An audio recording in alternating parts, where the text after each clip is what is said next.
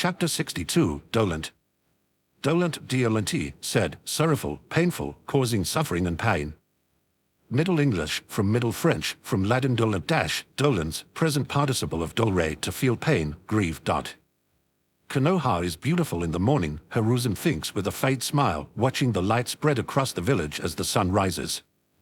He's seen too many mornings from here, more than he ever should have, but it's still one of his favorite sights. The Sarutobi clan was one of the first to join Konoha after its founding. Hiruzen himself was one of the first children born within the village's walls and is watched it rise from a handful of streets and houses to become what it is now, a thriving village full of souls. He loves it and he would give his life for it in a heartbeat. That doesn't mean, however, that he's the right person to control its fate. Behind him, the door clicks open and someone takes 3 steps into the office and then stops. Sensei, Tsunade says, even in the way that means she's being pointed about not yelling. Hiruzen smiles, almost despite himself, because that's a painfully familiar tone. I hope you didn't call me in to tell me you're dying.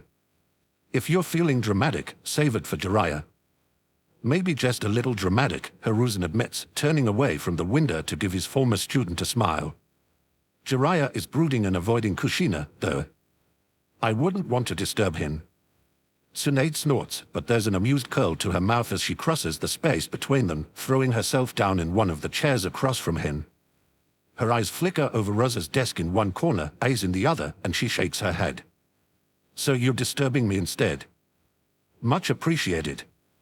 Hiruzen smiles tiredly, pulling out his chair and sinking down slowly. Kotetsu said you were with Orochimaru. How is he? Tsunade's expression does something complicated, like she doesn't know whether to laugh or rail or cry, and she sighs, rubbing her hands over her face. Complaining about his hair, she says wryly, since I had to cut the rest of it short. But health-wise is all right. The lack of chakra isn't hurting him just yet, and is healing normally. A hesitation, and she looks down at her entwined fingers for a long moment before meeting Hiruzen's eyes again. What are you going to do with him? The heart of the matter, Hiruzen thinks, a little wistful. Tsunade's always been so good at cutting through the fog and getting right at things. Honestly, for all of Dan's charm and charisma, Hiruzen would far rather have given Tsunade his seat. Then he lost 2 potential successors in a handful of years, under circumstances that were perfectly explainable but nevertheless ever so faintly suspicious, and was suddenly very, very glad that he'd never put Tsunade's name forward as a candidate. He lost her regardless after Dan's death, but at least it wasn't permanently. That, he says precisely, will very shortly no longer be my decision to make. Confusion crosses Tsunade's face, bleeds into outright alarm as she jerks back, rising to her feet and taking 3 steps away. No, she snaps. No, if you called me here to tell me I have to take that damned hat. I called you here, Hiruzen interrupts gently, to explain to you why I'm not going to give you the hat. There's a heartbeat of perfect silence.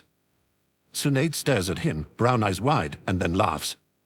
She presses a hand over her face, sinking back down into her chair, and leans forward to brace her elbows on her knees. Oh, thank hell. Gods, Sensei, why would you feel the need to explain that? Shouldn't it be obvious? Hiruzen smiles sadly at her bowed shoulders. Because if I were to die, you are listed as my first choice for replacement, he says. The daimyo knows and has already agreed. But dramatics aside, I am not dying, and there are other choices available.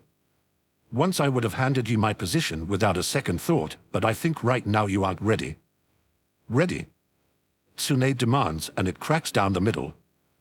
I'm never going to be ready. That's Dan's dream, Nawaki's dream, not mine. If I hadn't made that damn bet with Kurama, I'd still be running. She takes a breath, looks up, and the expression on her face could wound Hiruzen at 100 paces. Half the time I wish I was. Hiruzen feels old. Old and tired and frail somewhere deep inside of him, watching what should have been the brightest star of the next generation fold in on herself, wrapping her arms around her body. It's been years, but he understands that some blows crack things that can never quite be mended. Whether it is fortunate or not, Hiruzen couldn't say, but he's suffered such a blow. The Wako's loss, Asuma's departure, his son-in-law's death, none of them hurt him so deeply that he couldn't go on. The village has always come first, because the whole matters far more than one old man. The village is kinda with you in it, he tells Tsunade, blatant truth. When she looks up at him, features drawn, he musters a smile, and it takes more effort than it should. Truly, Tsunade, I've missed you. Everyone has. Your heart is as strong as your grandfather's, and Konoha needs it just as dearly. Not as Hokage, Tsunade tells him, and it's partway to a play. She casts a glance at the hat sitting on the edge of the desk, and her mouth pulls tight. Shaking her head, she holds Hiruzen's gaze and says, with a shadow of sharpness, if you want me to work for the village, I'll manage. Whatever it is, I think I can stand to stay here, looking at what Nawaki and Dan died for. But it will hurt every day until I die. A breath shakes her, and she presses her hands over her face. I want to get better, sensei, she says, and it breaks. I don't want to hate Konoha for what it took from me. I want to be able to love the village the way they did, without reservations, but I can't yet. So please. Ignoring his bones' protests, Hiruzen comes around the desk to kneel beside her chair, taking one of her hands in his iron. I would like that, too, he says, and doesn't think he's ever meant something more. I miss your smile, Tsunade. I've missed you. And I realize what I'm asking is hard, but I only ask because I know you can. Stay in the village. Head the hospital. See how Konoha can become better. Tsunade laughs a little, squeezing his fingers, and there are tears on her cheeks, but her heart and will have always been what made her so incredible. You're an incurable optimist, old man, she accuses, but it's at least a little fun. Hiruzen smiles at her, pushing painfully to his feet. I simply have faith that the younger generations will be better than I have ever managed to be, he tells her, and it's sad but honest.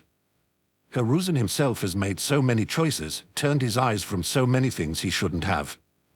With age comes wisdom, but never soon enough, unfortunately. If he had this life to do over. But he doesn't, and a knock at the door reminds him of that more sharply than usual. Come in, he calls, waving Tsunade back to her seat when she starts to rise, and aims a welcoming smile at his visitor. Kushina, my dear. Picking up Kurama's habits now, are we? The red-haired girl clinging to the lead of Kushina's Jounin uniform harumphs like an old woman, pushing her glasses up her nose. She gives Kushina a meaningful look, and Kushina grins back, full of teeth and the terror of an Uzumaki on a mission. I kinda like this one, you know, she says cheerfully, tossing herself into the remaining chair and letting the girl scale her leg to sit on the yarn. A glance at Tsunade, careful and calculating, and she asks, is she here to fix your face when I'm done breaking it? Tsunade rolls her eyes, and Hiruzen can't find a wry smile, even though he knows she's entirely serious. It's certainly deserved, given the way Naruto grew up. Instead of answering, though, he meets the girl's stare and says gravely, I don't believe we've met. My name is Sarutobi Hiruzen. May I ask yours? Uzumaki Karen, she says instantly, and he likely should have guessed, given the hair and the chakra he can feel. I'm going to be a Fuinjutsu master like Kushina.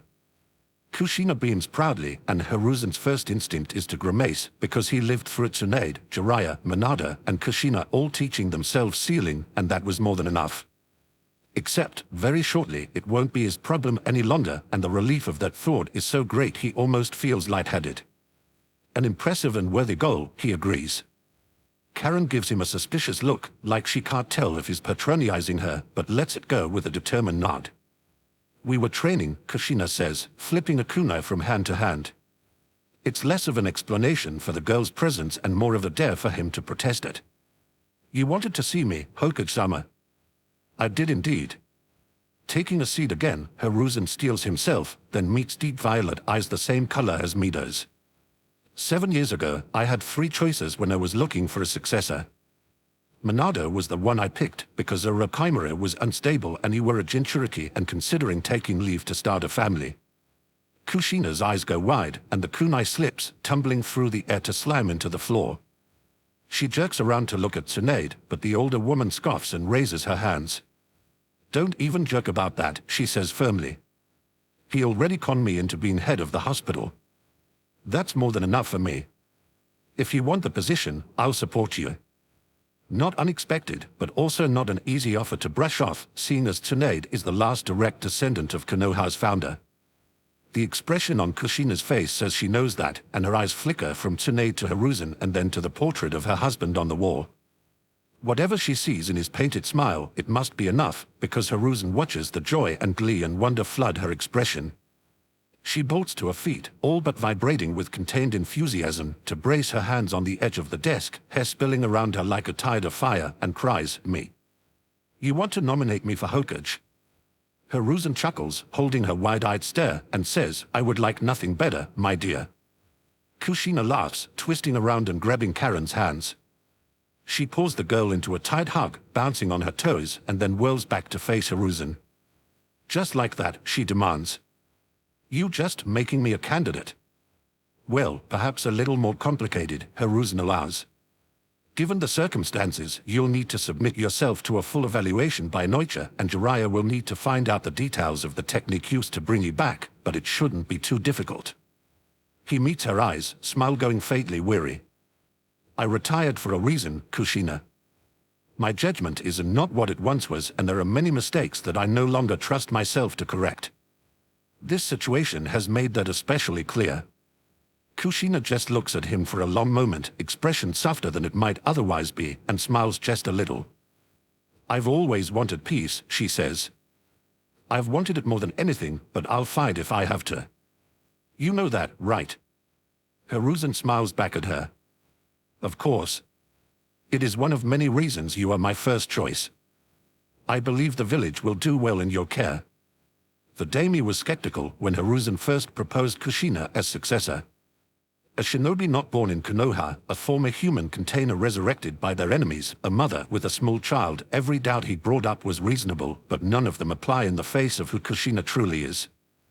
Minato was not the only hero of the Third Shinobi War, and he wasn't the only one who dreamed of a better future for the village as a whole. If it's required, Hiruzen has no doubts that Kushina will die to defend Konoha, but is also entirely certain that she'll also do everything in her power to find another way. There's a logic problem in the academy that's presented to students in their last year. You drinking with someone who might be an enemy, and they serve you tea that could be poisoned. What is the correct response?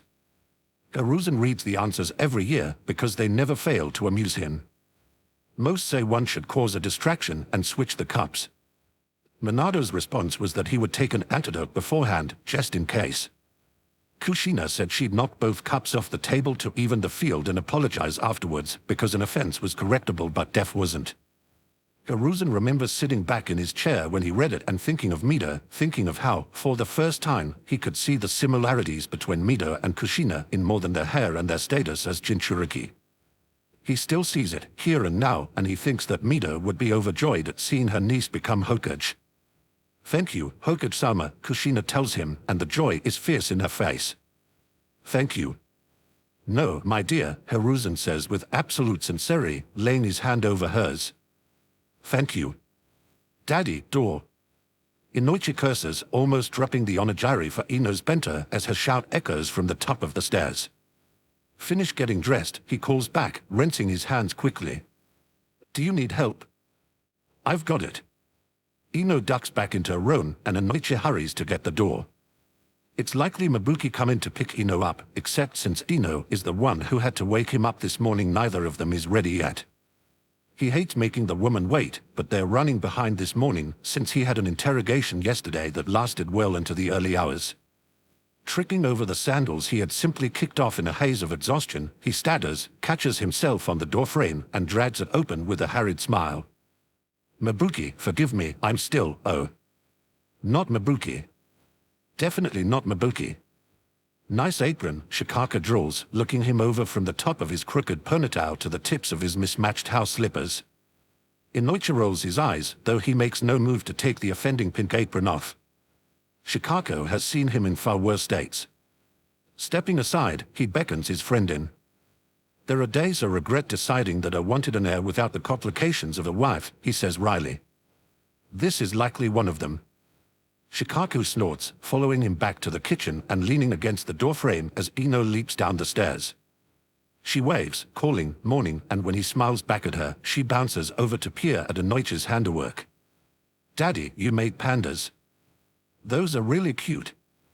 I'm glad you like them." Inoichi closes the bento box and wraps it in cloth, then passes it to her. "You have your books. Any tests today?"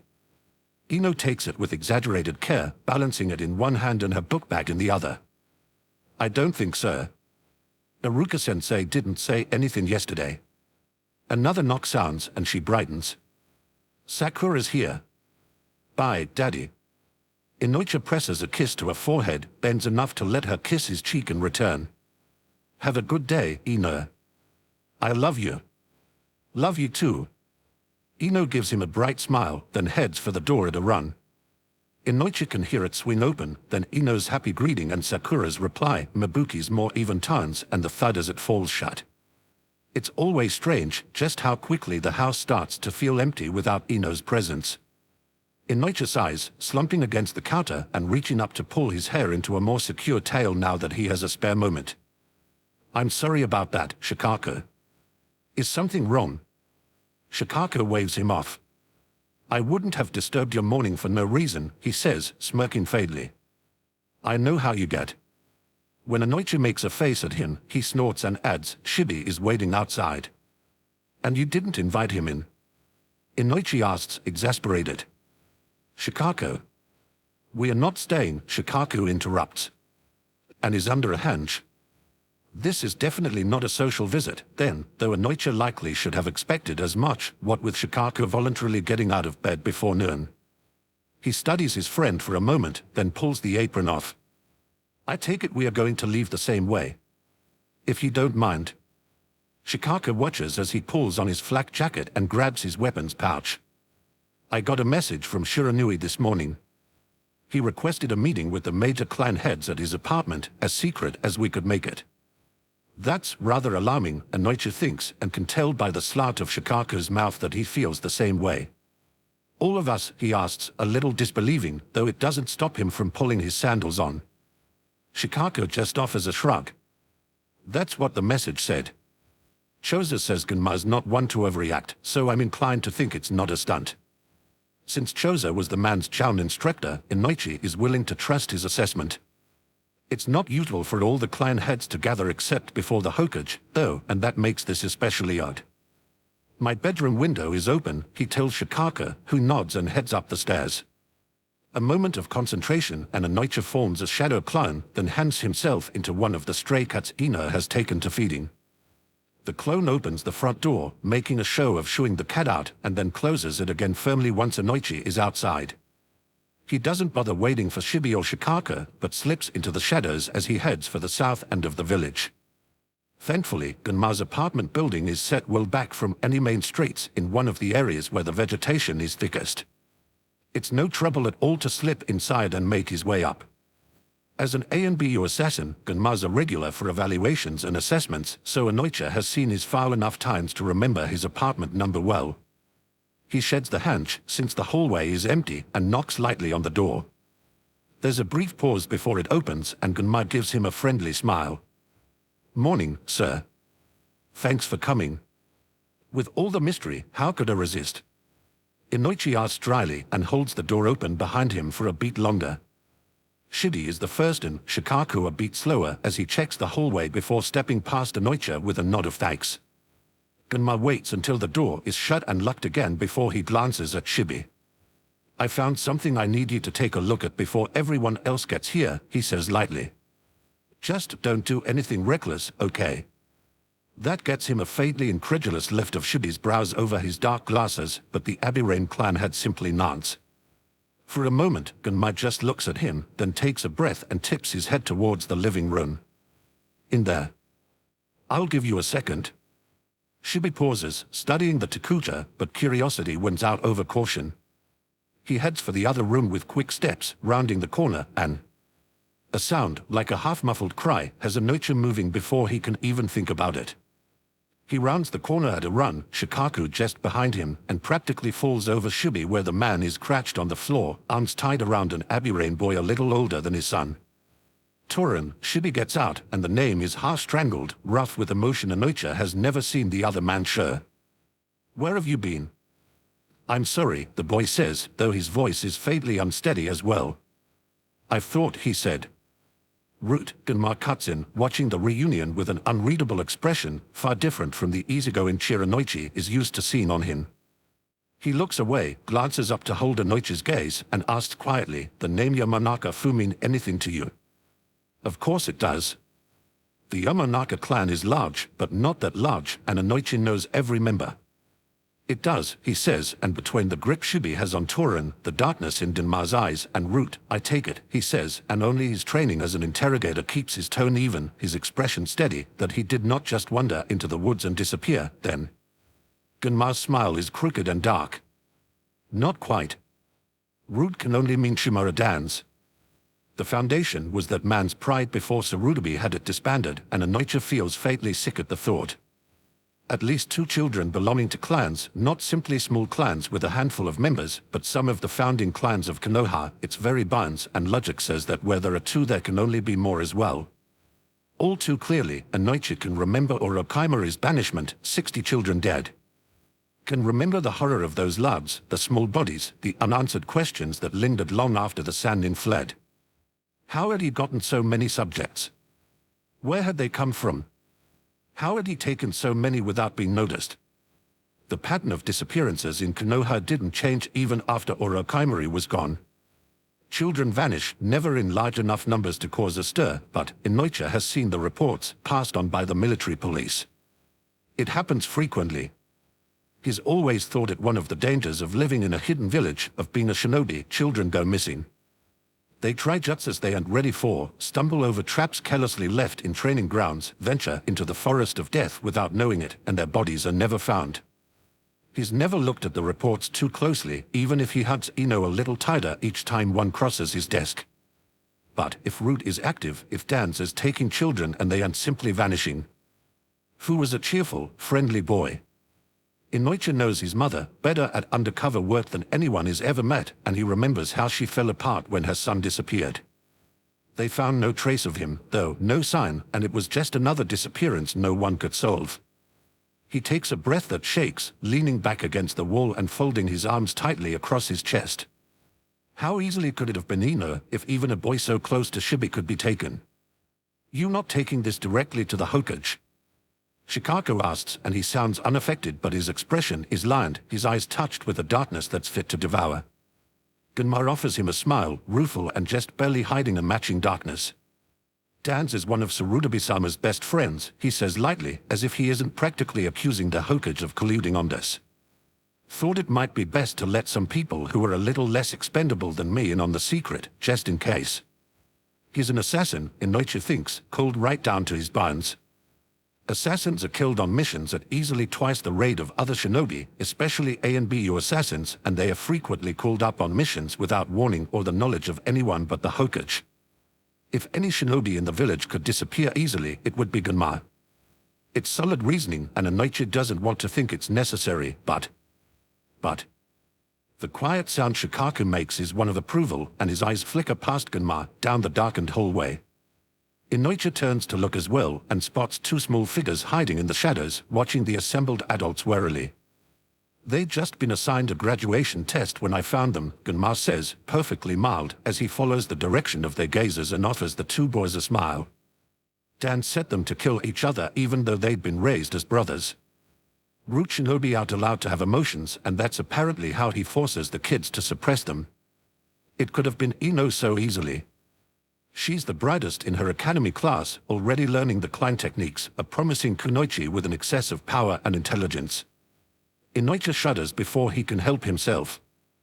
I will take this to the Hokage myself if I must, Shibi says, rising to his feet, though he keeps one hand on Torin's shoulder as if scared to let go completely. There's a cold fury in his face, and Inoichi can feel an echo of it in himself. Torin was a member of my immediate family. Even if Sarutobi-sama authorized Dan's actions, he had no right. It's more than Inoichi has ever heard Shibi say at one time before, more emotion than is seen him show, and all too understandable in the face of these revelations. I will as well, he agrees immediately, and looks at Gunma. You weren't able to get through out. He was on a mission, Torin says, glancing up at his clan head. Return estimated as tonight if no delays. I was planning to grab Aoba and see if I couldn't get to him, Gunma says, as if it's as simple as picking up milk. When Shikaka raises a brow at him, he smiles, ever so faintly wicked, and tips one shoulder in a shrug. I could always take Uzumaki Kurama instead. Inoichi has heard plenty about the man, and more than enough to make him truly consider the idea. Before he can say as much, though, Shikaku gives him a pointed look and says dryly, I think I want enough left of the base to get some kind of proof. Take Yamashiro. Maybe a sensor, too. I'll go, Anoichi offers immediately, and when Gunma blinks in surprise gives the Takujo a thin smile.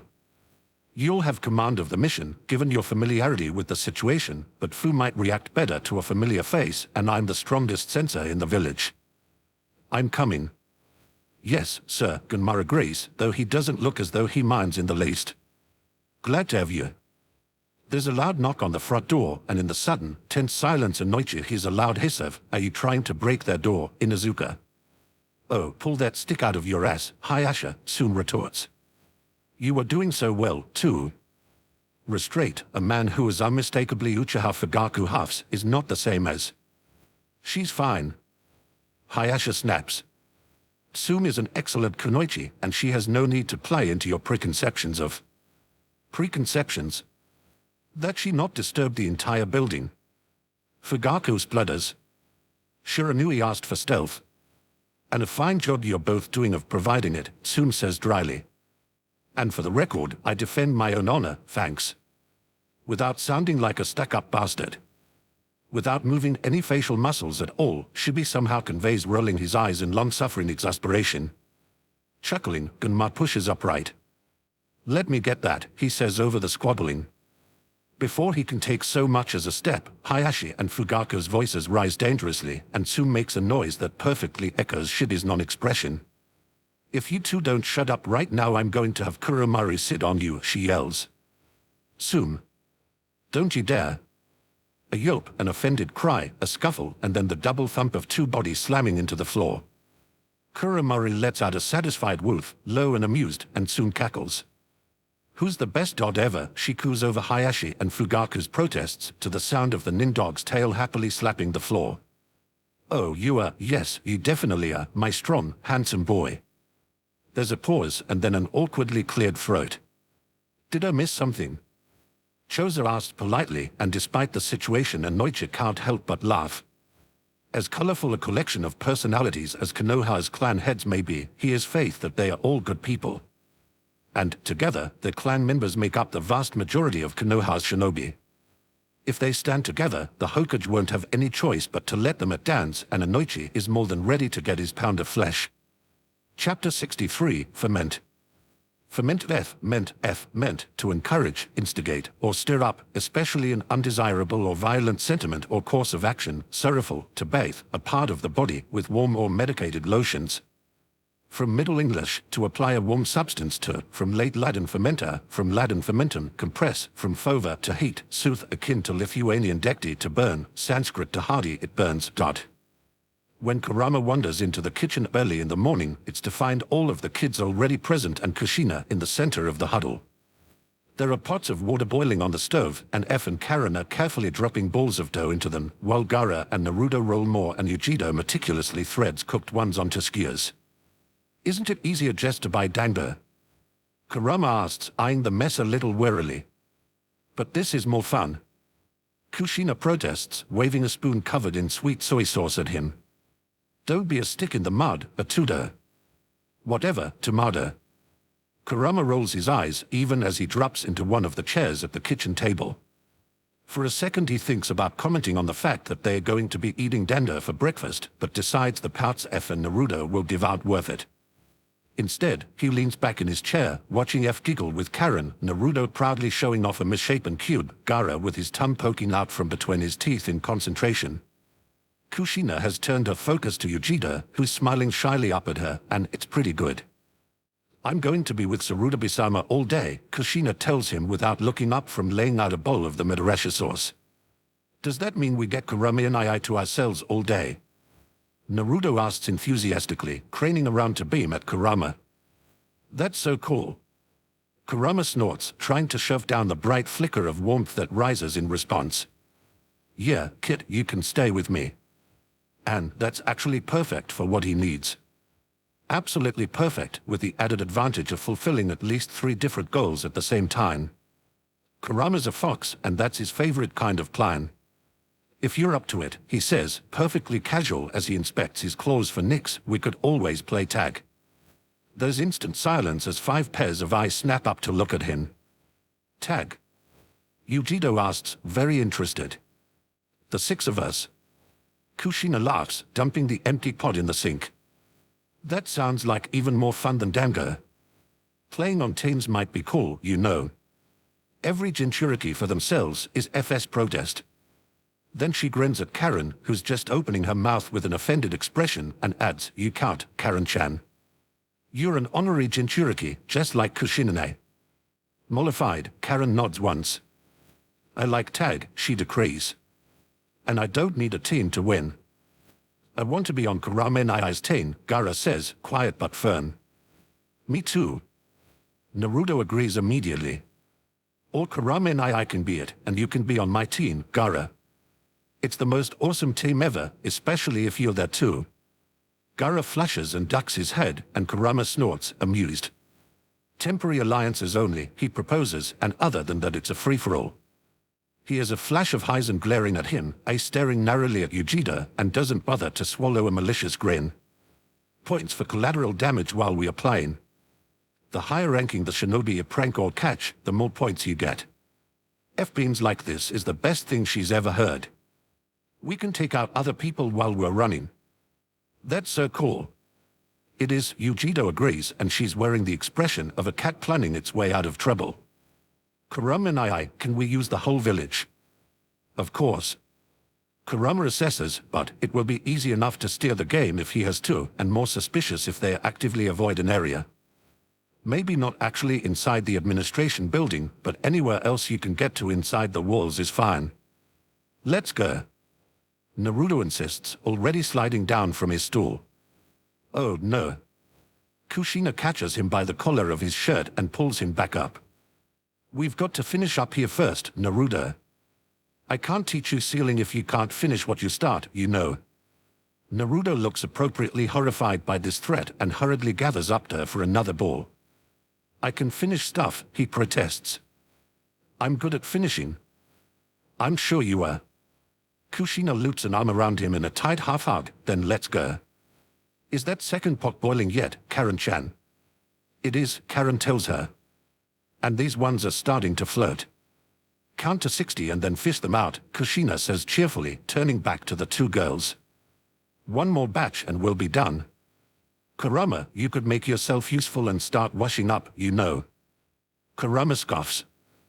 I did the dinner dishes last night by myself because someone was too busy bouncing around the house like a deranged monkey. I'm going to be Hokage. Kushina glares at him. I get to be excited about that. Yeah.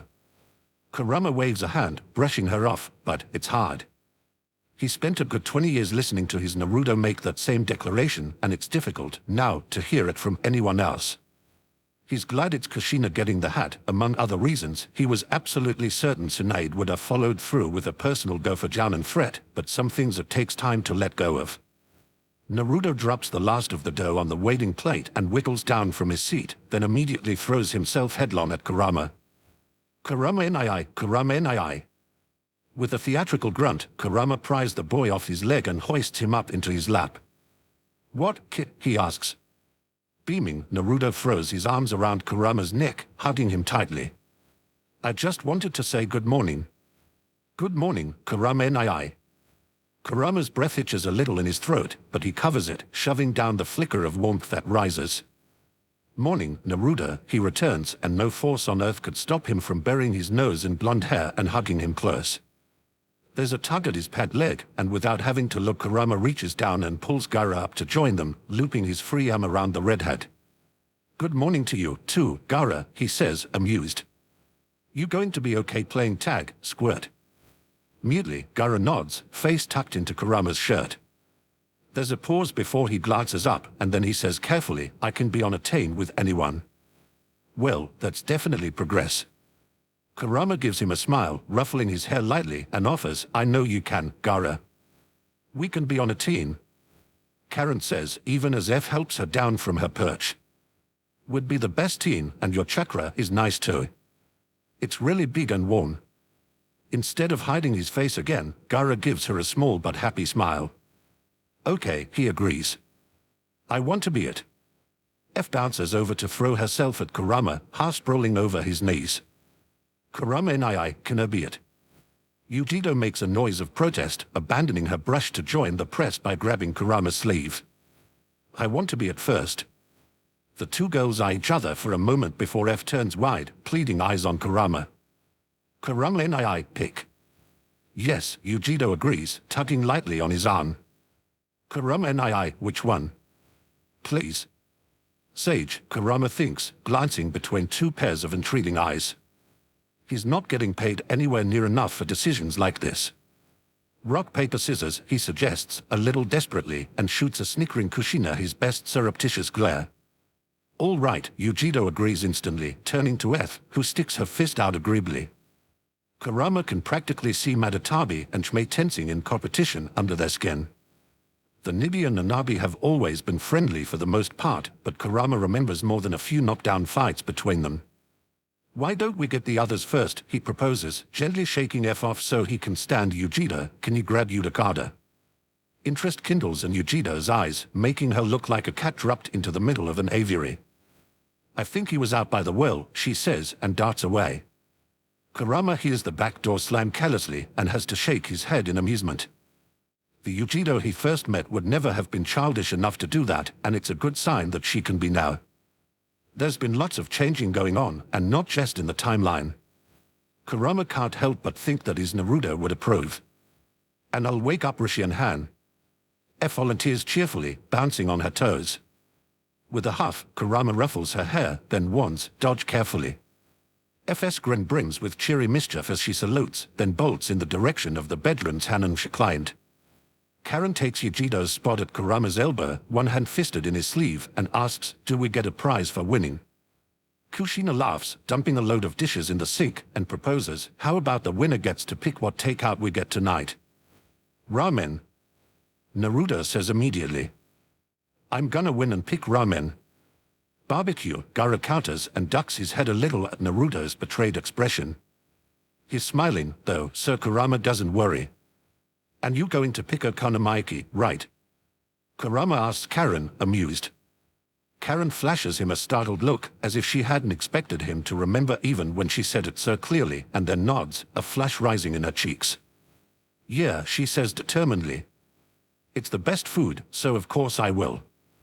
Naruto flails and nearly falls off Kurama's lap, only saved by Kurama snatching the back of his shirt just in time. But ramen, he squawks. Then you better win, right, kid? Kurama tugs him back to a slightly safer position. I'm definitely gonna win. Naruto insists, still looking horrified.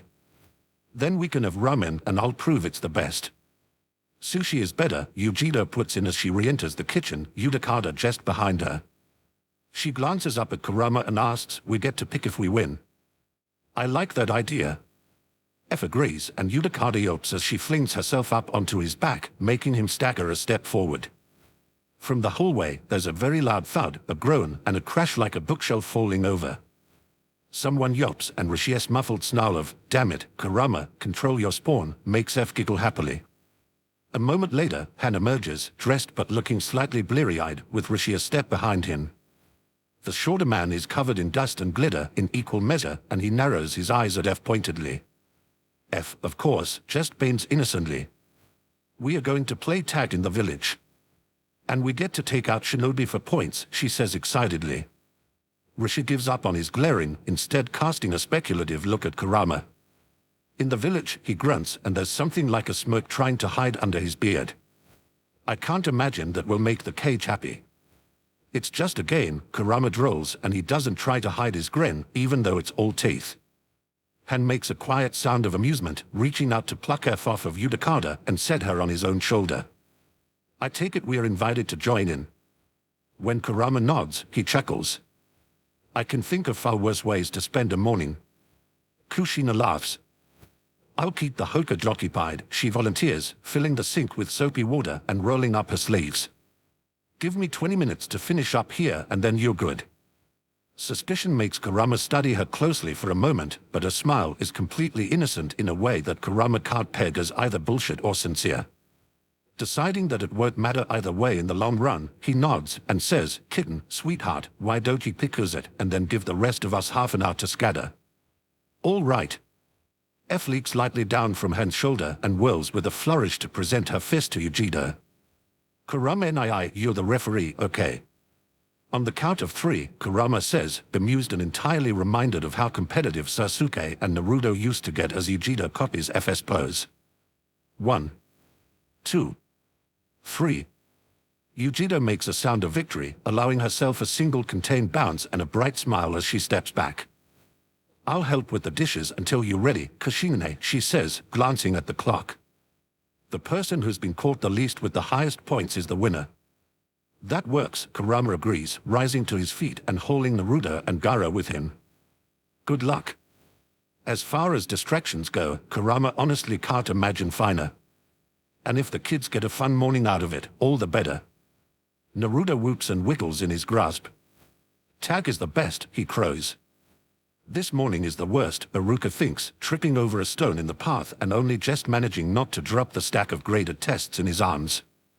He's 15 minutes late to the early morning staff meeting, only halfway through grading yesterday's homework, without any lunch for later because he forgot his bento in the fridge, and without breakfast because he fell asleep on the couch last night and entirely missed hearing the alarm in his bedroom go off. There wasn't a chance for a shower, either, and the only hair tie he could find was completely stretched out and practically worthless. He hasn't even had his coffee yet. Iruka takes the corner too fast, still struggling to get a more secure grip on his papers, and feels with a flash of horror the exact moment his sandal slips. There's a moment where he tries to decide whether to drop the tests and save himself, or hang on and hit the ground hard, and deft hands catch him and pull him back upright even as they tug him around, spending momentum. Iruka staggers a step, then catches his balance and is almost tempted to cry in sheer relief. "Thank you," he says sincerely, turning to face his savior, and almost swallows his tongue when Yudakata smiles back at him, warm and calm. "It was no problem," the Jinchuriki assures him easily, folding his hands in his wide sleeves. "Are you all right? You look a little..." Amber eyes go wide, and Yudakata leaps back in a blur. One of the younger Jinchuriki, the girl from Kuma, Iruka thinks even as he yelps and stumbles back, Yujiro, that's her name, hits the street where he was a fraction of a second ago, makes a sound like a discontented cat, and lunges faster than Iruka's eyes can quite follow. Yudakata slips past her reaching fingers, ducks when she flips to kick at his head, and pulls a pipe out of his sleeve. One breath from it and iridescent bubbles fill the street in a whirling rush, forcing the girl back. Yujiro twists, lunging left, but in that moment Iruka can already feel an arm close around his waist. There's a lurching rush of speed that he recognizes as a shunshin, cloaked in another burst of bubbles, and then the world refocuses. They're a good distance from where they were, close to the academy, and Yudakata lands lightly on the grass with a relieved breath. "I always forget how fast she is," he says, almost a complaint, and Iruka realizes all over again that Yudakata, for all his poise, is a year younger than even Iruka. He might be a jounin and a human container, but is still 15. "Are you training?" he ventures a little cautiously, because just about the last thing he wants to do is show any wariness of the Jinchuriki again after the time he spent with them yesterday, but if two of them are fighting in the streets it's probably a good thing to know. Yudakata makes a noise of amusement as he untangles himself from Iruka. It's just tag, but Yujiro is ruthless when she wants something, and Kurama promised her sushi if she won. Iruka laughs before he can help himself, because the girl's expression was one he'd more readily expect on a jounin in the midst of an A-rank mission. A handy reminder that for all the bijou inside of her, Yujiro is a child too. Thankfully, Yudakata chuckles as well, scanning the streets around them before he tucks his pipe away again. "I don't mean to hold you up," he says apologetically. "The staff meeting." Iruka groans, gathering his papers against his chest. At least is a good 6 blocks closer now. He's terrible at the shunshin on his own, and hadn't wanted to risk having one go haywire if he used it. "You saved me at least 10 minutes, he says, waving off the apology. "I appreciate it." With a smile, Yudakata inclines his head, then steps back. "Have a good day," he offers. "I hope the others and I don't disturb your class." "They disturb themselves plenty, so don't worry about it," Iruka assures him, and watches the Korean take 3 steps and leap into the trees, vanishing from sight almost immediately. His hair tie picks that moment to snap with a quiet pop, sending strands of barely brushed dark hair cascading into his eyes, and Aruka groans. Yudhika's appearance might be a bright spot, but this morning is still awful. Shisue's first hint that something terrifying is happening is the glitter bomb that smashes into his face the moment he steps out of the military police building. With a loud shriek, he ducks away from what his ears tell him is a second projectile, even as he claws at the powder already in his eyes. There's a thud of feet in the dirt, a war cry, and a loud "ha" from somewhere close by, and then hands grab his shoulders to use him as a springboard. Small hands. That's probably the only thing that keeps Shisui from lunging for a kunai, which is fortunate, because if he accidentally stabbed one of the Jinchuriki kids, is pretty sure Kurama really would eat him. Probably alive. And definitely not in the fun way. Not that Shisui wants him to, per se, but Shisui is also 15 and Kurama's kind of pretty even when he's ripping people up with his claws. He can't be blamed for his hormones getting terror and attraction mixed up. He feels the same way about Enko most of the time. "Ugh, you little brats," he says, ducking back towards the cover of the building as he scrubs at his eyes. Getting FS scale powder off probably won't change the fact that he's been blinded by the flash of it, but he has to make some attempt. There's the faint sound of a scuffle from the street, and Shisui really freaking does not want to be trapped anywhere near a Jinchuriki fight. "Sorry, sorry." F calls, failing to sound sorry at all. "I wasn't aiming for you, I promise." "Tell that to my eyes," Shisui complains and tentatively blinks them open. His vision is mostly spots at the moment, and this is probably a really bad time to think just how devastating F would be against a squad of Dojutsu users. He knows she helped against pain in the canyon, but that's something entirely different from the way his brain is now labeling the image of a cheerful, bubbly 10-year-old as a abort do not fight. And that's not even her using more than the most basic of her Jinchuriki abilities. Squinting through the spots, Shisui narrows his eyes and focuses just in time to see Yujiro snatch F out of the air like a cat catching a bird, a loud sound of victory escaping her. Immediately, she adds, "Tad, Urid," and then leaps for the nearest building, scrambling straight up the wall and over the roof. "Oh drat," F huffs, picking herself up out of the dirt and brushing off her skirt. She gives the spot where Yujiro disappeared a dark look, then shakes it off and turns to Shisui with a bright smile. "Sorry again," she says, though she doesn't sound any more sympathetic this time, either. "But you were worth way too many points to pass up an opportunity like that." "Points?" Shisui splutters. You what?" F beams. "You're a jounin," she says cheerfully. "Jounin are, like, 10 points if we can catch them in the crossfire. Chunan are 5, genin are 2, and civilians are 1. Oh. And cage or village heads are 20. I hate you," Shisui groans. This was Kurama's idea, wasn't it? That gets him a laugh, and F leaps up, chakra blooming around her like a flower. It settles and condenses, and just as she reaches the height of her leap and flips over, iridescent wings shimmer into existence, immediately shifting into a blur as they start beating. "I'll never tell," F declares, but she grins at Shisui in a way that says it was absolutely Kurama's idea. "I'm going to go home and hide under my bed," Shisui decides. That sounds like the safest option here. F giggles like he just complimented her. "I don't mind. That means no one else gets to use you for points." With a cheerful salute, she soars up, heading for the market district. Hiding, Shisui thinks as he casts a worried glance around himself and then makes tracks for the Uchiha compound, definitely sounds like the best idea ever. Mai is vaguely bored, a little annoyed, and largely out of sorts. Yugura is cooped up with the rest of the cage and made it very clear that he didn't need either her or Zabuza hovering, and Zabuza is having fun pitting himself against that sickly-looking Konoha swordsman he probably scraped up from under a rock. She'd contemplated trying to go around with Zabuza's apprentice, but her lava and Haku's ice probably wouldn't mix well, and she'd rather stab herself in the eye than have to listen to Zabuza bitch at her about hurting his student.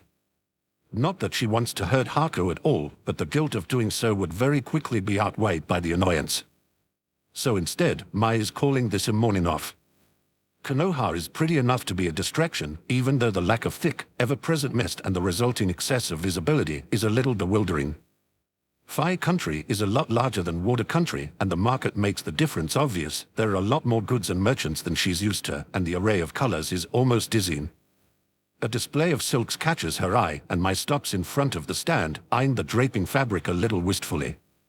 The white would be perfect for a wedding dress, she thinks, running a light finger over it. Though the blue is pretty as well, and the embroidery on the red is lovely. There's a very talented seamstress a few blocks over, a woman says from behind her, and Mai turns in surprise. The dark-haired woman who burst into the Hokage office the other day smiles at her, then nods a polite hello to the cloth merchant. Her rates are very good, and she specializes in shinobi clothing. In case you were interested.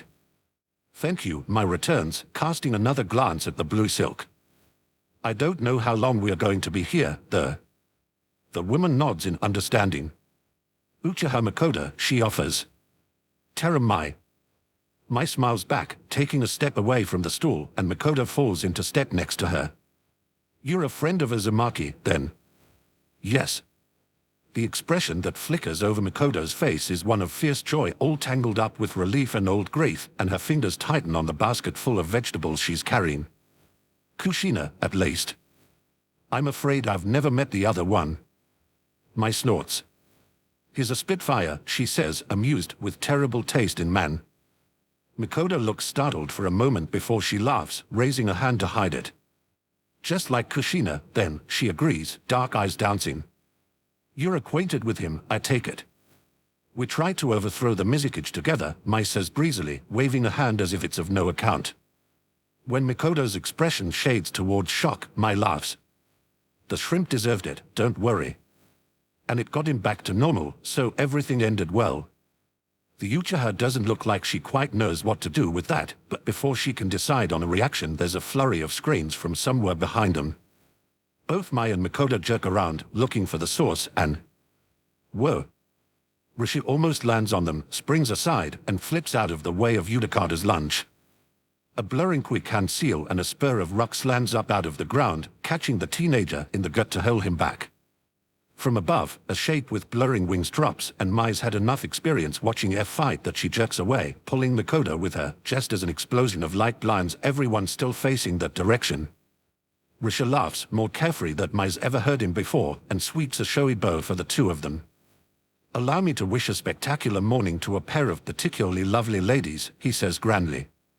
As he straightens, he tosses Mai a wink and a smile that makes her breath catch, then turns to high-five F. They take off running together, and a moment later Yudikata follows at a sprint, shedding glittery scale powder, rock dust, and bubbles in equal measure. There's a long moment of silence as the screams die down. Yours? Makoto asks finally, casting an amused glance at Mai and then back over the market. Mai looks too, and it's certainly more chaotic than it was 5 minutes ago. Several people are stopping out small flames, at least one is struggling upright out of a pile of goo, and more than a few are trying to shake glitter off their clothes. Mai smiles helplessly, pressing her hands to cheeks that are surprisingly flushed, and laughs. Maybe, she says, and it's like a spark of hope inside of her. I think maybe. Hokage-sama. Hyuga Hohida cries, bursting into the office with a frantic expression, the rest of his patrol behind him. In the market, there's... He cuts off abruptly, blinking at the 7 other patrol leaders in various levels of panic all assembled in front of the Hokage's desk. Sarutobi sighs, kneading at one temple, and reaches for his pipe. The market this time, he asks wearily, shooting Kushina a glare as she hangs onto the back of a chair and wheezes for breath. Oh, yes, sir. Hohido glances at his fellow squad captains, some of whom look rather worse for wear. Glitter seems to be a common thing, but one woman looks like a cat used her for a scratching post, while a man drips water all over the floor and another kunoichi's uniform is fatally singed. One of his fellow clansmen is trying surreptitiously to empty his pockets of sand and amassing a rather impressive pile around his feet in the process. You'd better hope, the Sandame informs Kushina testily, that there's a village left for you to inherit at the end of this. Kushina gets her giggles under control and straightens up, grinning at her leader. It's just slightly possible that there's a malicious undertone to it. This is a lot more satisfying than punching someone, you know, she asked both cheerily and pointedly. Sarutobi's face does something complicated, and then he sighs in clear resignation. The office door slams open, and an Inuzuka staggers in, looking like she got dragged backwards through a hedge, with 3 other kunoichi behind her. Hokage-sama, the Jinchuriki are fighting in Doon. Sarutobi leans forward to rest his face in his hands, muttering something that Hohido is fairly certain he doesn't want a translation to. The other cage, he notices, all look like they're just realizing how big of a Fuma shuriken they managed to dodge and can't be anything but grateful for it. Itachi is in the village, but he still isn't around, Sasuke thinks morosely, judging the distance between himself and the target and then tossing his kunai half-heartedly. The academy's training ground is empty since all the other students are eating lunch, but it's not helping Sasuke's concentration. Itachi was supposed to help him with his katas this morning, but he never showed up. It doesn't help that their mother was more cheerful than Sasuke had ever seen her before as she packed his bento, practically dancing in the kitchen as she worked. Their father had left just as Sasuke was getting up, the way he's been doing so frequently lately, with a distracted murmur about meeting some of the other clan heads. It's nice not to have him asking questions about Sasuke's training and comparing him to Itachi, but it's been a while since they all sat down together like a family, and Sasuke misses it more than he had thought he would. From somewhere close by, there's a giggle. Sasuke blinks, turning to look around himself. Iruka-sensei is strict about not throwing kunai where other students might wander into the path of them, and Sasuke feels a flicker of annoyance that someone might be interrupting him. Slightly unfair, maybe, given that he's not really doing anything at the moment, but it's like feeling upset that Itachi has to leave, even when Sasuke knows he is duties as a high-ranking shinobi. He opens his mouth to call out, and sure, someone hisses loudly and the bushes rustle. In a rush, a small figure darts out, grabs him, and hauls him back towards their hiding spot. Sasuke gets smacked in the face with branches, gets a mouthful of leaves that he splutters around, and then is dropping into a cave-like hollow in the hedge, the branches twisted together above them tightly enough that only a few shafts of light get through. Sure, the blonde who grabbed him once again, and the redhead at his side nod solemnly. We are hiding from Yudakada, cause is it? You can't tell, okay. Yudakada. Sasuke doesn't know any students by that name, but then, well, he remembers seeing the blonde before. He doesn't know the other boy at all, either. They definitely weren't in class that morning, though. Who, he asks as quietly as he can. Yudakada, the blonde says cheerfully, like he should immediately know who that is. He's the Jinchuriki of the Saikan. Of the Rokubi, the redhead corrects, and Sasuke's heard people mention Jinchuriki before, though mostly in hushed tones and sharp whispers. It doesn't seem to be a good thing, but if that were true, this Jinchuriki probably wouldn't be playing a game with two children. Do you want to play too? The blonde asks excitedly, still hanging onto Sasuke's hand, and wide blue eyes stare at him entreatingly. It's a lot of fun, and me and Gaara are on a team together so you can be with us. Gaara looks at the boy, then looks at Sasuke, and nods decisively. I don't know who you are, Sasuke says a little helplessly, because no one's ever just grabbed him and invited him to play before. He spends most of his time training so he can be as good as Itachi, or at home helping his mother. That gets him a smile, bright and welcoming. I'm Uzumaki Naruto, the boy declares. Jinchuriki of the Kyuubi. Sabaku no Gaara, the other boy offers, if more quietly and slightly warily. Jinchuriki of the Ichibi. They're Jinchuriki too. But, Sasuke thinks in faint bewilderment, they can't be bad. I'm Uchiha Sasuke, he says, glancing between them, and hesitates for a moment before asking carefully, it's okay. Yeah. Naruto nods enthusiastically. You can throw kunai really good, and Gaara's got his sand, and I have my chains, so we'll be the best team ever. Aha, someone says loudly, from right outside the bushes, and Sasuke doesn't even think, when Naruto and Gaara bolt for the tunnel on the other side, his right on their heels. An arm reaches into the hedge, grasping blindly, and then they are spilling out into the sunlight. A huge man, bigger than anyone Sasuke has ever seen before, straightens up, laughing a little. The Yua, he says, and takes a step towards them. Hands it now. Naruto shrieks, and golden chakra gathers around him, bursting into the air in the form of chains. Han dodges them with startling speed, but trips, and a whirl of sen sweeps out from under his feet to curl around Gaara like a friendly snake. Come on. Naruto cries, grabbing Sasuke's hand again. Gaara only hesitates for a moment before he takes the other, and together they haul him towards the street. Sasuke should probably care that lunch is about to end, that his father will be disappointed in him as he skips school. But Naruto is laughing, they are running flat out, and Sasuke can't seem to find a smile as he lets them pull him along. Kurama lurks in the shadows outside A and Bu's holding cells, eyes on the small glass orb on a beaded chain that he's fiddling with. He promised Fuji a star ball, after all, and it's about time he delivers on his word. She's earned it 1,000 times over. The seals are simple enough to etch into the glass with the tip of one claw, so most of his attention is on his surroundings, is straining to catch any sounds of people approaching. The lone remaining guard is unconscious, though, thanks to one of Kabuto's jetsus, and all the rest of the A and BU are scrambling to keep an eye on the game of tag that's happening. Kurama will have to get back to it shortly, before his absence is noted, but everything's in chaos and he's got more than enough time to spare. From within the cells, there's a heavy clank of a metal door opening, and then staggering footsteps. Kabuto appears a moment later, one of Orochimaru's unslung across his shoulders, and he supports the snake Sannin. Orochimaru looks pale, made all the more apparent by the fact that his wealth of hair has been chopped short just above his shoulders to even out Kasame's ragged cuts, but golden eyes still lock onto Kurama with the intensity of one predator facing another. "Uzumaki," he says silkily. Now this is a surprise. Kurama snorts, straightening, and drops the star ball into his pocket. "Orochimaru," he returns evenly. "You accepted the terms." "3 favors," Orochimaru agrees, sounding faintly displeased, though his gaze doesn't waver. It's like he's trying to see right through Kurama to get at his motives, his secrets. Kurama wishes him the best of luck, but is absolutely certain Orochimaru will never manage to get it right. Time-traveling Bijou in human form sent back from an apocalyptic future isn't exactly a logical conclusion. I assume this is the same reason Tsunade is with you.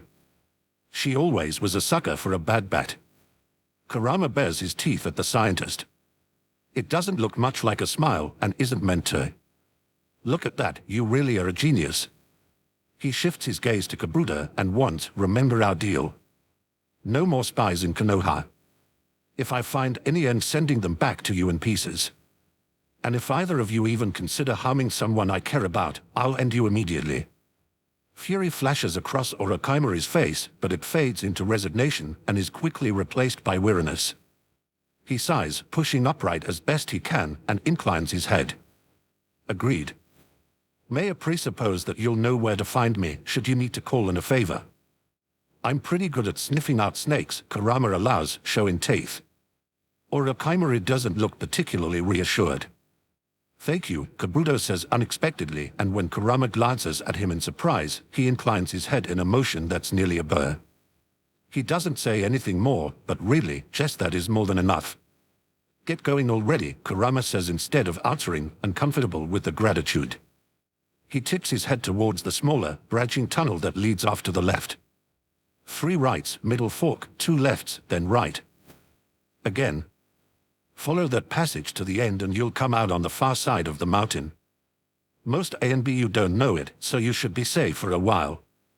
Without waiting, he turns around and heads back the way they came in, stepping over the unconscious guard.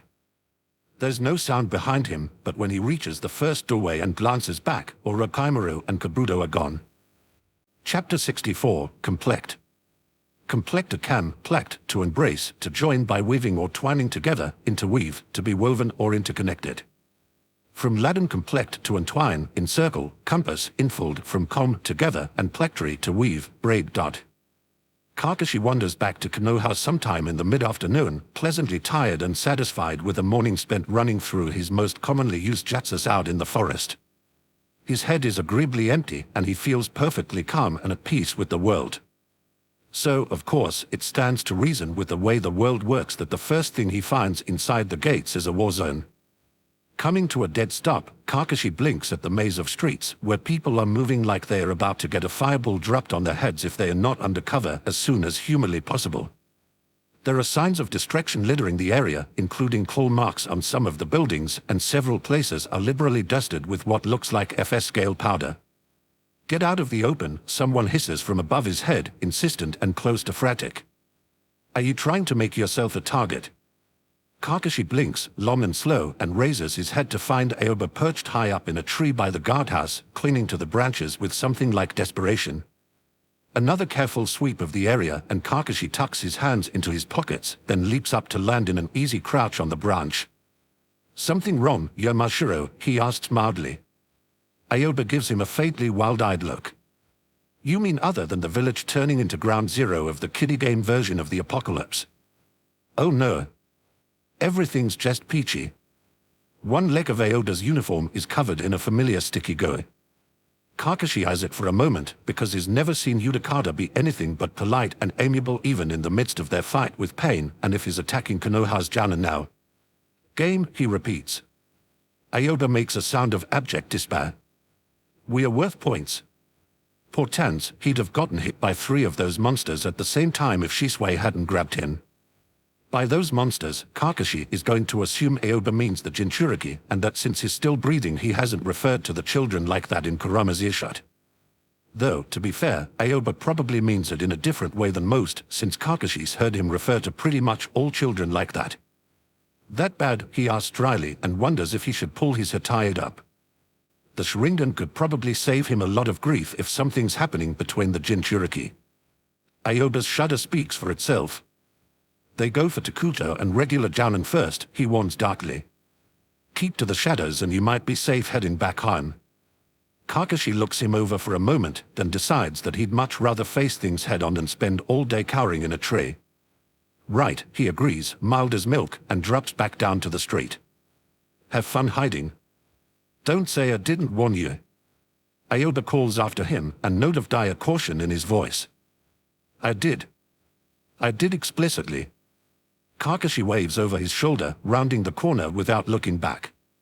A portion of his attention is on his surroundings, but not that much more than normal. The Jinchuriki kids probably aren't banking on stealth, and Kakashi has no doubt he'll be able to hear them coming. It's enough to make him wonder, though, if Kurama planned this game in order to get the other village leaders to back down in their arguments about separating the Jinchuriki, or deciding where they should end up.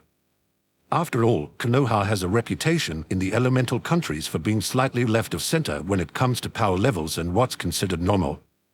Even after the Kyuubi attack, Konoha is probably the best place, at least as far as shinobi are concerned, to stick a bunch of resentful, overpowered children who have no intention of conforming to normal human limits. If Konoha managed to deal with Kushina, Minada, Jiraiya, Tsunade, and Orochimaru, not to mention Kakashi himself, all going through their teenage years, and have the village remain standing, they'll probably survive Kurama's bunch. Hopefully. With a little luck. A squad of Chunan hustles past Kakashi, moving like they are in enemy territory, and Kakashi watches with amusement as they go, automatically reaching for his Isha book. It's hard to look less impressed with anything than he does when he's wandering the streets reading tastefully erotic literature, and Kakashi does have a reputation to maintain. Friend-killer Kakashi, that's what they used to call Hen. There were points where Kakashi would have done anything to rid himself of the name, but actually doing it was as simple as reading in public. Kakashi appreciates the irony there, and he'd much rather be thought a perverted bastard than a murderer. So it's just slightly possible that he plays things up in the name of actually being able to choose his own nickname. Not that anyone else needs to know that. He considers, for a moment, going back to his apartment, but it's a nice day. The air isn't too cold and the sun is out, and there's a promise of chaos that's sure to be entertaining. Decided, he tucks his nose into his book, flips to one of the dog-eared parts, and turns his steps towards the center of the village. Barely 3 blocks and there's a sudden screech of pure delight. Aha, Kakashi thinks, and chooses that moment to stub his toe on the cobblestones. Whoops, he says out loud, tipping forward for a moment before he can get his balance back. Something flies bare centimeters above his head, and Kakashi straightens back up and keeps walking without looking up from his book. There's a moment of stunned silence, quickly followed by rapid footsteps and a startled squawk. A blur of motion in red and blue signals the offending parties getting closer, but Kakashi just keeps up his meandering pace, giggling a little at a particularly, robust passage. He sways out of the path of a swing that goes wide, long cat claws just missing his cheek, and then hops over Rishi's lunge as Yujida flips out of the way. The former IWA nin is definitely not trying to keep from hitting him, Kakashi thinks, landing lightly, and tucks one hand into his pocket just to increase the taunt. Oh my, he says, pitched just loud enough to carry without seeming intentional. A little breezy today, isn't it? One step around the corner and he tucks himself back into an alley, lowering his book just in time to see Yujida come skidding past the turn, looking like she's out to murder someone. Before she can make it more than a handful of steps, though, Rishi is there, already bearing down on her. Yujido hisses, then claws her way up the side of the building, leaps to the next, and vanishes into a thicket of roofed-up trees. Damn it, Rishi huffs, then catches sight of another flash of blue back the way he came, spins, and bolts after Yudakada. The teenager yelps, then raises his pipe. A flicker of vast, effervescent chakra curls around him, and silvery bubbles fill the street. Rishi tries to stop in time, but a flash of gold chains will out from under a willow's trailing branches to hit the red-headed man in the back.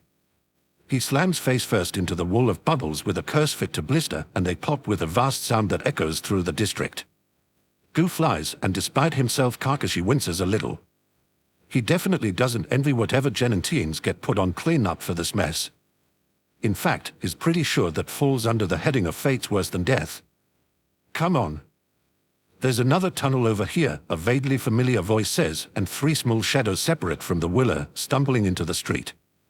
Kakashi blinks, then raises a brow, because if he's not mistaken that's Itachi's little brother tucking Naruto and Gaara along.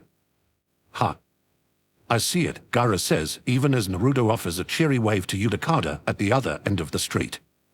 Yudakada waves back, looking like he's grinning, and takes off running again.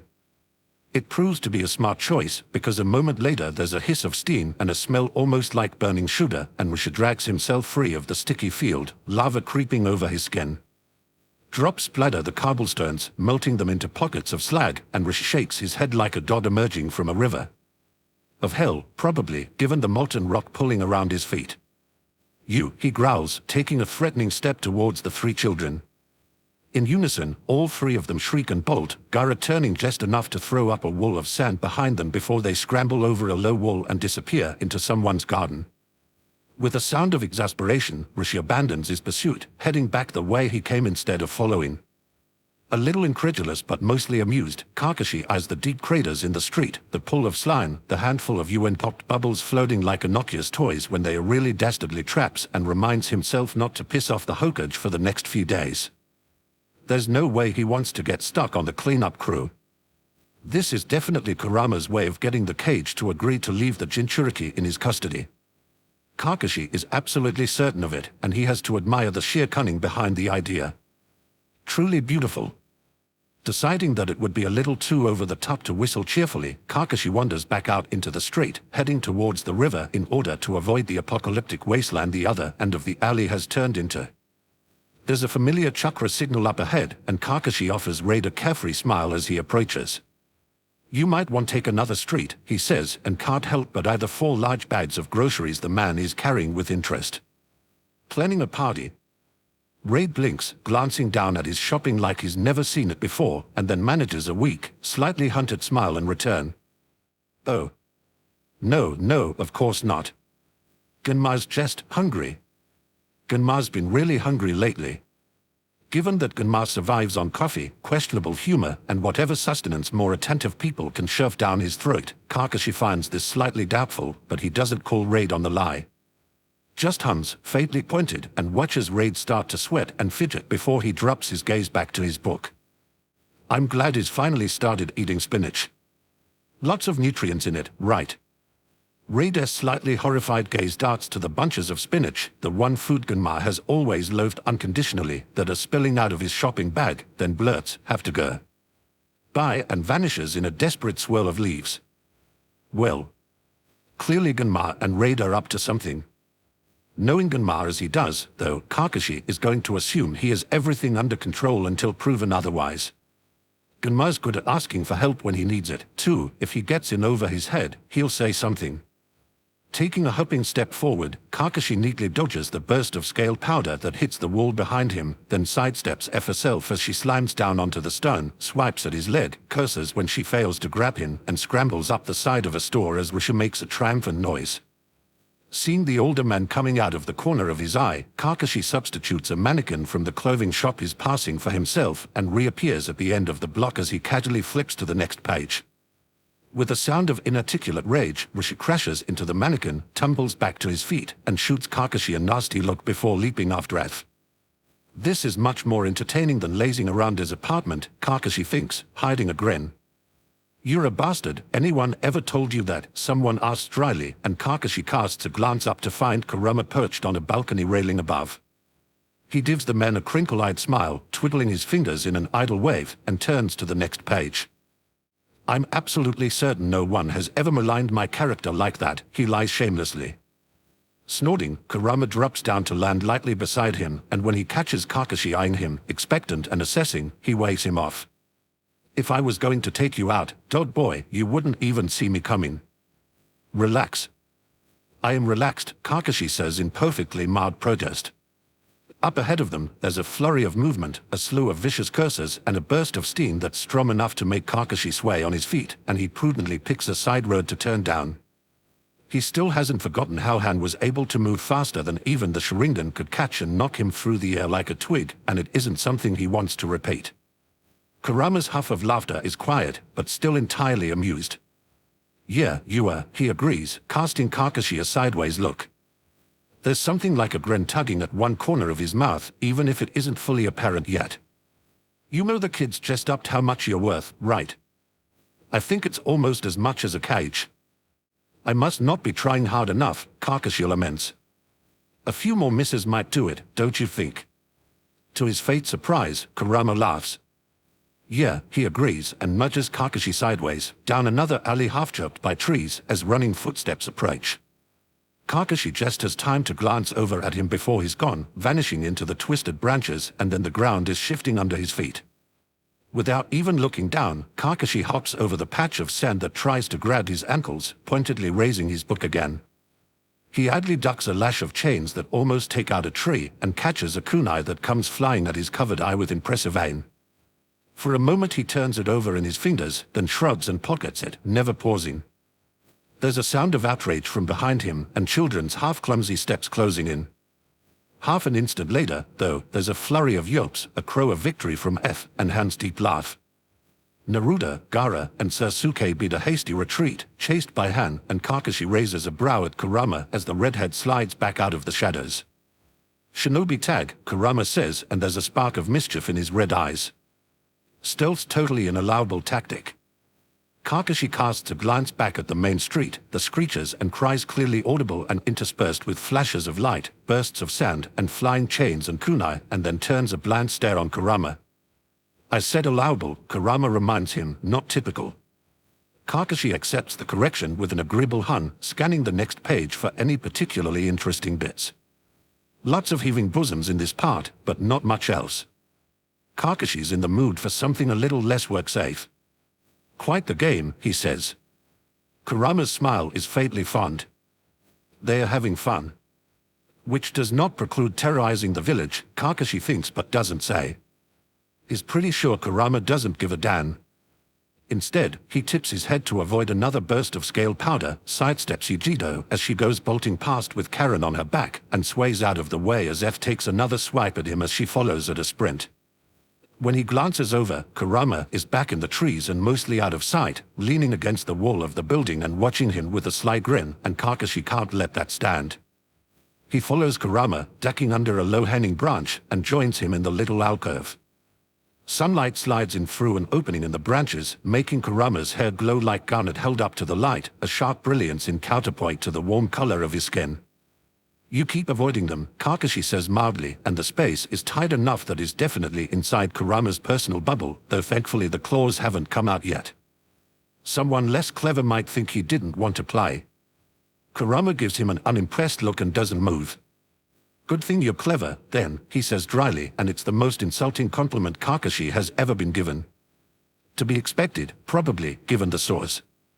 Kakashi hums. They don't need you to play to be terrifying, he says, testing. Especially to the village leaders. Red eyes narrow faintly. I don't know what the hell you think you're implying, he starts testily.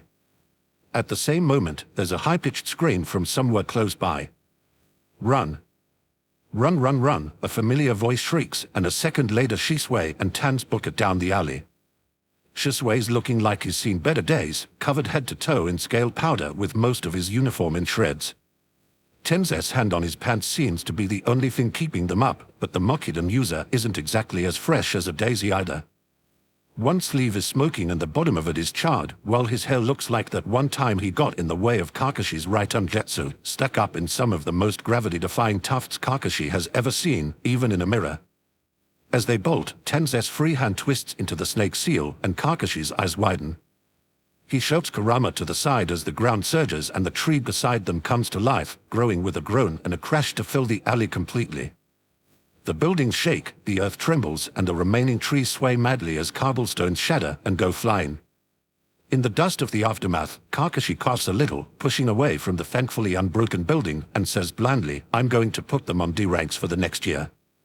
Startlingly close, Kurama snorts and a hand touches Kakashi's chest. "Do it tonight," he advises, then glances up and stops. Equally startled, Kakashi looks back at him. There's maybe 3 inches between them, pressed up against the wall by a half-fallen tree and a chunk of stone as they are. Kurama's palm is almost precisely over his heart, but for the first time in years that particular touch isn't a threat. It's warm, and Kakashi can feel the heat even through his flak jacket, can feel Kurama's breath against his cheek in the sudden stillness. "Oh," Kurama says, but it's distant, distracted. Kakashi can't even manage that much. He leans in closer before he can help himself, one hand braced against the wall and the other falling automatically to Kurama's waist. That's warm as well, and Kurama smells of something that's a little musky and a little sweet, traced through with a subtle bite like new spring growth. His fingers curl against cloth with foam skin beneath, and Kakashi feels his gaze dropping from white-crimson eyes, watching the brush of darker red lashes against Kurama's cheek, falling to lips as they shape his name without a sound, and he wants to kiss Kurama, Kakashi thinks, and that one realization, so objectively small, is nevertheless overwhelming. Flicking a glance back up, he catches Kurama's gaze, watches something like mingled surprise and interest kindle there. Kurama is thinking about kissing him too, and that's somehow even more astonishing to consider. "Oh," Kurama says again, and then his hand is on Kakashi's face, startlingly hot, and nails lightly scrape his cheek as fingers slide back to bury themselves in his hair. A touch, a tug, light enough to be more suggestion than request, and the fingers of Kurama's other hand skin the edge of his mask where cloth meets skin. It's a question more than anything, and there's nothing in Kakashi's head but heat and the friction spark of unfamiliar skin against his own. He leans into Kurama's touch, leans down until their noses brush, and the entire world seems made up of dark skin and bright eyes and crimson hair and the heat of Kurama's breath. Kurama's the one to close the last hair's breadth of distance between them, to pull Kakashi's mask down, to press up and fit his mouth to Kakashi's. The taste of him is as startling as that realization would be enough to knock Kakashi back on his heels, except then he'd have to stop kissing Kurama. He really, really doesn't want to. Kissing Kurama isn't a fight or a competition, the way Kakashi might have expected if he'd thought about it. It's exploration, curiosity, a touch of teasing that draws him in. It's a scrape of teeth that's just enough to make his breath catch, a hint of heat and banked fire, and the trace of deadly claws against his scalp. Kurama makes a sound against his mouth, caught partway between amusement and interest, and Kakashi slides his hand up the Lomelane waist, traces up the line of his back to get his fingers in Kurama's hair. It's silken soft, feathery in his grip, and he likes the way a slight tug makes Kurama's breath itch. Likes how Kurama pulls him in, deepening the kiss as he leans back against the wall, how Kakashi's fate grown at bodies colliding makes Kurama laugh a little, only to have the sound stolen as their mouths meet again. Likes the way Kurama traces a thumbnail down the nape of his neck, following the line of his spine, and makes a light shiver run through him. When they part, just enough to look at each other, Kurama's breathing is unsteady, and Kakashi can't remember feeling more victorious about anything in his life. There's a pause, a moment, and then Kurama offers up a grin even as he pulls Kakashi one step closer. "Maybe you should try that again," he suggests. "I'm trying to decide if you're better than Piranha Breath, and I need more evidence." Kakashi would be offended if he weren't quite so on board with the idea of again. Clearly you weren't paying attention if you haven't already made up your mind. Trying again is probably a good idea. Kurama's amused half is obvious so close. "Yeah, well, can't let it." A shriek like a demon dragged up from hell shatters the air, and Kakashi twitches back automatically, grabbing for a kunai. The scream dissolves into curses a moment later, though, and wings buzz above them as F passes overhead. Kakashi follows her path a little nervously, because he just kissed Kurama, and gods, if the kid saw. He just kissed Kurama. He kissed Kurama. Kakashi, Kurama asks, sounding faintly amused, and takes a step forward. Kakashi's brain is too dizzy stalling out to register it, though, and he takes a step back.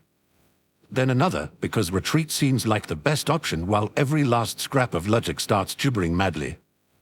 Because Kurama is Kurama, but Kurama is also the Kyuubi no Kitsune, and Kakashi just had his tongue in the Kyuubi no Kitsune's mouth and he enjoyed it.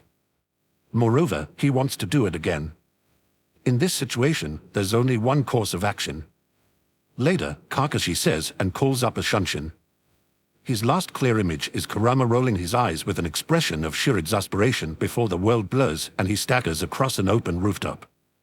Somewhere behind him makes a sound of victory, but that just makes Kakashi think of Kurama pressing up against him, and he uses Kawarimi on instinct, substituting a log for himself and immediately throwing himself into another shunshin. Kakashi is absolutely running away, but he can't even begin to bring himself to care. Sakumo catches the scent on the wind as he pauses on a small rise, and he turns his face up, trying to get a clearer idea of it. Something floral, almost like vanilla but with a sharper, greener edge and a trace of dry leaves and scales beneath. He might not have Kakashi's nose, not quite, but that at least is familiar. Frowning faintly, Sakumo picks up an easy, loping run, careful to keep his footfalls nearly silent. The far side of the Hokage mountain is generally empty, one of the reasons that he picked it for his wanderings. Konoha feels like a chokehold, and though most people seem to have forgotten their old animosity in the face of his and Kushina's resurrection, Sakumo hasn't forgotten. It's almost impossible to look at the faces of former neighbors, teammates, comrades, and not think of their derision and fury and contempt. After all, for all the vague awareness of his time spent dead, for Sakumo it still feels like the events that drove him to take his own life happened mere weeks ago. It's not a comfortable feeling to have, and for all his new peace with Kakashi, maybe especially because of his new peace with Kakashi, Sakumo can't simply forget. Thinking in the quiet of the forest is easier. He's more readily himself here, more easily able to remember just why he made the choices he did. And maybe none of them were good choices or the right ones, but they were still his. Some of them, at least, he knows he wouldn't change. The quiet is broken now, though, not by much, and not alarmingly, but there's a scuff of shinobi sandals against grass and stone, a murmur of voices trying to stay inaudible. Sakumo listens and slows his steps, slipping into the shadows of the mountain's rocky outcroppings as he approaches. Just another moment, a boy says, distracted but intent. These are more complicated than I'm used to, I'm sorry. Breathe, Kabuto, a familiar voice interrupts, edged with a weariness that's bone deep. We have time for you to concentrate. We do not have time for a second try. Yes, or a Kaimari-sama, Kabuto says, and then lapses into quiet mutters that are definitely to himself. Sakumo takes another step forward, eyes on the last tree that separates him from Orochimaru, and then goes perfectly, precisely still. I won't let you hurt Orochimaru-sama, a child says, clear and cold, and the kunai resting against his spine doesn't waver. From around the tree, there's instant silence and then quick steps. A moment later a boy with grey hair and dark eyes appears, bristling, with scalpels made of chakra braced between his fingers and a dangerous light in his eyes. Hate culling is the only thing Sakumo can think, and he suddenly finds that he can't quite breathe. But there are no Hatake left outside of himself and Kakashi, and surely if anyone he was with had gotten pregnant they would have told him. Unless a little voice in the back of his head whispers, you were dead and couldn't be told. And who would want a child whose father brought such shame on the village? What do you want? The boy demands. There's ink smeared across his cheek, a hastily capped bottle of it spilling from his weapon's pouch, but he doesn't seem to notice as he comes to a halt, watching Sakumo like he's the enemy. Sakumo supposes that in this case he really is. To repay a favor, he says, before he can even consciously consider the words, but they are absolutely true.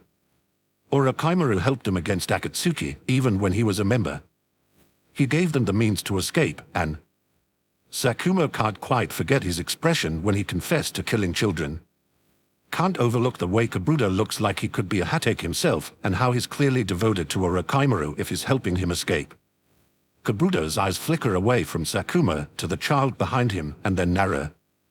He opens his mouth, an edge of something vicious in his face, but before he can say it Orochimaru says clearly, let him through, Kabuto. Kabuto looks like he would much rather stab Sakumo in the throat, but he still shifts back, even if he doesn't release his jutsu.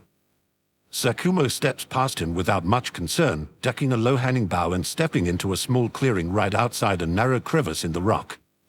A tunnel, probably, given the way it smells, but that's for later consideration.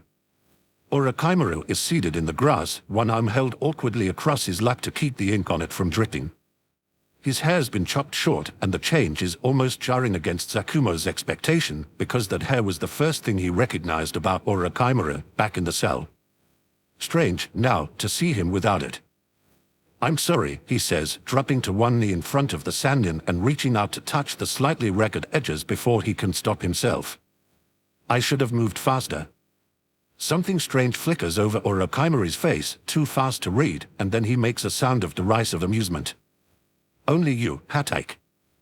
I'm sure I've called you a fool before.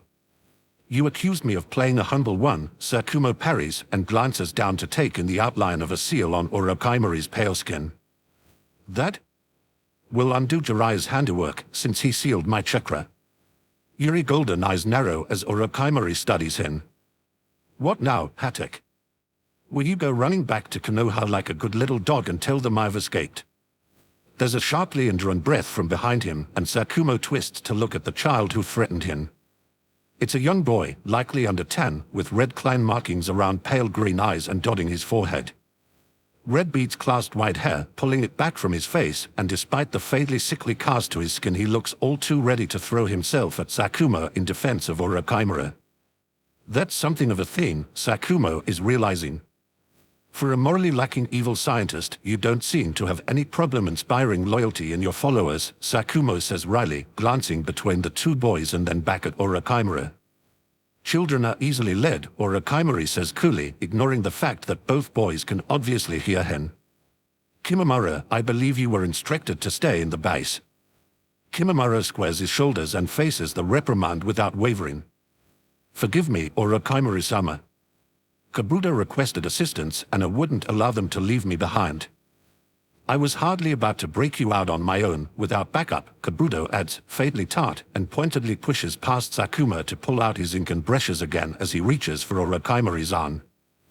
"I'm not going to report you," Sakumo says, watching the careful strokes of Kabuto's brush. The decision is absolutely spur of the moment, and probably idiotic on top of that, but that doesn't mean it can't feel right. Konoha certainly hasn't, since he got back, and even if Kakashi is in the village, even if it's the village and the people Sakumo would have given his life for, and nearly did. It's not easy to look anyone there in the face, but Orochimaru is something a little different.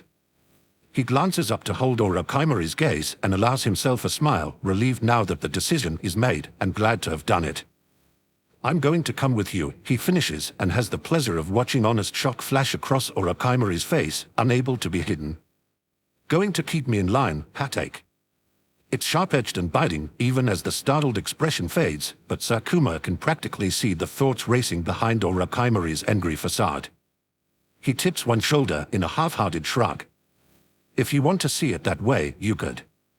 But you're leaving," and his smile turns rueful, and he knows Orochimaru can see the shadows in it. "I think I need to get away." Orochimaru stares at him for a long minute, as still as a snake, barely blinking. Then, deliberately, he looks away, down at the seal as Kabuto finishes inking it, and they both watch as the lines flare golden and then go dark. In an instant the sense of Orochimaru's presence floods back, chakra as abrasive and unsettling as ever, like a cobra sliding over your foot. Not preparing to bite, just there, but always with the possibility that it could. How fitting, Sakumo thinks a little wryly.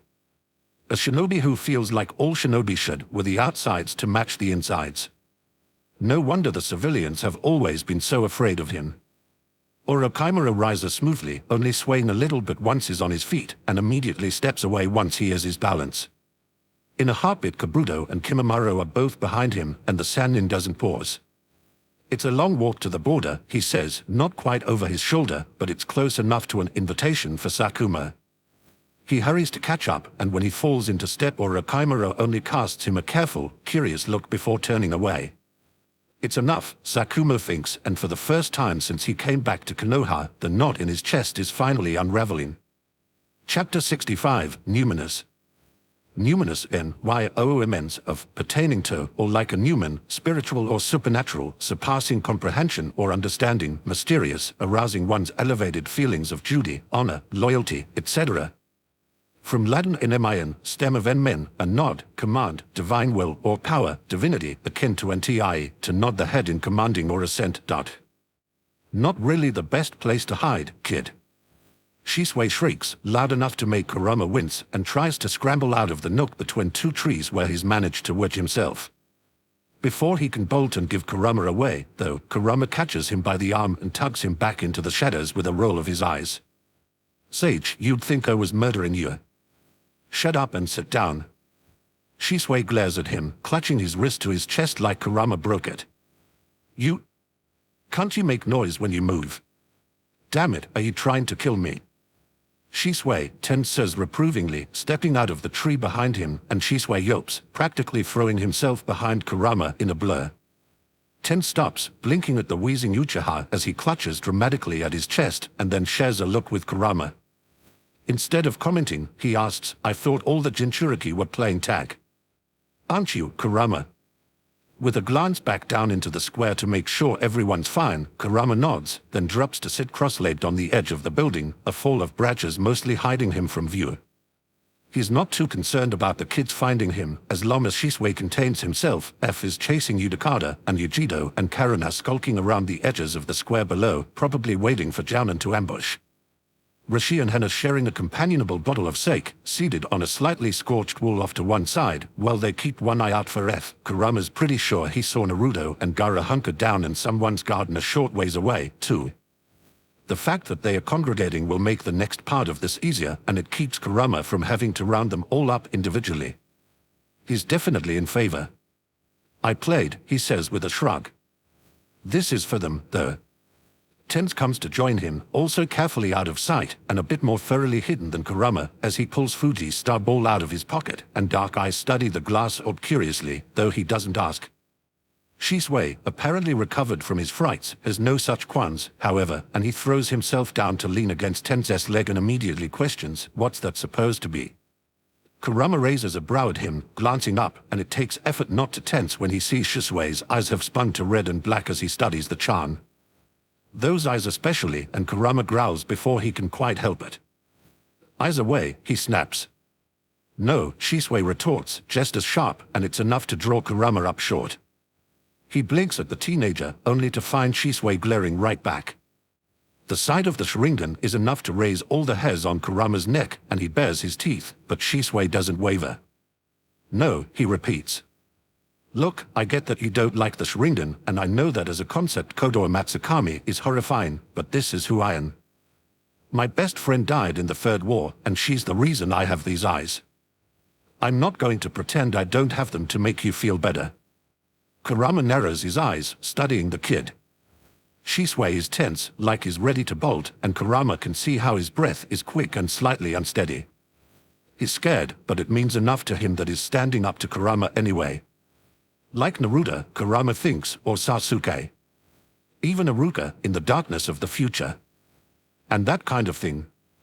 Well, he might not like the Sharingan, might hate it regardless of who bears it, but Shisui's all right, he supposes. You know anything about Kitsune? He asks instead of acknowledging the statement, and though Shisui gives him a wary look, he agreeably lets the previous topic drop. Only what that black fox said in Moon Country. Nochitsune are rogue foxes and Myobu are the summons. Oh, and tails are a sign of status, not like hair color. That's so close to wrong that Kurama has to roll his eyes. Not quite. Nochitsune are just foxes who haven't sworn themselves to something, and Myobu have. Some Myobu are summons, but not all of them. Some Nochitsune cause trouble, but most of them just want to be left alone. There's an interested noise from Tans, who leans in slightly to see what Kurama's etching into the glass, and Kurama shifts a bit so it's more visible. Both kinds of Kitsune gain tails as they gain chakra, enough power and they can choose to put it into a star ball. Makes the chakra more accessible, but there's the risk that someone could steal the star ball and leave the Kitsune to die without it. That's where the wish thing comes from, Shisui says in realization, tipping his head as his eyes narrow thoughtfully. You're supposed to be able to get a wish if you take something precious to a fox. Kurama snorts, mostly at the thought of a human managing to steal a star ball and then keep it for any length of time. Yeah, that's it. Take a kitsun's chakra and they'd do whatever you wanted to get it back. Though they'd probably make sure you have a nasty accident right afterwards. This is a star ball, then. Tens brushes his hair back, squinting at the seals. Those are for containment, aren't they? You going to put chakra into it? Lifting the glass up to the light, Kurama checks his seals one more time, then calls up his chakra. Negative and positive swirl into a tight vortex at the tip of his finger, and Kurama touches the bichdharma to the glass, holding his breath.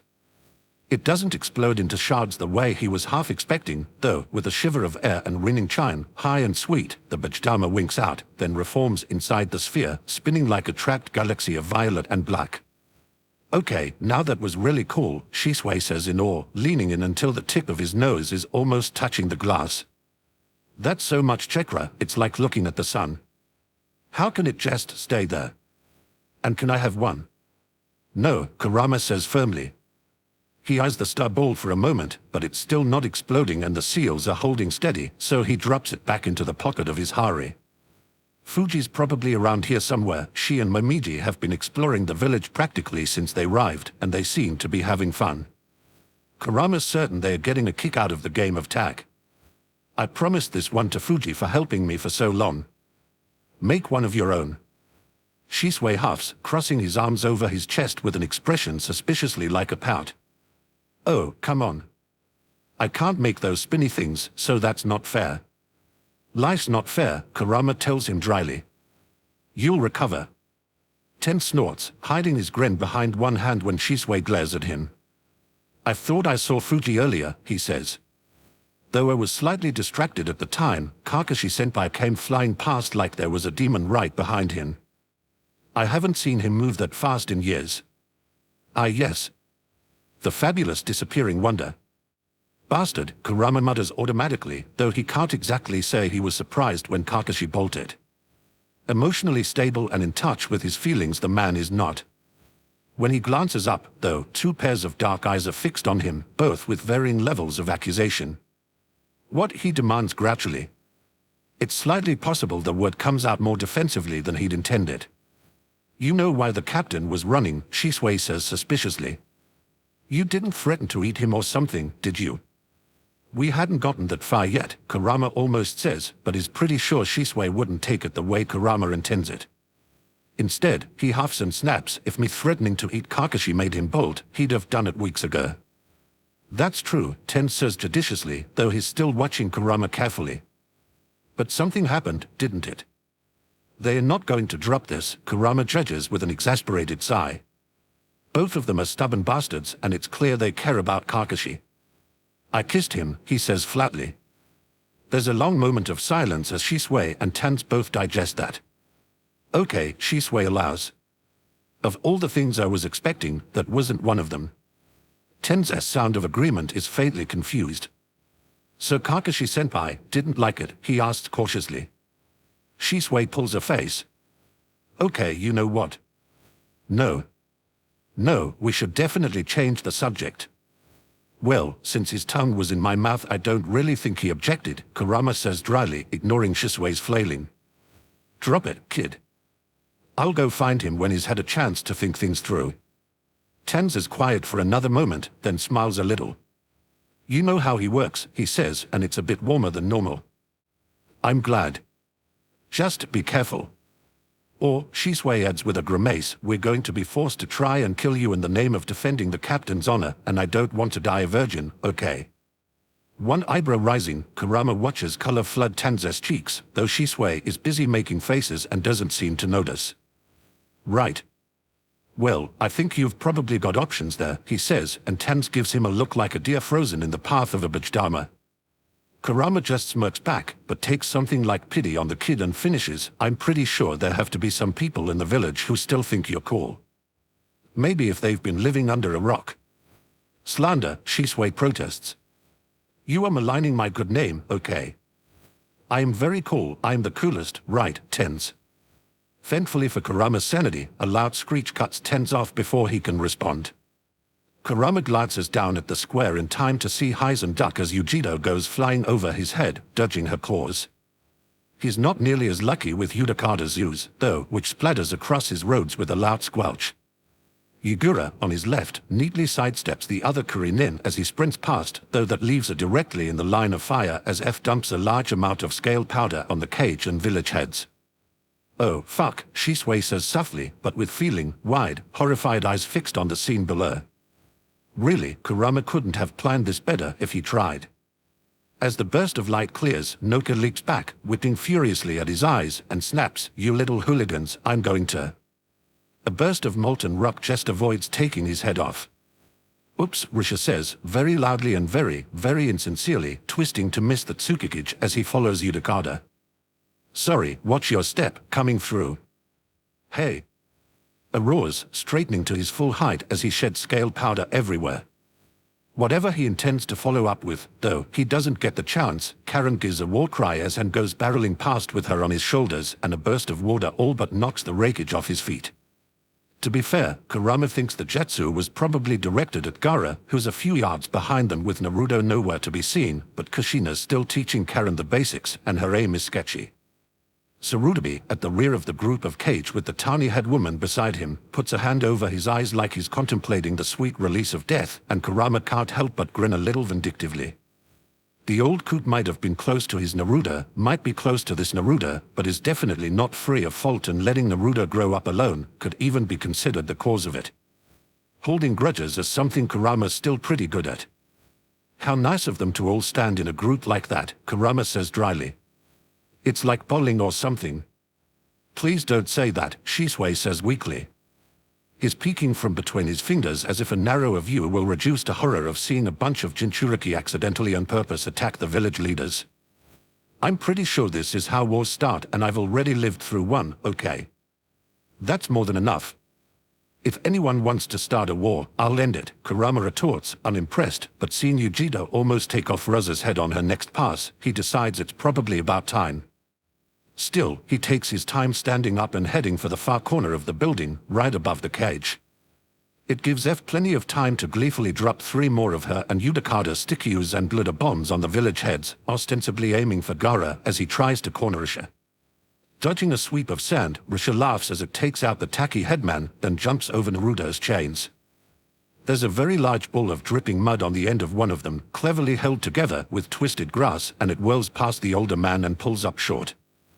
The mud goes flying and slimes into the face of a familiar shinobi just turning into the square with a loud squelch. From the direction when Naruto's chains originated, there's a sound of horror, and Kurama grins at Itachi's frozen, wide-eyed figure, now dripping thick black mud.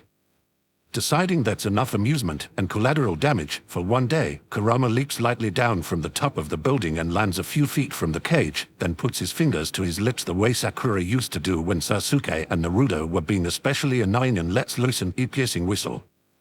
"Okay, brats," he says, pitched just loud enough to carry. "Pack it up. Let's go eat." Instantly, F drops back to the stone, wings fading, and Yujido unlatches herself from the side of the building she was scaling, flipping neatly in the air and landing in a crouch. Han comes to a stop, steadying Karen with one hand as he grabs Risha by the back of his robes with the other. Yudakada stops, bracing one shoulder against a street lamp as he catches his breath, and Gaara pulls back the curl of sand he just tricked Risha with. On the other side of the square, Naruto wriggles out from under the cover of a leaning board, but before Kurama can catch more than a glimpse of him, there's a sound of pure fury. "Uzumaki!" A thunders, staggering back upright. "What the hell is this about?" "Tag," Kurama says with a mean smile. "Can't you tell?" Then, dismissing the cage, he turns, counting heads. Everyone managed to keep track of their points. 345. F cheers, leaping for Kurama and throwing herself onto his back, then wrapping her arms around his neck. "This was so much fun, Kurama nii, we have to do it again." 310, Yujido says, sounding pleased with herself. She lets her claws fade, shaking her fingers up lightly, and smiles up at Karen as the little girl leans over to look down at the others. "What about you, Karen-chan?" 223. Karen pushes her glasses up, her smile shy but happy. "I had fun, too." Han chuckles, patting her knee. That's the most important part, he says. 287, I believe. Rishi. Ha. Rishi bats hand away from his collar, then crosses his arm smugly. 300 even. 190 for me, Yudhakara puts in, faintly abashed. I think I mostly caught the rest of you. There's a chorus of giggles and small bodies slam into the backs of Kurama's legs, making him stagger. Watch it, brats, he complains, steadying F as she laughs and trying to turn to see the culprits, but they match him as he turns to stay behind him and he gives up with a roll of his eyes. And you too. There's a whispered conference, heated and tense, and then Naruto announces, lots. With a sound of amusement, Han adds, I took the liberty of keeping track. 312, I believe. Plus 10, Gaara says, quietly insistent. Yeah, Itachi definitely got caught, Kurama thinks, eyeing the 11-year-old as he gingerly wipes the mud off. There's a slightly guilty giggle from behind Kurama that he can't place, and then small hands tug at Kurama's hari. Kurama and I up. Naruto insists. Kurama sighs dramatically, even as small bodies latch onto his arms. Fine, fine, he huffs and crouches down to scoop them up.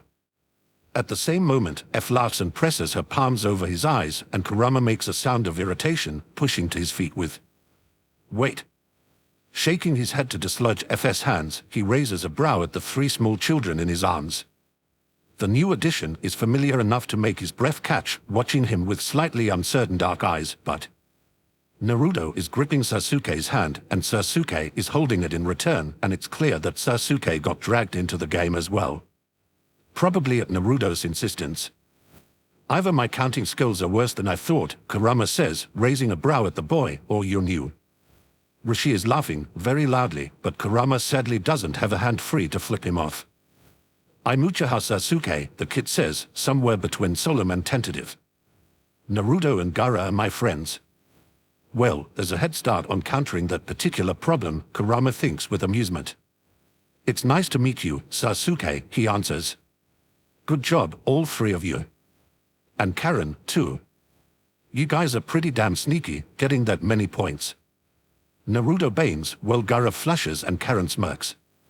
Even Sasuke looks very pleased before he leans over Kurama's arm and says, I'm sorry, Aniki. You were worth a lot of points, though. Somewhere over Kurama's head, Shisui is laughing so hard he's practically crying. Itachi brushes off the last of the mud, shoots Shisui a dark look, and turns a smile on Sasuke. That's all right, he assures his brother. It was a clever trap, Sasuke. Naruto and I made it, Sasuke says proudly. And Gaara was the distraction. With a chuckle, Itachi shakes the traces of dirt from his hands. The three of you make a good team. We do.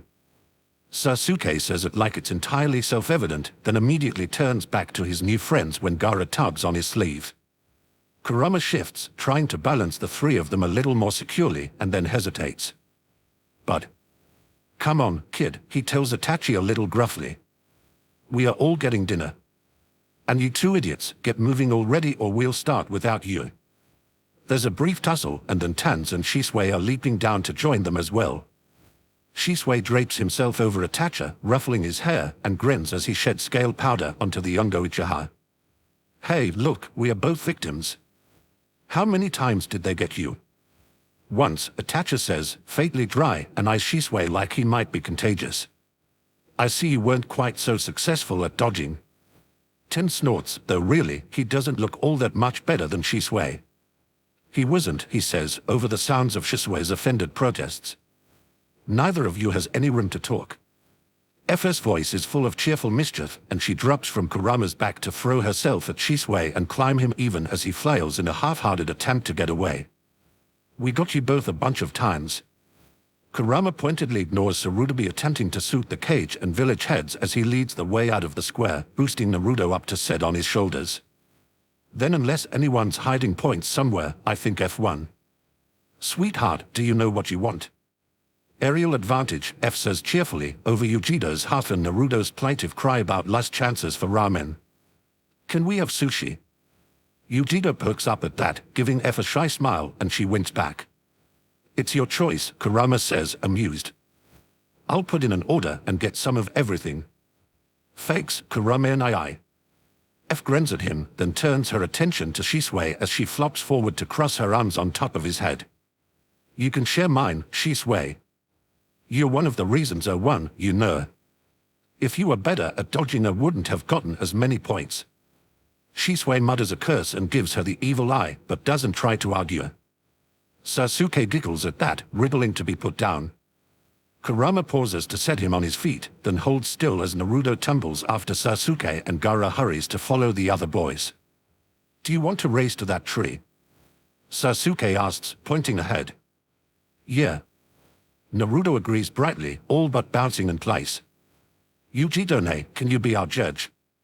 Yujido smiles, touching his hair and nodding. On your marks, get set, go. Kurama chuckles as the boys bolt forward, stumbling over each other, and tugs lightly on Yujido's braid in wordless thanks.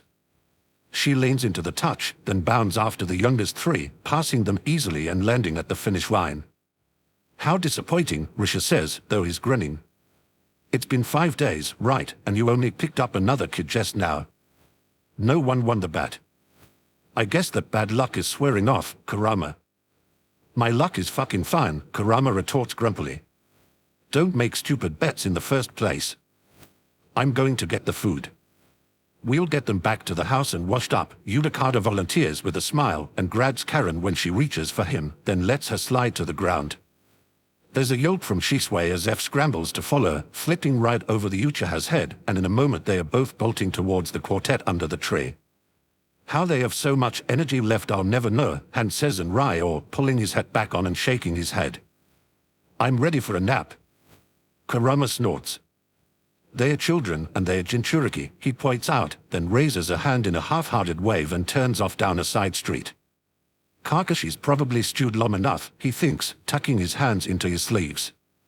Time to set his head on straight again.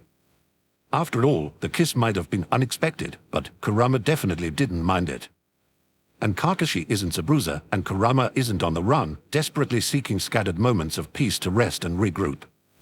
They are in Konoha now, and hopefully after today the cage won't bring up any idiocy about separating them. Kurama's more or less settled, and Kakashi isn't the type for a one-night thing.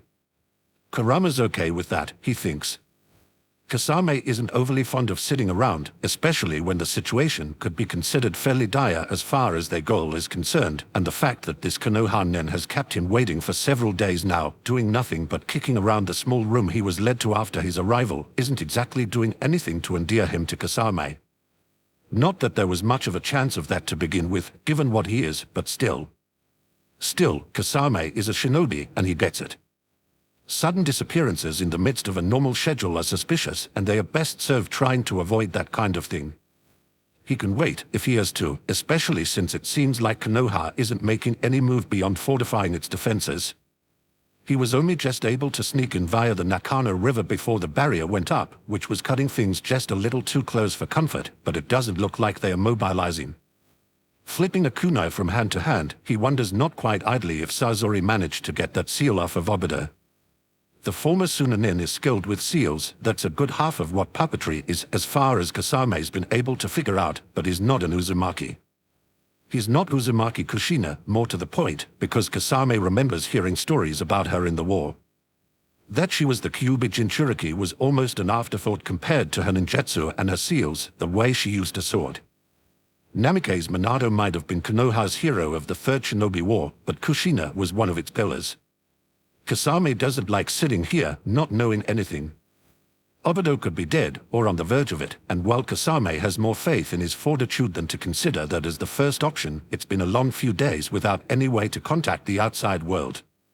Chuckling faintly at himself, because really, look at him, a few short weeks of actually feeling like he has a comrade again and is getting all goopy, Kasame flips his kunai up, counts how many times it spins before he has to catch it, and then repeats the motion.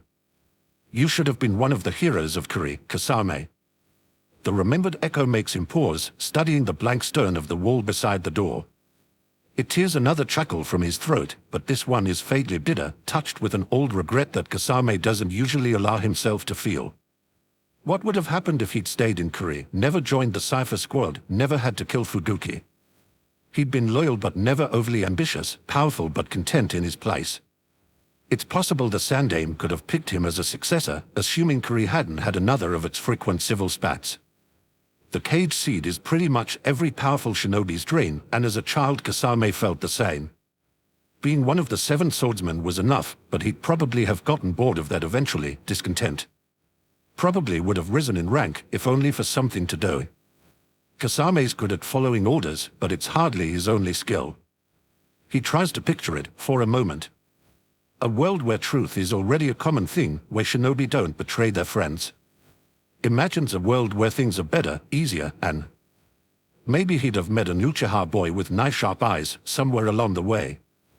Obido's the one who gave him a purpose, after all, who rescued him as he drowned in betrayal and lies and the murky darkness that shouldn't exist, even in a shinobi's world. That doesn't seem like the kind of connection that would change, regardless of how the world reshaped itself. The thought comes with its own dose of regret. There's been a shared, unspoken understanding, right from the very first, that Obida and Kasame are going to be a part of the world they are working to create. Either they'll sacrifice themselves to bring it into existence, or they'll die at its hands afterward. No matter how it happens, though, there isn't going to be space for people like them in it. Maybe, if they are lucky, they'll get to see it, but Kasame has no illusions that people will thank them for stripping the facades from the world. Eventually, people will be happier, the world will be better, but at first no one is going to adjust well. Kasame's assassinated enough daimyos and leaders spilling their lies to know that people like that will always default to dishonesty if they are given the option, or if they think it will benefit them. And without those people, with everyone's dreams within reach, chaos will give way to peace, to truth, and even if Kasame isn't there to see it happen, he's absolutely certain it will be beautiful. Someone knocks on the door, brisk but polite, and Kasame rises to his feet, catching the kunai in one hand as he slings Samahada over his shoulder with the other. Yeah, he asks cheerfully, and the room is small enough that he barely needs to take 2 strides to pull the door open. There's a young woman in a black and red jacket and blank mask standing there, and she bows to him. If you would come with me, sir. The deference is amusing enough to make Kasame chuckle, but he follows the girl as she heads down the tunnel. They are deep underground, but Kasame can feel that there's running water close by and marks its location carefully in case he ends up needing an escape route. People tend to assume the only way out in this kind of situation is up, but Kasame knows better. 4 long corridors east and 2 shorter ones north, and the escort stops in front of an open archway and bows again. With a friendly wave, Kasame wanders through, hiding his careful sweep of the bare, shadowed room behind a casual stretch. There's a man waiting for him in the center, leaning on his cane beneath a skylight shadowed by trees. Shimoa, Kasame says cheerfully. Finally managed to shake your tails. Dance doesn't look impressed by his friendliness. There have been several minor disturbances that required my attention. Your message said you had a request to make of me. More like a deal. Kasame chuckles, rubbing his fingers over Samahada's hilt. I've heard there are a couple of Jinchuriki running around your village. Wouldn't it be a shame if the other villagers just misplaced theirs? The old man's attention sharpens, even as his mouth pulls into a frown. You would leave Konoha defenseless as well, Hoshigaki. Your master wishes to have all 9 bijou to himself. Kasame waves that off. We need them all together to activate a ritual. Afterwards you get back any of them you want.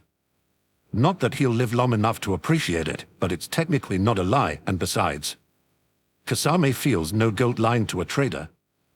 There's suspicion in Danza's face, but also the faintest stirrings of greed. Sarutobi likely suspects me of undermining him, he says flatly. Getting close to the Jinchuriki would be next to impossible, especially given Uzumaki Kurama's presence. With a low, rumbling laugh, Kasame pats Samahada fondly. I don't need all the Jinchuriki, he says easily. Just Kurama.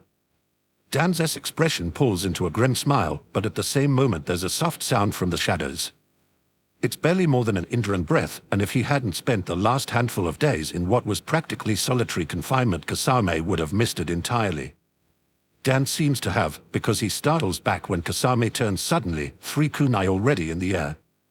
The darkness shifts, breaks, and a black-clad figure in a tiger-painted mask dives out of the way of Kasame's thrower, rolling back to his feet in a quick smooth motion that sends brown hair swaying. Well, Dan says darkly, and his cane taps against the stone as he steps forward. You found a rat. And a familiar one, I see. You made off with 2 of my recruits, child. The only answer is a low curse, and the ANBU dodges sideways like he's going to bolt for the door. Kasame is already moving, though, one hand flashing into the snake seal. He takes a breath, chakra surging, and lets it go as a tidal wave that pours from his mouth and races towards the intruder, swamping him even as he tries to cry out. At the same moment, something pricks Kasame's skin, and he looks down to find 3 senbon clustered with impressive accuracy right over his heart, stabbing through his Akatsuki robes. The water recedes like the tide going out, sweeping away, and the tiger-masked ANBU tumbles from the wall where it pinned him to land on his hands and knees, coughing desperately. He gets his feet under him with impressive speed, staggering mostly upright even as he tries to catch his breath, and there are more senbon in his hands. Kasame can see the flicker of satisfaction in his body language when he realizes his senbon hit, and Kasame laughs, low and amused, and reaches up to tug the 3 needles out of his skin. Poisoned, he assumes, since the ANBU didn't throw them with enough force to actually pierce his heart. It's a bit of a shame on the stranger's part, because there was truly fantastic accuracy, and while poison might not be enough to so much as dent Kasame's strength, a senbon through the heart probably would have done it. At the very least it would have made things more interesting.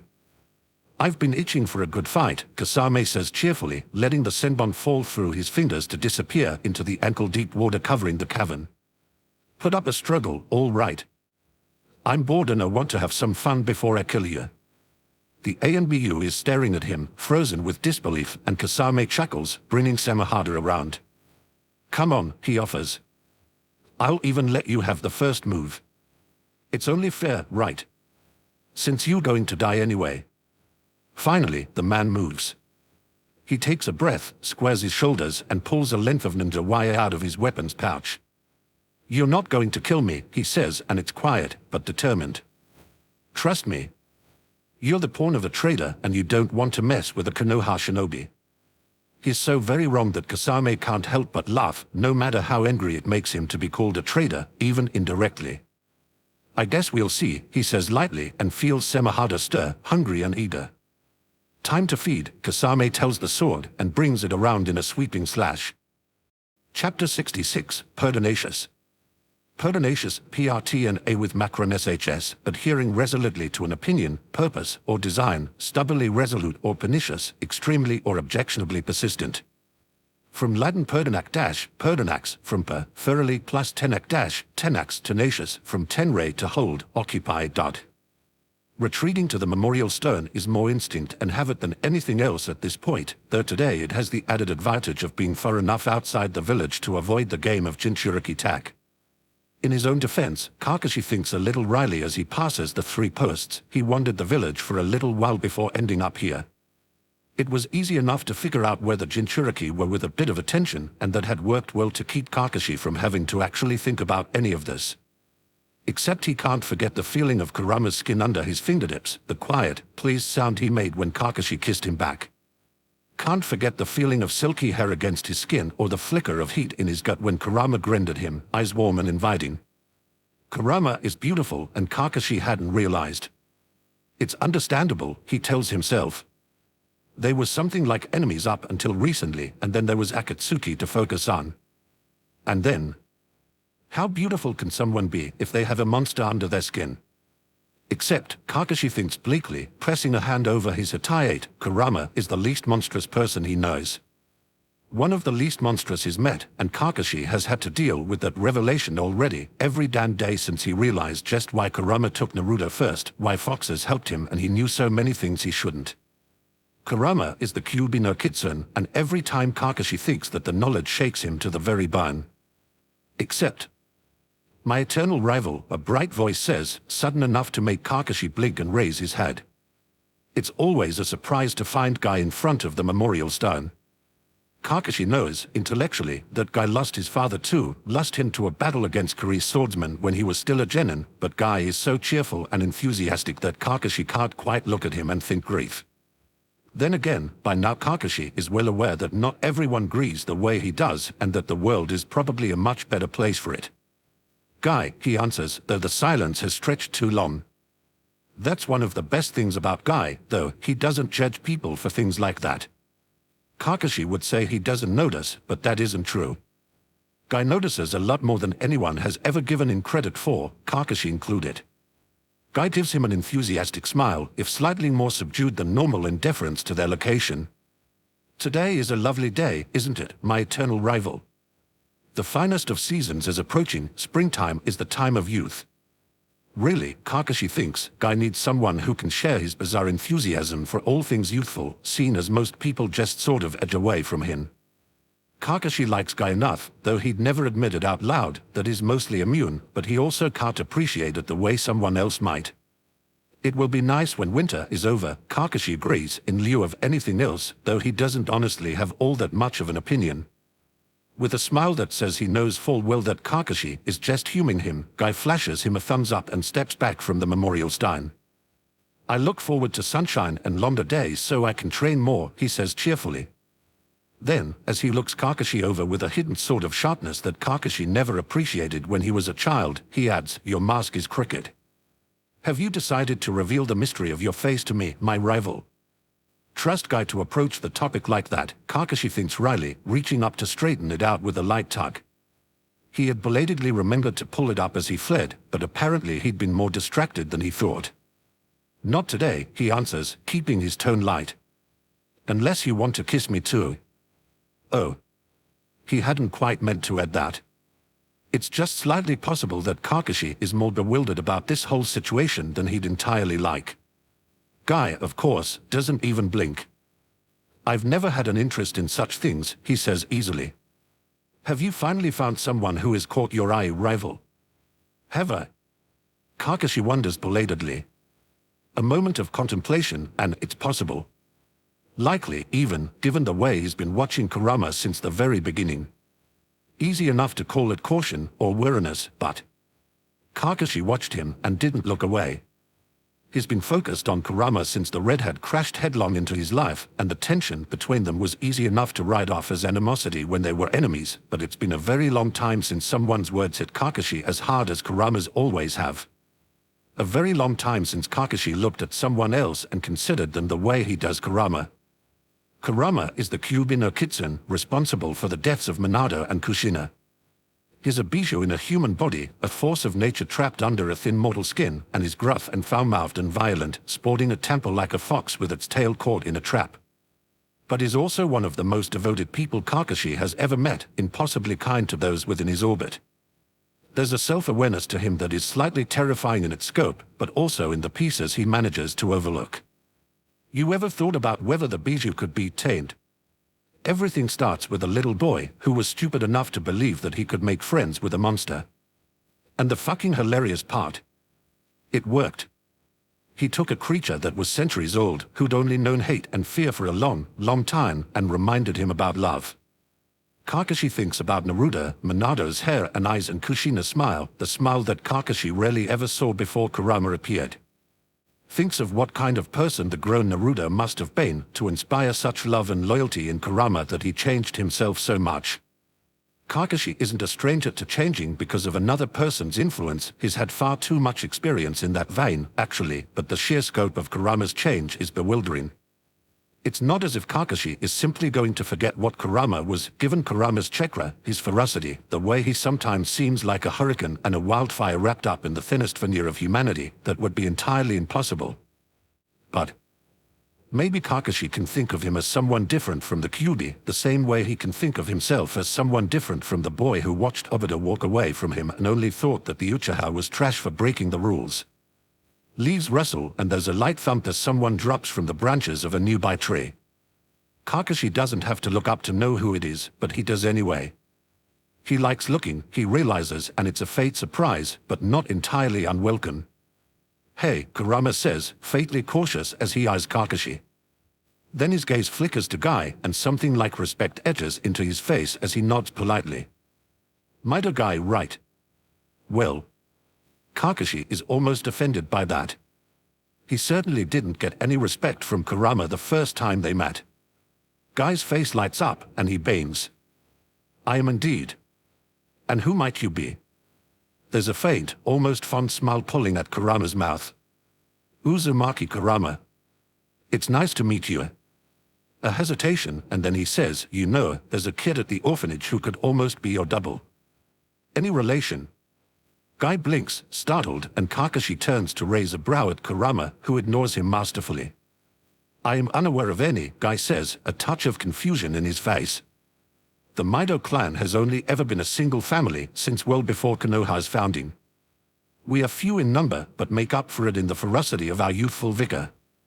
Instead of edging away from Guy, the way most people start to after realizing what he's like, Kurama just snorts softly. Yeah, well, Lee looked like he could use some youthfulness, if you ask me. If you've got any time, you might want to meet him. Yosh! Guy strikes a pose, enthusiasm kindling in his expression as his grin becomes truly blinding. Someone who will appreciate the springtime of youth so precious to a shinobi. I will go immediately. Farewell, my eternal rival. Farewell, kind soul. In a blur, he's gone.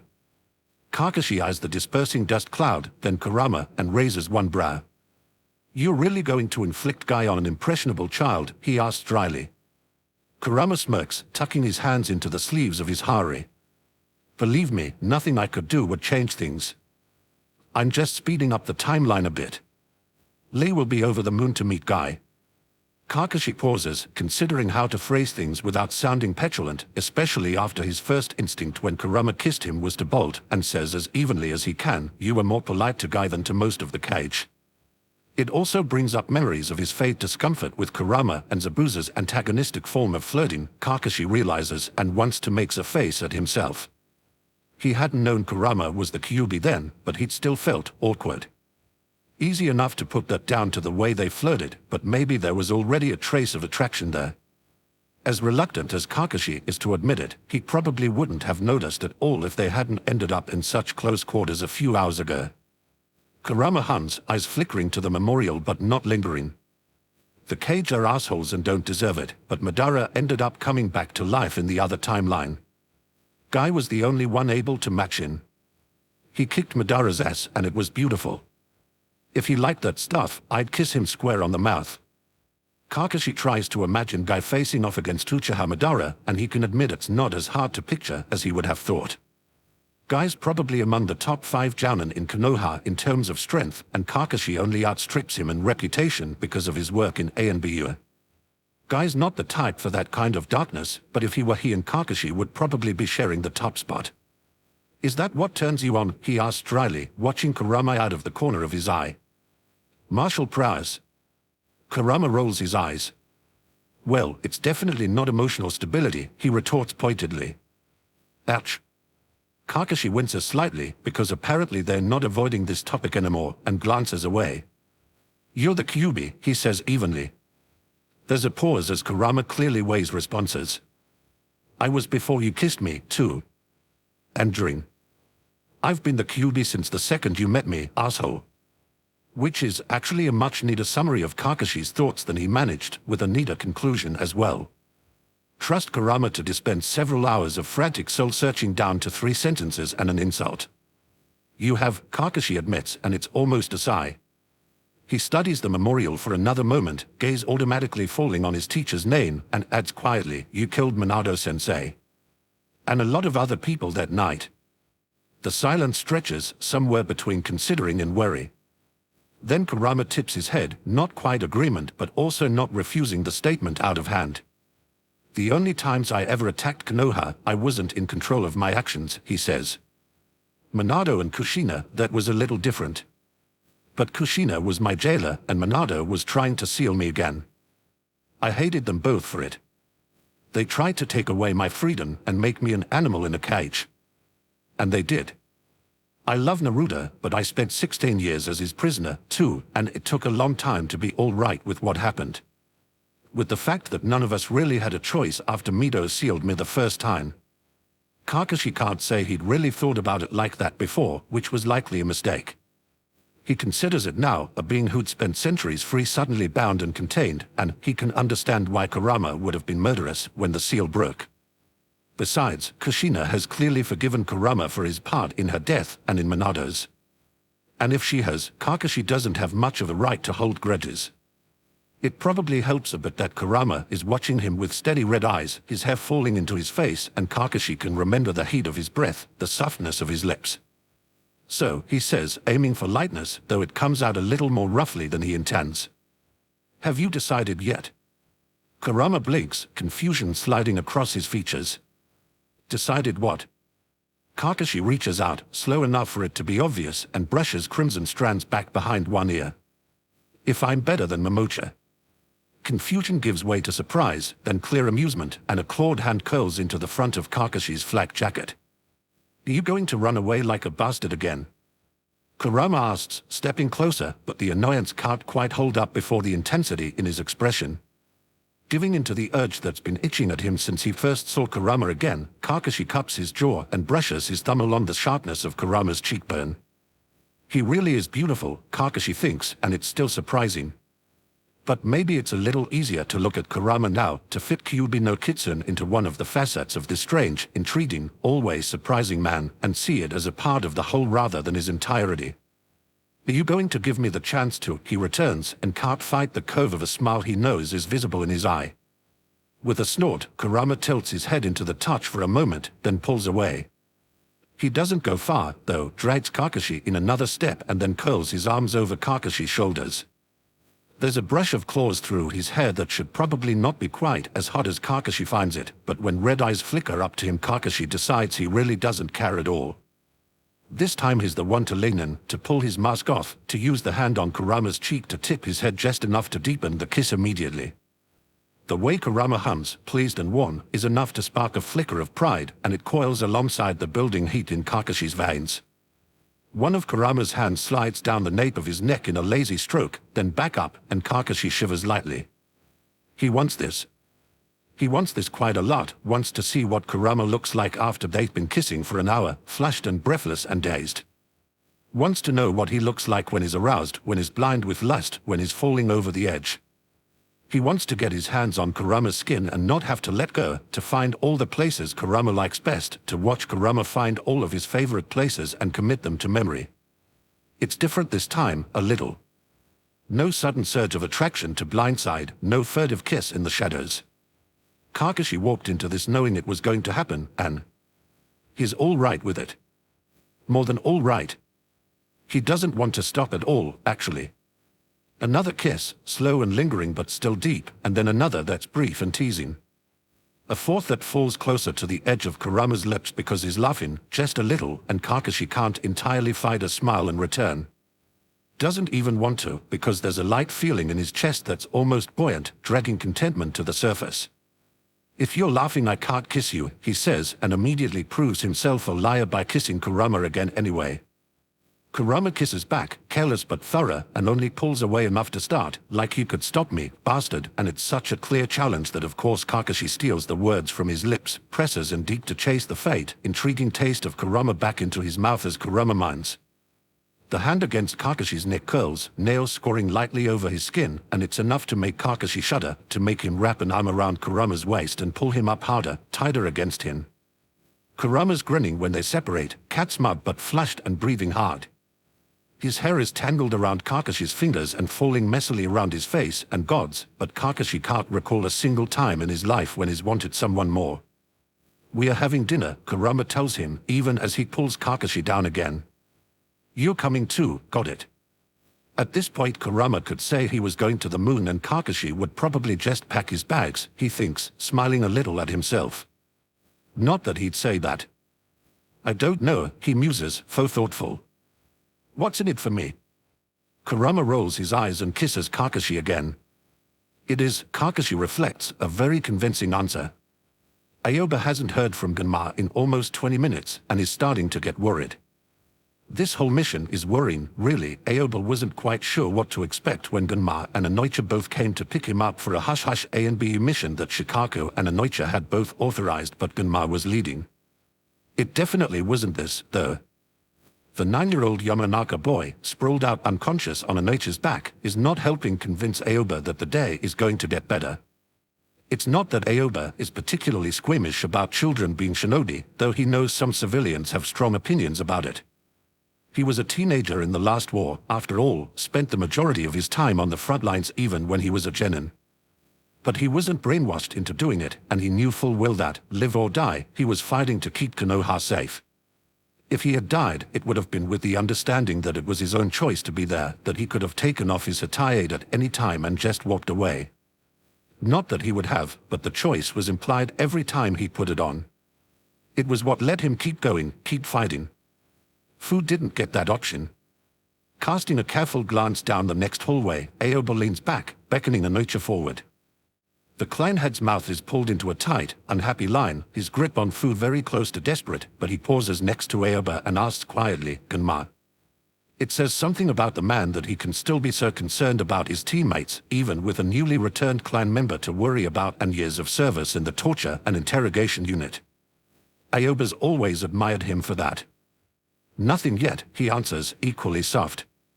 He's been waiting for any sort of sign from the other Takuja, from a senbon hitting the wall next to his nose, one of Gunma's favorites, because as a jerk it screams. Hopefully not the latter, but anything is possible in this kind of situation.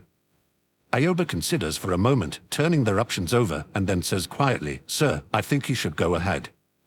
Get out as fast as you can. I'll find Gunma and follow you.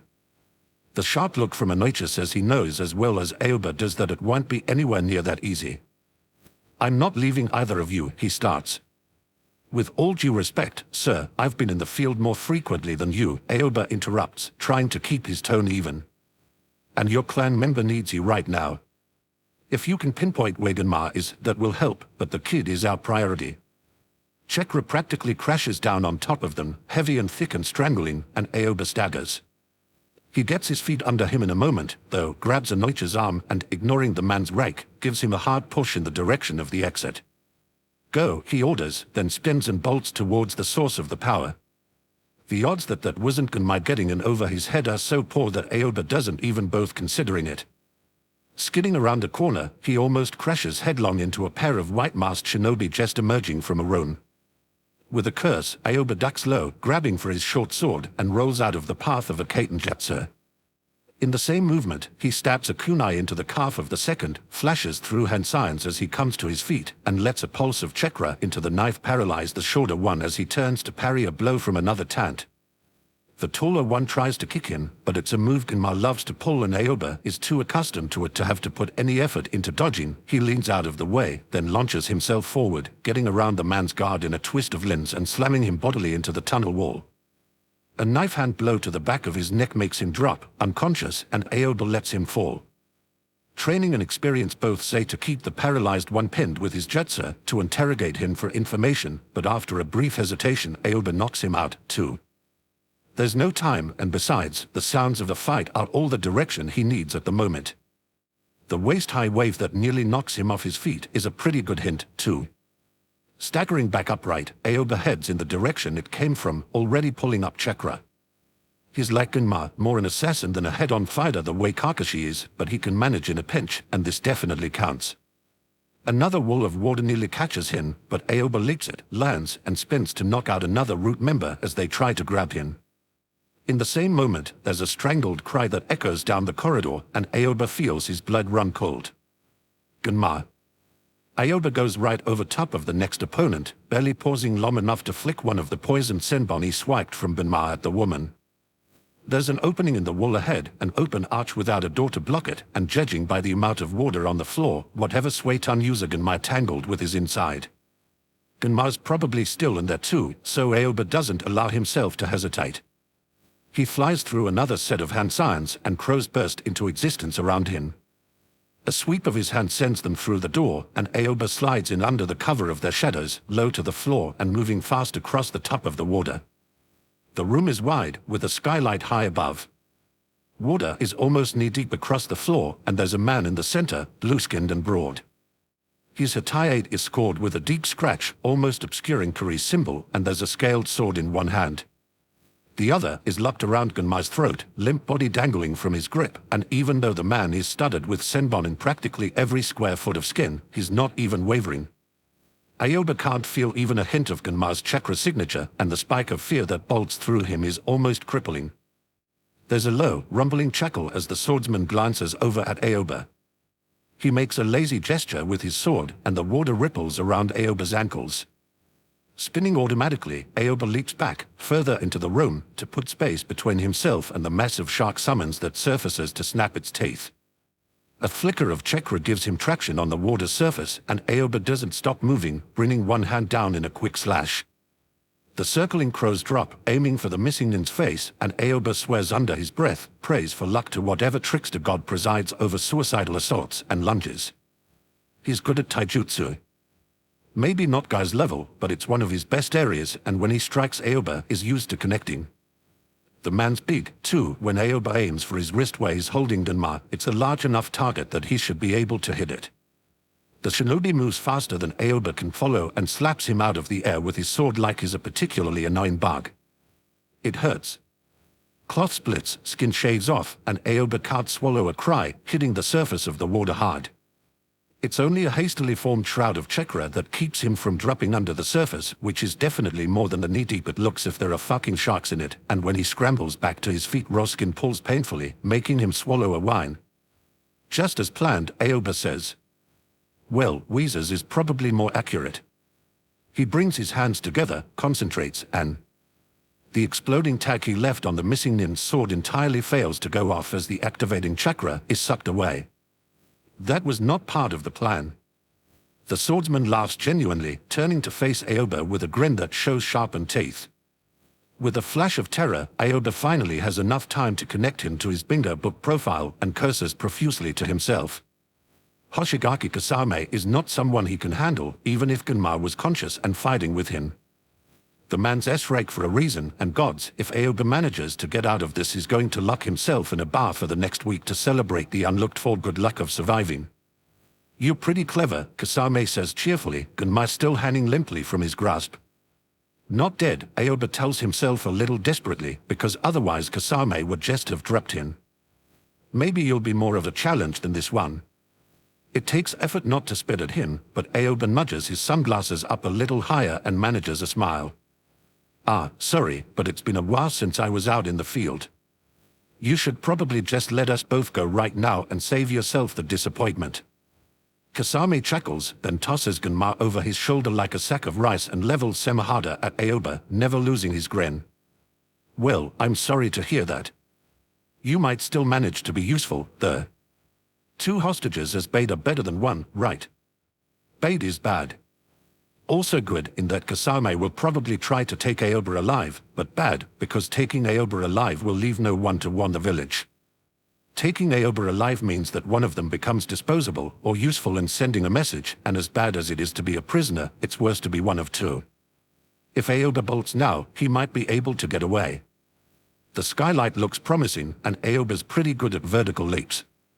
But, of course, bolting means leaving Gunma behind in the grip of a man known for his mercilessness, and Aoba isn't about to do that no matter how slim his chances or how bad the outlook.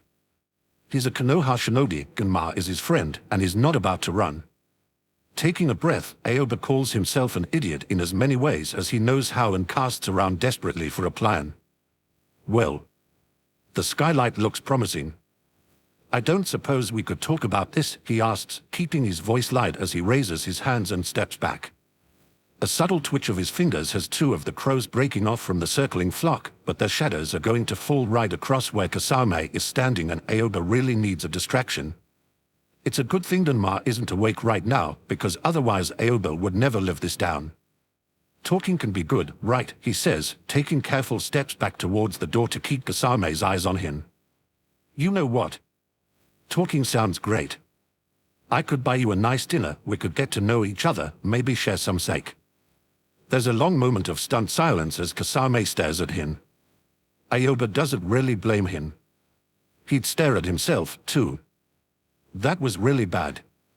Are you asking me out on a date? Aoba risks a glance to see how fast his death is approaching and promptly almost falls through the surface of the water because Kasame is blushing. There's a flush on blue cheeks and he looks flattered. Yes? Aoba squeaks, and the only plus in this whole damn situation is watching the crows sweep up through the hole in the roof and then out. Well, Kasame says bashfully, rubbing the bridge of his nose. No one's ever thought I was handsome enough to do that before. Aoba isn't entirely sure whether it was the blue skin, the foul teeth, or the status as a deadly rogue shinobi that did it, but he sure as hell isn't about to ask. I guess that makes it my first time turning someone down, too, Kasame adds before Aoba can think of something to say, and he honestly sounds so apologetic Aoba almost feels bad for the semi-lie. It wasn't a complete one, because if taking Kasame out on a date would get him out of playing bait he would in a hot second, without a doubt. But I've kind of got other plans, you see. Bait kinds of plans, Aoba says with a sinking feeling. There's a shadow under him in the water that he really doesn't want to look at too closely. Yeah, Kasame agrees, chuckling a little. I'm not the type to break a promise, and I did say I'd make sure this thing worked out. No hard feelings, all right. Oh, fuck that, Aoba starts, but the shadow in the water surges up, and with a yelp he throws himself into a high flip, coming down all but on top of Kasame as he makes a desperate grab for Ganma. The crows descend in a flurry of blinding wings and raking claws, but a single pass by Samahada consumes practically all of them, and the sword skims Aoba's shoulder as he vaults over Kasame's head. The surge of chakra leaving his body is dizzying, sickening. Aoba hits the water hard, almost falling, and it takes far too much effort to force himself upright again. A breath to steel himself, and he hurls a kick at Kasame's face, redirects into a flip over Samahada's blade, and slams an elbow into Kasame's kidney. The man grunts, but doesn't even have the decency to stagger as he spins, and Aoba curses even as he pulls a kunai. One of Ganma's senbon is still in Kasame's skin, close to his liver, and Aoba doesn't bother trying for a stab. He slams the kunai's blade against the point of the senbon, aiming to drive it deep. Samahada slams into him, shaving off skin and devouring his chakra with a greedy rush, and Aoba screams. He throws himself backwards, but there's too little chakra to even stay on the top of the water anymore. Plunging through the surface is an icy shock, but far worse is the sight of a summons coming right at him, a mouthful of ferocious teeth gaping wide. There's no way to escape. Aoba can only hope that it's putting him in a pocket dimension rather than its stomach as it swallows him whole. Chapter 67, Padaphasia. Padaphasia, padafaki, I open, throw open, I disclose, bring to light, to disclose, expose, open, make open. From Latin pate, be open, plus faci, make, construct, dot. Kurama wakes from scattered, uncertain dreams to a dark house, dawn still hours off. For a moment, he lies where he is, staring up at the shadows of the ceiling, then curses quietly and sits up, rubbing a hand over his hair. No use going back to sleep when every nerve is humming with undirected tension, caught up in scattered images that make no sense. He dresses quickly, then slips out of his room. The only sounds from the other bedrooms along the hall are regular sleep sounds, no one else stirring, and Kurama doesn't pause to check on them. The kids will likely be out for hours more, and if the older Jinchuriki get up any time soon it will only be for training. Even the younger members of the freak squad have yet to stir, sacked out on the couch in the main room. Shisui is sprawled out with his head on Itachi's lap, while the younger Uchiha has wedged himself into the corner and is asleep sitting up. Tens is curled into a ball at Shisui's feet, long hair covering his face as he mumbles to himself, and Kurama snorts softly, though he minds his steps a little more as he heads for the front door. He's not entirely certain where he's going beyond out. The village will be quiet, this early, shinobi patrols and early morning workers the only ones about, and Kurama doesn't want to interact with either of them. For a moment he contemplates the memorial stone, but Kurama isn't Kakashi. He doesn't have any need to linger there. All of his ghosts travel with him at this point. Instead of towards the village, he turns the opposite way, towards the training grounds that ring it. The Hokage Mountain looms to his left, and it's automatic at this point to bare his teeth at the massive stone face of Hashirama, at the absence where Naruto's should be, but there's less resentment in him than there used to be. Easier now to... Something flickers at the edge of his awareness. A spark, and Kurama stops dead in the road, breathing in. Not a physical sense, not something that can be measured, but familiar all the same. Malice and rage, caught up together and twisted into something heady and dark, and Kurama weighs it carefully. This isn't a civilian squabble or a petty grudge, this is something deep-seated and long-nurtured, secreted away out of the light to grow and twist and send out poisonous roots. He's felt this exact flavor of malice before, if nebulous and nowhere near as clear. For a moment, Kurama debates whether to stay where he is or go after the source. It's... Kurama... In an instant, his grip on the thread of hate and fury is gone. Kurama growls, turning to face the man who interrupted him, and only just manages not to snap. Instead, he nods curtly and says, "Hokage." Sarutobi smiles at him, wry and a little tired. "You're up very early, Kurama. Trouble sleeping?" Kurama just tips one shoulder in a shrug, not willing to touch on dreams of Naruto's laughter interspersed with dead gray hands dragging at his lens. "I could say the same to you," he retorts. One grain brow slides up. "I seem to have found myself with an excess of paperwork regarding the rebuilding of entire streets," the Hokage says dryly. He must see the way Kurama starts to bristle because he raises a peaceable hand. "I'm glad the children enjoyed themselves, and I'm thankful that the other village heads no longer seem quite so interested in insisting that they should be the ones to host the Jinchuriki. Truly a clever tactic. It takes effort not to smirk." "I don't have a clue what you're talking about, sorry." Humor sparks in Sarutobi's face, though it's quickly smothered. "Of course. A happy coincidence, then." Kurama shrugs, looking away. "You guys were idiots for even thinking about separating them," he says bluntly. "They finally found somewhere to be normal. Taking that away from them would just make them hate you more." Sarutobi sighs, just a little, and inclines his head. "I believe," he says slowly, "that anyone in the position of Cage should be able to weigh strengths and weaknesses and prioritize the well-being of the majority. For the good of the many has become a dirty phrase, but it's a necessary one. But I've been reminded that that isn't the only way to look at things." "Dan's always been a bad influence on you," Kurama says, begrudgingly allowing that. It's not an excuse, which is the only reason he isn't trying to take Sarutobi's head off. The words get him a sharp look, and there's a pause as Sarutobi clearly weighs responses. Then, with a sigh, he inclines his head. "Dan's and I have differing ideas that are built on the same framework, and it makes overlap far too easy." That's a polite way of putting it, Kurama thinks, unimpressed. "Maybe that was the case 40 years ago," he says sharply, "but right now you're Hokage. Dan's already pushing boundaries and you keep looking away. At some point you're going to realize what he's aiming for, but it will already be too late to stop him." The stupidity is so frustrating Kurama has to grit his teeth to keep from snarling, the image of Sasuke as a child all too close, so different from the broken boy who only managed to piece himself back together after decades of effort and Naruto's love. Kurama has no fondness for any Uchiha, but that's not something he can ignore. For Naruto's sake if nothing else. He takes a breath, shakes himself, and says, "The third shinobi will lasted longer and was fought harder than you thought it would be. You ever stop to think why that was?" Sarutobi blinks, caught off guard, but Kurama's done with this conversation. He turns and stalks away, no destination in mind, just the urge to leave. After the Fourth War, Sasuke and Sai had made absolutely certain that they went through every last one of Dan's records, ferreted out all the lies he told, all the identities of the root agents he'd sacrificed in the name of furthering wars. To hear Sarutobi even vaguely defending the man turns his stomach. "You know a lot of things you shouldn't," Sarutobi says to his retreating back, so mildly that it can't be anything but a threat. "Would you happen to know why there are now 10 Biju by Killer Bees count, rather than 9?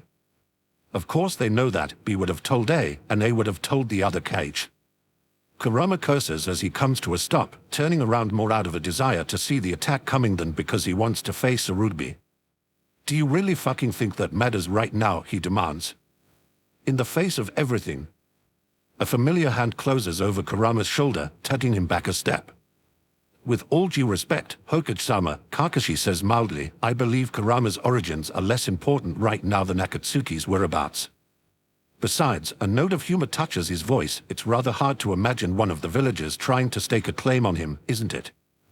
Sarutobi's expression passes through horror and terror and settles on looking like he needs a very large drink. With a sigh, he waves a hand and concedes, though he warns, "The question will come up eventually, you know." Kurama gives him an unimpressed look, though the Hokage ignores it. He nods to both of them, then turns and heads for the administration building with a quick step. "And how long were you listening for?" Kurama asks, rounding on Kakashi. "Didn't I tell you stop getting in the way when I'm—" "Bait the Hokage on your own time," Kakashi tells him, still with that spark of amusement, even if the rest of his expression is serious. "You know about Dan's?" Kurama blinks, but eases back a little. Yeah. He engineered the Uchiha clan downfall and pushed Itachi into massacring the entire clan. Sasuke killed him for it when he was 17. Kakashi's face goes blank for a moment, and Kurama belatedly remembers that while Kakashi knows, he doesn't exactly know everything. The massacre of an entire clan by his subordinate who's currently 11 years old is probably not the easiest thing to swallow. For their eyes. Kakashi asked blankly, even though the line of his shoulders is about as tense as Kurama has seen it. The bastard's good at multitasking. Kurama snorts derisively. He wanted their eyes and he wanted them gone. He ended up with one of Shisui's eyes, enough extra to keep him alive through almost anything, Itachi as a missing nen, and Sasuke the only other Uchiha left. There's a long moment of silence as Kakashi digests this, and then takes a slow breath. He ordered tens to kill me for my eye, he says, inflectionless. And he tried to have me assassinate Tsurugi for letting the Kyuubi attack happen. Even Orochimaru got run out of Konoha before he used up as many chances as Dan's has gone through. Add in Root and the way Dan's killed its members whenever he needed bodies to disguise as enemy shinobi in order to keep the wars going, and Kurama's pretty sure the guy needs his teeth punched in. With a bitch-dama, preferably. You can have first dibs, he proposes. Kakashi blinks at him for a startled moment, then laughs. Should I take that to mean he's the next one in your crosshairs, then? Giving him a disbelieving look, Kurama crosses his arms over his chest. Child soldiers. Child Jinchuriki. I don't trust the bastard further than I can spit, especially not with the brats. Why? You going to defend him, man? It saves me some time, Kakashi interrupts mildly, and when Kurama narrows his eyes at him he says, I think there's something you need to say. The destination is an innocuous apartment building back from the main streets, with willows growing off many of the balconies and a verdant garden on the rooftop. Kakashi leads Kurama up to the roof, then down the far side of the building, wary of being seen even at this hour. Kurama follows closely behind him, slipping down the wall with the assistance of trailing branches more than chakra. Clearly Kakashi doesn't want to be noticed by whoever is inside the apartment they are approaching. You know, Kurama says, not precisely grumpy but playing at it anyway, if this is supposed to be a date, those crappy books didn't teach you anything. My books are perfect, Kakashi protests, looking unperturbed. This is less of a date and more of an outing. Kurama snorts. For their first date Minato took Kushina to kill things. I expect nothing less. Kakashi's eye crinkles even as he drops into the railing of a balcony. He glances up at Kurama, who perches in the twisted branches above him, and says, well, with standards that higher might as well quit while I'm ahead. Maybe you should plan it, then. Lazy bastard, Kurama retorts, following Kakashi's gaze as it drops to the apartment below them and to the left. There's a window, though the curtains are mostly drawn. I'm assuming you dragged me all the way here for a reason. You say that like you had better things to do, Kakashi protests mildly, though when Kurama gives him a look he smiles innocently. Kurama, have patience. I'm getting there. You being a circumspect jerk is what you are, Kurama huffs, but he follows Kakashi's gaze and watches shadows pass behind the curtain. 3 people at least, all fairly large, he thinks, and his eyes narrow faintly. Kakashi hums lightly, not objecting to the label, and says quietly, I ran into Raid yesterday while you were all playing tag. He was acting strangely, so after I left last night I just checked up on him. You mean spied on him, Kurama correctly dryly. Waving that off, Kakashi offers an airy semantics. Can you get the seals off that window without anyone noticing? Kurama's brows rise, but he obligingly drops lower. Natural chakra like his has less chance of triggering seals and traps, though he doesn't know how Kakashi learned that. And if there's a sensor inside, which Kurama assumes there is, given their method of sneaking, he'll be less noticeable unless they're actually paying attention. The seals are decent, but nowhere near Kushina's level. Kurama studies them for barely a minute before he reaches out, hand wrapped in chakra, and delicately scratches out one of the inner matrices with the tip of his claw. Redrawing the erased section is just as simple, and Kurama completes the curving arc of the new section with a bit of a flourish. The seal hums quietly, sparking with chakra for half a second before it goes dark, and Kurama slides back up to sit on the railing beside Kakashi. When the other man glances over at him, Kurama tips one shoulder and murmurs, I disconnected it from the rest of the seals. They're now under the impression that this window doesn't exist. It'll block any noise we make, too, rather than amplify it. You're good. Kakashi's fingers skim his cheek, lightly brushing his hair back behind one ear. I'm taking you on every observation mission from now on. How useful, Kakashi tells him, amused, and then ticks forward, hooking a knee around the railing so he can hang upside down above the window. Deft hands carefully ease the pane open, then twitch the curtain back just enough to see into the apartment. It's a corner window, set above a reading nook and halfway blocked by a potted tree, which means far less of a chance of being seen.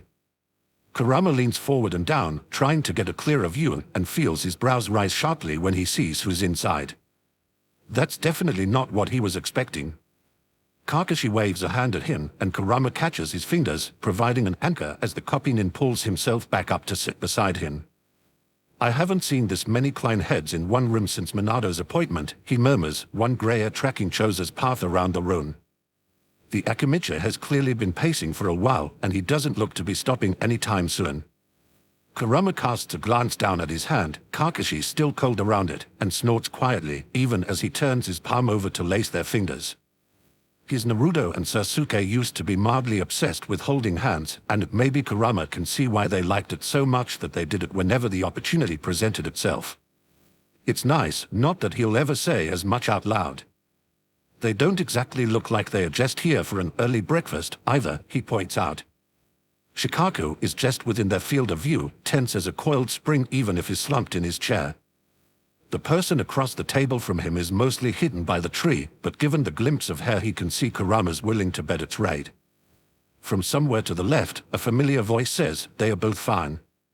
Inoichi is on the edges of chakra exhaustion, though he must have encountered heavy resistance on his way out. A moment later, Hyuga Hayashi crosses the room, headed for the kitchen, and the sound of running water follows. Raid makes a quiet sound that's mingled grief and fury, but doesn't say anything. The figure standing next to him pats his shoulder. Genma and Aoba are two of the best, Tsume says, gruffly trying for comforting. They'll make it out, I'm sure. A subtle tension slides through Kakashi, making Kurama glance over at him. The look on his face is blank in a slightly unnerving way, a focused intensity that says predator as loudly as anything Kurama could manage with bare teeth.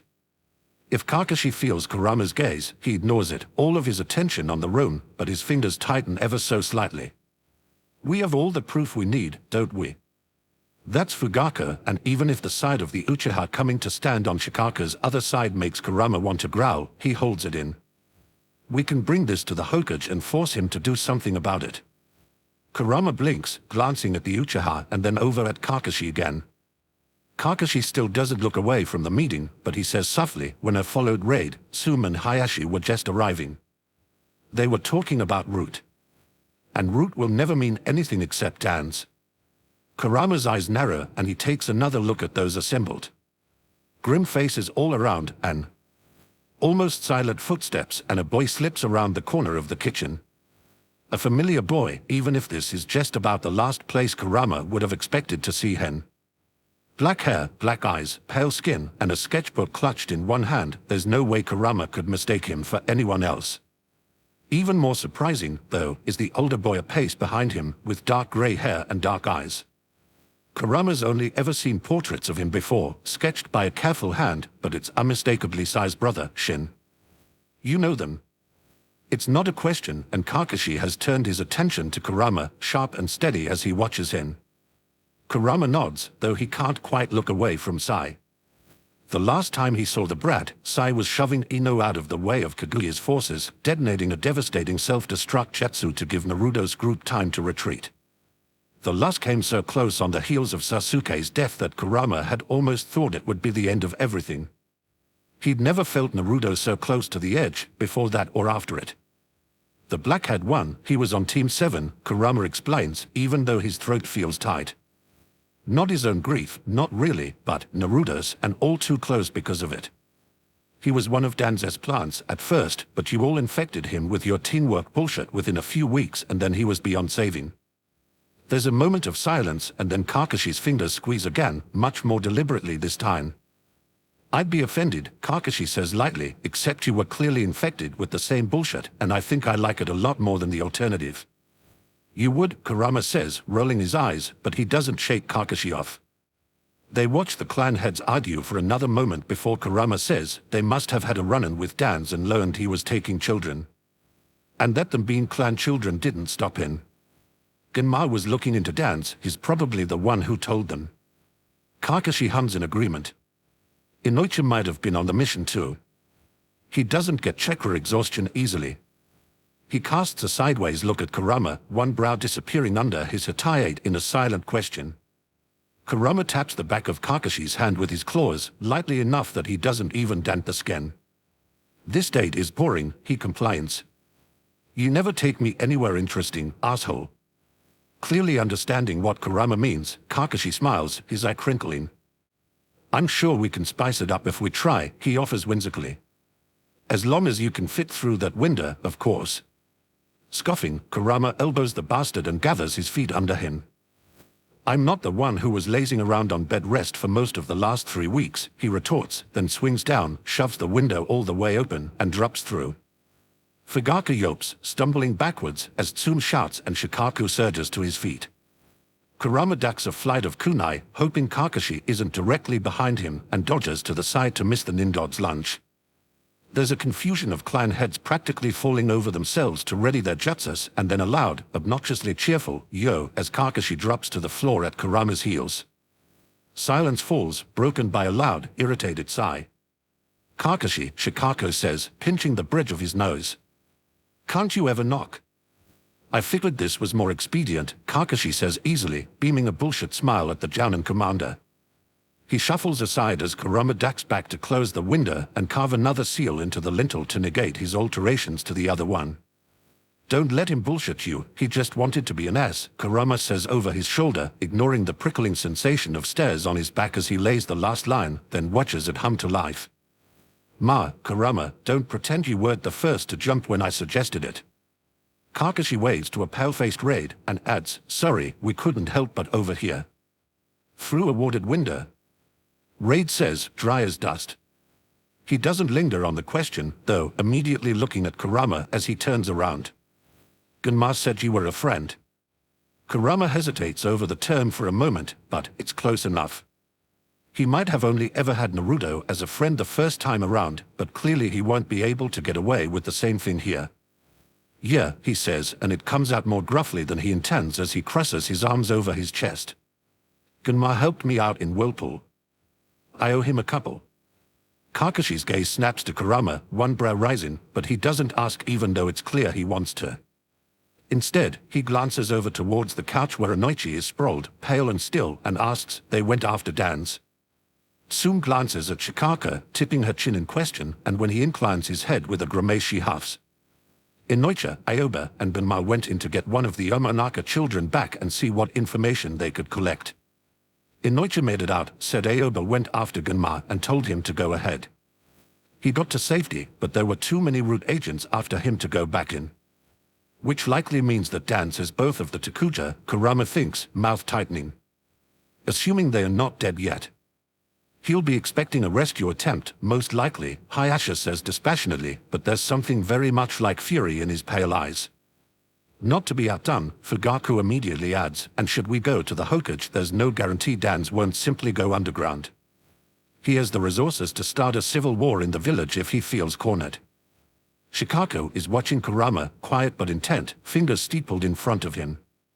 He looks so much like the Shikamaru from Kurama's past, contemplating odds, that it sends a flicker of quickly buried emotion through him, but he meets the Nara's dark eye squarely and asks, well.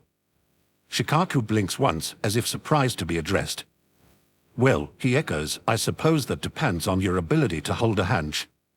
Kurama looks from the Jounin commander to Inoichi, unconscious on the couch, and feels himself start to grin, full of teeth. I might be able to manage something, he drawls. This idea is going to be either fantastic or terrible, and Yudakada can't see a lot of room for anything in between. A whole class? F repeats excitedly, practically bouncing next to him. On her right, Yujida looks far more skeptical, though she hasn't said much of anything yet. Thankfully, Gaara and Naruto seem to have stalled on the spend all day with Sasuke portion of Yudakada's explanation and missed the at school part. But really, he caught F and Yujiro facing off for another round of rock paper scissors in the hopes of restarting the game of tag, and while Yudakada certainly enjoyed himself yesterday, is also rather cautious of wearing out their welcome in Konoha. Yes, he tells F, for what is probably the third time, that you might want to stay with the older children, since you already know what Naruto and Gaara will be learning. All right, F agrees, bright and cheerful, and takes a skipping step as the academy comes into view. And you get to stare at the teacher the whole time, right? Yudakada chokes and very nearly trips over his own feet. He's absolutely certain that F didn't see more than his very first interaction with Iruka, so he turns on the only possible person who could have told her and protests, Yujiro. Yujiro looks supremely unrepentant. That's the only reason he's making us go to class, she says disdainfully. Yudakada contains a despairing sigh and corrects, you're going to class because Kurama is doing something, Rishi is having breakfast with Mai, and Han is taking care of the shopping. I can't watch all 5 of you by myself, not all day. All 6. Naruto interjects happily, looking up from where he, Gaara, Karen, and Sasuke are plotting something Yudakada most certainly doesn't want to know about. 6. Yudakada agrees wearily, because Naruto is right, Sasuke is now one of them just like Karen is, even if they are not Jinchuriki. Yujiro and I can watch ourselves, F says, apparently just for the sake of argument. And even if we couldn't, Shisui could have. Yudakada rolls his eyes. Shisui is terrified of you. You'd spend all day doing nothing but harassing him, and that doesn't help our case if we want to stay with Kurama. At that, even Yujiro looks slightly more accepting of the decision, which is good, because the academy doors are right up ahead. Iruka is even waiting, looking slightly flustered as he taps a pen against his clipboard. When he spots Yudakada and the herd of children around him, he breaks into a smile, not even twitching when Karen and Naruto practically barrel into him. I like him, Saiken trills in Yudakada's head, and Yudakada is very, very glad that he's never blushed easily because it lets him return Iruka's smile without hesitation. So do I, he confesses to the sea slug, and it sends a little thrill through him, as bright and effervescent as a spray of bubbles. He's really cute. Saiken laughs at him, though kindly, even as Yudakada pulls F to a halt before she can bolt into the building and says politely, "Good morning, Iruka-sensei." Iruka rubs at his scar, faintly bashful. "Good morning, Yudakada. I was glad to get your message." He casts a smile down at Gaara, Naruto, and Sasuke, and says warmly, "Are all of you ready for class?" "I'm not 6, I'm 7, Karen points out, before the boys can answer. "Can I be in the same class?" Iruka doesn't even hesitate. "If you want to, Karen, but there's a group your age as well, and I think you'd get along well with them." He glances up, looking around, and waves behind them. "Ten, I'd like you to meet someone." "Iruka-sensei." A little girl with her brown hair up in buns trots up to Iruka, expression curious until her eyes fall on Karen. Then her face breaks into a wide smile. "Hi. Are you a new student? Are you going to be a kunoichi too?" "I'm going to be a great kunoichi," Karen says, as if daring her to disagree. Ten beams. "Me too. I'm going to be as good as Tsunade-sama someday, so I need to work hard. We can work together if you want." Karen flushes slightly, but she doesn't protest when Ten grabs her hand and tugs her forward. "Moto-sensei will take care of you," Iruka assures her gently, and then turns his smile on F and Yujiro. "Most genin graduate at 12, so the last class would fit the 2 of you if you want it. Igao-chan is just heading in." He points at a girl a few years older than Yujiro with long purple hair at the door of another classroom and adds, "She's helping the Kudo-sensei teach a unit on Kenjutsu today, I think." Yujiro's eyes brighten at that, and she's the one to tug F in that direction, the younger girl laughing. Igao hears them coming in pauses, watching with slightly worried curiosity as they join her, but one of F's bright grins is enough to have her leaning in to introduce herself. "I know the way to the classroom," Sasuke says before Iruka can offer anything else, and he tugs at Naruto's sleeve. "This way." Naruto follows with a laugh, catching Gaara's hand as he goes, and the 3 of them bolt down the hall at a flat-out run. Iruka watches them go with some amusement, and then turns his smile back on Yudakada again. "Thank you," he says sincerely, "for bringing them. I wasn't sure Naruto would ever come back, but I'm glad he's willing to." You say that now, before you've had to deal with the three of them all day, Yudakata returns, but he can't help but smile as well. I hope you don't mind if I stay. It's probably a good idea not to leave the six of them completely without Jinchuriki supervision. It's gratifying that Iruka doesn't tense even at the explicit reminder of just who is going to be teaching. I'd be very glad to have you, he says quickly, and then flushes to the roots of his hair. I mean have you in class. Not that you need it, I mean. But for help. Yudakata hides a laugh behind the sleeve of his yakata, hoping Iruka won't think he intends it to be cruel when that's the furthest thing from the truth. Thank you, Iruka-sensei, he says, meeting Dark Brown squarely. I appreciate it. Iruka is still bright red, and he rubs his scar again, though he doesn't look away from Yudakata. It's no problem, he demurs, verging on bashful. You're welcome to come anytime you want. He's really cute, Yudakata tells Saikan as he follows the older boy towards the classroom and gets the slug's best impression of a double thumbs up in response. It makes him muffle another laugh behind his sleeve, those effervescent bubbles curling through his stomach once more. Chapter 68, Sagacious. Sagacious, guess A with macron SHS, having or showing keen mental discernment and good judgment, shrewd, keen of scent, caused by or indicating acute discernment. From Latin sagak sagax, from sagaya to perceive keenly, akin to sagas, prophetic. Kasame's getting kind of tired of Konoha. He's specifically getting kind of tired of Dan's, who's hovering and glowering and issuing orders to his subordinates in dark, hushed tones Kasame can't quite make out. As far as Kasame's been able to tell, he wants to get back the children the Tiger Masked A and B stole, but he can't find them and it's putting him in a pissy mood. The last time Kasame had to deal with a pissy person who thought they were his boss for an extended period of time, it was Fuguki, and Kasame killed him and took his sword. He still hasn't gotten any news about Obita, either. Chuckling softly and a little wryly at his own foolishness, Kasame checks their prisoners again, testing the ninja wire their hands are tied with and making sure they are actually unconscious and not just faking it.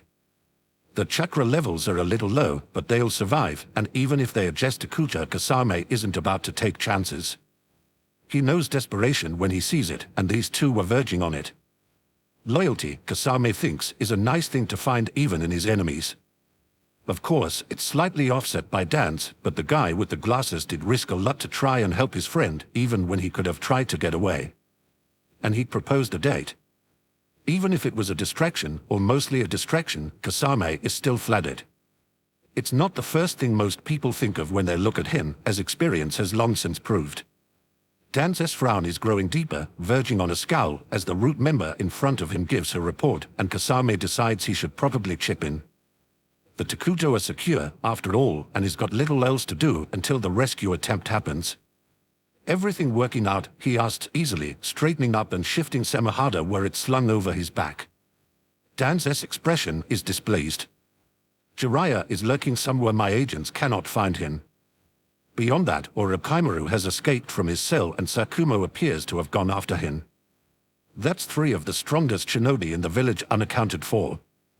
I do not like this. Kasame knows about the Sannin and the White Fang. Everyone knows about the Sannin and the White Fang if they've learned anything at all about Konoha as an opponent. It's a village where genius is almost commonplace, and those four were among the greatest. Orochimaru won't be a problem, since Kasame almost managed to beat him once, and Orochimaru with his ninjutsu is badly matched against Kasame's abilities, but Jiraiya and Tsunade might be a headache if they get involved. Especially Tsunade, with her strength and perfect chakra control, Kasame would likely be in trouble if he pitted himself against her. In any other situation, a thought like that might be enough to make Kasame hunt her down just to try it, but he sadly doesn't have the time. The messenger crow that the second Takujo slipped past them was caught before it could leave the forest, but the third intruder managed to make it past most of the guards and defeat those he couldn't evade. He's probably back in the village by now, and while he has no idea of Kasame's presence, which gives them the advantage, it means a rescue will likely be happening soon. Kasame is more than ready for a bit of action. The Takujo were barely enough to get his blood flowing, and the thought of another fight with Kurama, one-on-one instead of with shifting odds in the Izumaki's favor, makes Kasame gleeful. Maybe it won't be a fair fight. Nagado is an Uzumaki too, and even his chakra reserves were pitiful compared to what Kasame can muster, but Kurama is supposedly a Jinchuriki. It's probably the closest to an even match Kasame will ever find in his lifetime and is looking forward to it. Seems like you've got a problem with losing track of people, Kasame chuckles. Can't be good for business. Dan gives him a dark look, but before he can say anything another root member flickers into view in the doorway and signs something in a rush. They are Konoha-specific signs, so Kasame can't follow them, but Dan's expression flattens out. He curls his hands around his cane and nods once. The third intruder was just sighted slipping back into the tunnel system. The scouts are unsure if he's alone. He's probably not. It's been a few hours since he escaped, and Kasame can't imagine he'd be stupid enough to return without backup. With a pleased hum, Kasame grips Samahada's hilt, ready to tug it free and let it start waking up. There's been too much sitting around, and is happily anticipating a chance to shake the lethargy from his bonds. Gonna lead him here for me? Kasame asks cheerfully. Even if he is alone, more bait to draw Kurama here won't be a bad thing. Why not? Dan says coolly and nods to one of the root members beside him. The shinobi snaps to attention, then flashes a hand seal and shifts into a perfect copy of the second Takuja, right down to the bound hands. He takes off into the tunnel, and the other two root shinobi give him a handful of seconds head start before going after him. I'll be watching from a distance, Dan says, half warning and half promise, before he steps into the shadows along the wall and disappears. He's pretty confident that the Hokage isn't going to raise a fuss about his actions, Kasame thinks, amused, as he leans back against the opposite wall to wait. Either that or the Hokage is already aware, and Dan doesn't think that pushing boundaries is going to get him in any lasting trouble.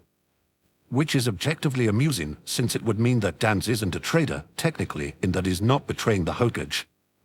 But it also raises the question of just when a Kage becomes a traitor to the rest of their village, and Kasame's never really considered that before. It's an interesting question. Something to ponder at another time, though. Right now Kasame has a fight to prepare for, and it's a rematch he's very much looking forward to. Kakashi has something of a bad feeling about this. Watching blonde hair sway in front of him, he slips between shadows, attention carefully split between the passageways around them and Inochi's sure steps. The root tunnels are at least familiar, even if he was only a member of the Foundation very briefly. Kakashi has a good memory, and those days are more vivid than he'd prefer, even if he did spend most of them caught up in grief.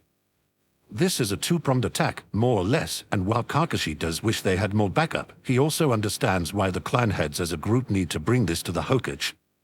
It's a show of unity and a threat all at once, a non-verbal promise that if Sarutobi tries to sidestep the situation, the clan heads will take matters into their own hands and perhaps end up needing a new Hokage.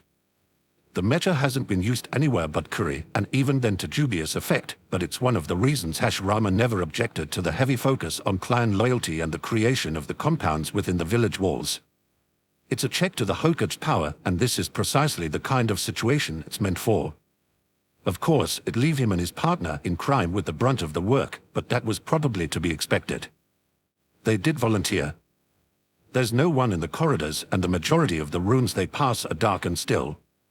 It's not overly comforting to calculate the Foundation's manpower right now in the heart of their territory as something like an enemy, but Kakashi's been a shinobi for too long to shut off his brain like that.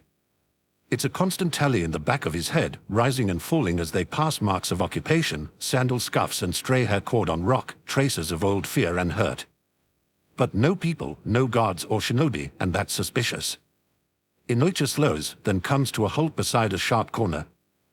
There's no sound from beyond it, so Kakashi slips forward to crouch beside him, breathing carefully to filter out the sense. This, Inochi says darkly, feels like a trap. Kakashi hums in lazy agreement, though it takes effort not to tense at even the low sound of his voice. No one can account for everything, he points out, and even he doesn't know if it's a warning or reassurance. Inochi shoots him a narrow look, but turns back to face the empty hole ahead of them, assessing it. Yeah, but it sure feels like we are the ones missing something here, he says gruffly, and then pushes back to his feet. You should. A shout from up ahead, panicked and desperate, a rush of footsteps that aren't even trying to be stealthy. Kakashi jerks back, sliding as much out of sight as he can in the shadows, but the runner never makes it to them. There's a cry as he goes down, two bodies following, and then a short scuffle followed by a yelp and then silence. Two people murmur to each other, and then one of them grunts in effort before the footsteps recede. Inoichi narrows his eyes, but risks a glance around the corner. Kakashi does the same and feels his breath catch at the side of Aoba, limp over the shoulder of a root member with blood on the side of his face and his sunglasses cracked. No, he thinks, an instinctive and entirely emotional response. But Kakashi's been a shinobi too long for that to be his only response. He lifts his head and takes a breath, cataloging the scents in the corridor and pulling up a memory of the last time he and Aoba had a mission together. Aoba always smells faintly of dry blood, buried under feathers and ink and very faded herbs from the poisons he sometimes uses. An easy enough scent to mark and familiar like the holes of T and I. There's no trace of it from any of those three shinobi. Catching Inoichi's eye, he rocks back on his heels and shakes his head sharply. No need for the Sharingan, not for this. He is no doubt the one with Aoba's face is simply wearing a hanch. Which means that this is absolutely a trap. Inoichi pauses and Kakashi can see him weighing their options. If they take the bait and follow, there's no saying what they'll walk into, but there's also the fact that they'll have the advantage of knowing about the trap before it's sprung. Besides, if they're using Aoba's face, chances are good he's with them, and likely Gunma too. Kakashi arches a brow, somewhere between mild curiosity and a challenge, and gets a grin in return that's all teeth and threat. One hand flashes up, signing pursuit with only a touch of hesitation behind the motion, and Kakashi can't help but remember a forest clearing near the northern border, a stranger's face among the trees. He never could have known that mission would change his life quite so drastically. But, standing here, he can't truly bring himself to mind. I follow, he signs back, haphazard A and B gestures meant for speed more than easy recognition, but blue eyes catch them without trouble. Inoichi smirks at him, then slips around the corner with soundless steps and hurries after the retreating root shinobi. Kakashi keeps to the shadows, keeps in step, and guards his back as they move. The room is tall and wide, with a small skylight high above and water pulled on the floor. One step in, braced for anything, and Inoichi turns sharply, hands coming up like claws. Kakashi, still hanging back, can see the way his eyes widen sharply, the shock and rage that spread across his features, and he snarls, "You." There's a low, rumbling chuckle, a heavy step. Me, a voice agrees, not one Kakashi recognizes immediately even if it sounds distantly, vaguely familiar. He breathes deep, smells salt and metal and the familiar flower herbal scent of one of Gunma's nastier poisons spread liberally through the air. Not a good sign if the blend Gunma affectionately calls Giant Killer is that clear but the man still standing. A pause and then another chuckle, even more amused than before. "That's a cute disguise," the shinobi says, inordinately cheerful. "But Samahada and I never forget the taste of such strong chakra, you know. Might as well drop it." Damn, Kakashi thinks, and then several stronger curses right after. There's that advantage gone. He slips around the edge of the door just as Inoichi tips his head up. His form wavers like a heat mirage, then fades away, and Kurama glares Kasame venomously. "Shouldn't you be kissing your masters as somewhere else?" he growls. Kasame laughs like it's a great joke, even as he sweeps Samahada down and out. Before the first date, he asks, "What kind of guy do you take me for? But I bet if I bring you back as a present it'll cheer him up a bit. You don't mind, right?" Kurama bristles. "Over my dead body you will, asshole." Bloody red chakra flickers, then rises in a vicious tide, and Kurama lunges like a big cat, claws already slashing. With a wide, eager grin, Kasame meets him, and the whirl of chakra exploding from the pair of them is almost enough to make Kakashi stagger where he stands. He doesn't have time to linger and watch, though. Kasame might be more opposition than they were expecting, but they were expecting it. Kakashi isn't just here to play cheering section, either. While Kurama and Kasame distract each other, he darts forward, giving them a wide berth as Kurama flips over Kasame's head and Samahada just skins his arm as he comes down. Two bound forms are neatly laid out on the other side of the cavern, sense reassuringly familiar, and a flicker of movement sends Kakashi diving out of the way, rolling and coming back to his feet with a kunai in one hand. The three root shinobi they followed here land in front of him, weapons drawn, and Kakashi doesn't bother trying to reason with them. He reaches for his Hatayate, pushing it up, and lets the Sharingan bring everything into painful focus. Water slams into him from behind, knee-deep and as icy as the ocean in the dead of winter, and Kakashi staggers one step and then leaps, landing on the surface of it and using the momentum to throw himself forward. The first root member crashes into him, Tan stabbing for his gut, but Kakashi slips around the blow, sweeps his feet out from under him, and dumps him into the water, where he disappears like it's far deeper than it looks. The woman in the center hops back, hands flashing through signs in a practiced blur, and the water ripples and rises like a dragon, mouth gaping as it grabs for Kakashi. There's no way to use a right-hand jutsu, not without possibly taking Kurama down with him, and Kakashi knows that even if Kurama can shake it off, he can't afford the distraction right now. He tries for Kaiten instead, a lash of fire leaving his fingertips to collide with the other jutsu. It sends steam billowing over them, thick and cloaking, and Kakashi summons a clone as he ducks to the side. One sharp blow to the back of the neck puts the second kunoichi down, but the first spins, blade flashing, and darts under the clone's guard in a blur, stabbing for a kidney. The clone vanishes with a pop, but the woman doesn't even slow, twisting smoothly and catching Kakashi's kunai on her blade. The blank's mask stares back at Kakashi, emotionless and immobile, and then she's gone with a twist and a lunge to the side. Where she was standing, a dark fin cuts through the water, and Kakashi curses and leaps for the ceiling. The summon skims his sandals, far too close for comfort, but he turns his leap into a flip and comes down on top of the kunoichi, aiming to knock her out. He gets a flash of an exploding tag, a burst of chakra, and then she drops through the surface of the water. The force of the explosion slams Kakashi back into the cavern wall, winded and dazed and scorched. Impact. The clone pops. Kakashi drops from the ceiling to the spot Wagon Ma and Aoba were, takes a breath, and dives headlong into the cold, dark water, searching for his friends.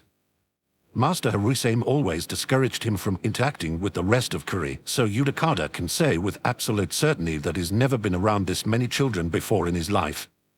"Your eyes are really pretty," a tiny blonde girl tells him, tugging insistently on his hand. "Thank you," Yudakata says, slightly bewildered.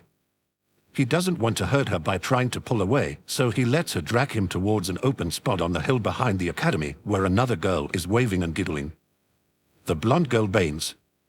"Come and make flower chains with me and Sakura-chan," she orders. Shika's being mean and won't do it because he's lazy. The boy at whom this is apparently directed, sprawled on his back in the grass, makes a scoffing sound in the back of his throat but doesn't otherwise move. A little desperately, Yudakata casts a glance back over the group, trying to spot Naruto and Gaara, but they are still rolling around with Sasuke, lunches abandoned. Iruka is caught in the middle of a squabble between a boy with a tiny puppy on his head and another boy in a high-collared shirt that covers most of his face, so there's no help coming from that direction, either. "I've never made a flower chain," he says, as much of a protest as he can muster, even as the blonde drops into the grass beside her pink-haired friend. "Then you should learn," she declares firmly, and tugs on his fingers. "Come on. Your hair is really pretty and shiny and these asters will look so nice against it. They are violet, but they are not violets. Those are Ino's flower," the other girl adds solemnly, though her smile is sweet. "They'll go with your yukata too." Yudakata flashes faintly. He'd picked the blue yukata because Saiken assured him it was the best color on him, and this conversation is putting him uncomfortably in mind of that one, which was embarrassing enough. If you really think so," he surrenders, because he's fairly certain there's no way to escape with any sort of dignity. He settles down carefully between the girls as the blonde cheers and asks them, "Can I know who's going to be teaching me today?"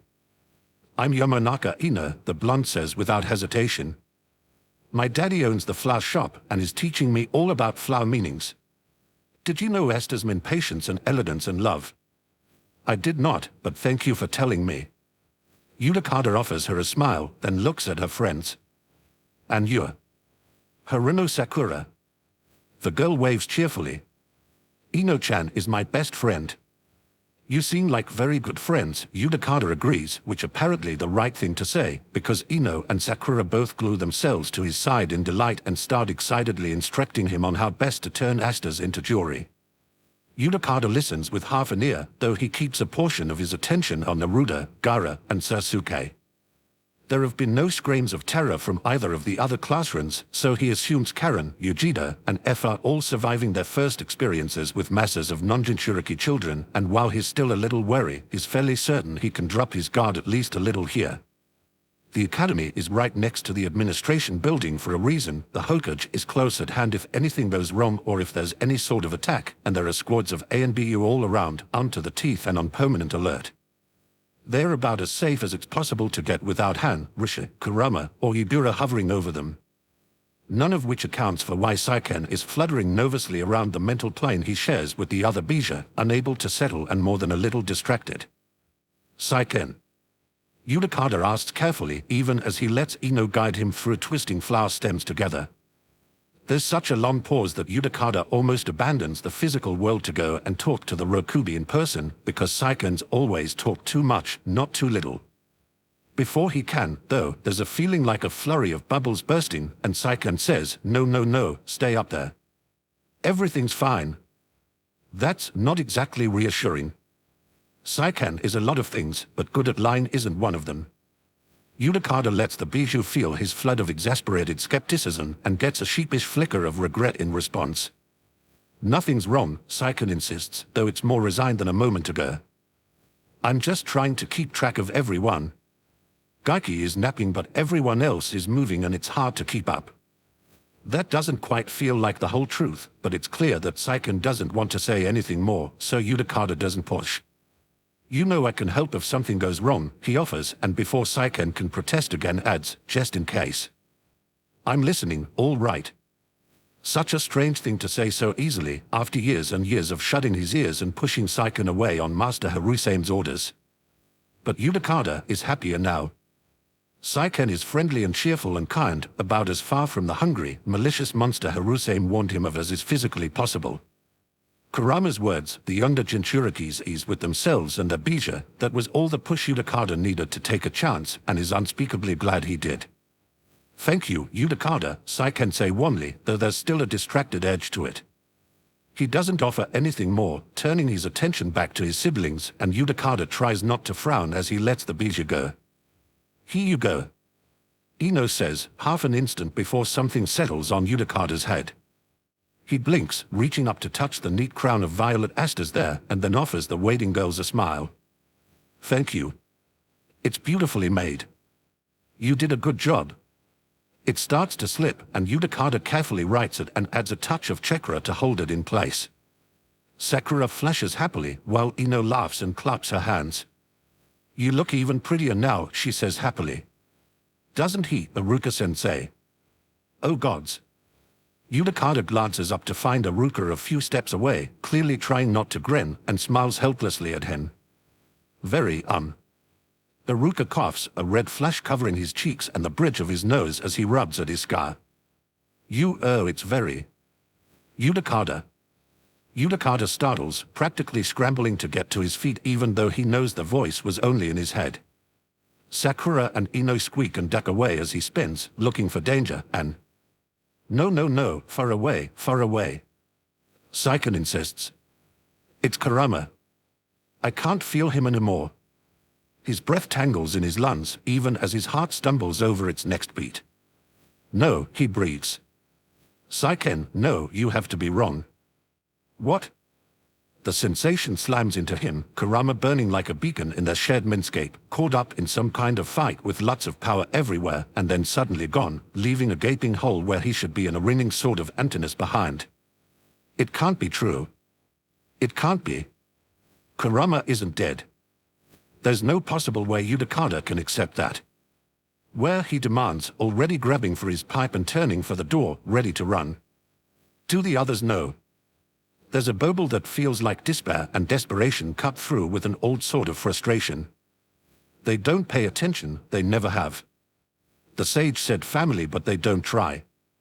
Just for an instant, Yudakada can feel several hundred years' worth of loneliness, Saiken's regular checks to make sure that all of his siblings were still fine, the flicker of aggravation when the touch was never returned. The joy, at long last, when a tiny figure with firebrand hair and achingly familiar chakra stood in front of him, several hundred times too small but unmistakably Kurama, looking for him, wanting to see him. "Best little brother in the world," Kurama had said, and you'll probably never know just how much those words meant to Saiken. The cautious touch of a hand on his shoulder makes Yudakada jerk, and he turns quickly to find Aruka already pulling back, hands up to show he's harmless. "Yudakada," the Chunin asked worriedly. "Is everything all right?" It's not, and there's every chance that things will never be all right ever again. Yudakada isn't about to say that, though. I have to go, he offers instead, and it twinters to brush past Iruka, but he can't pause, can't look back. Kurama needs help, and Yudakada will get it for him. Naruto, Gara.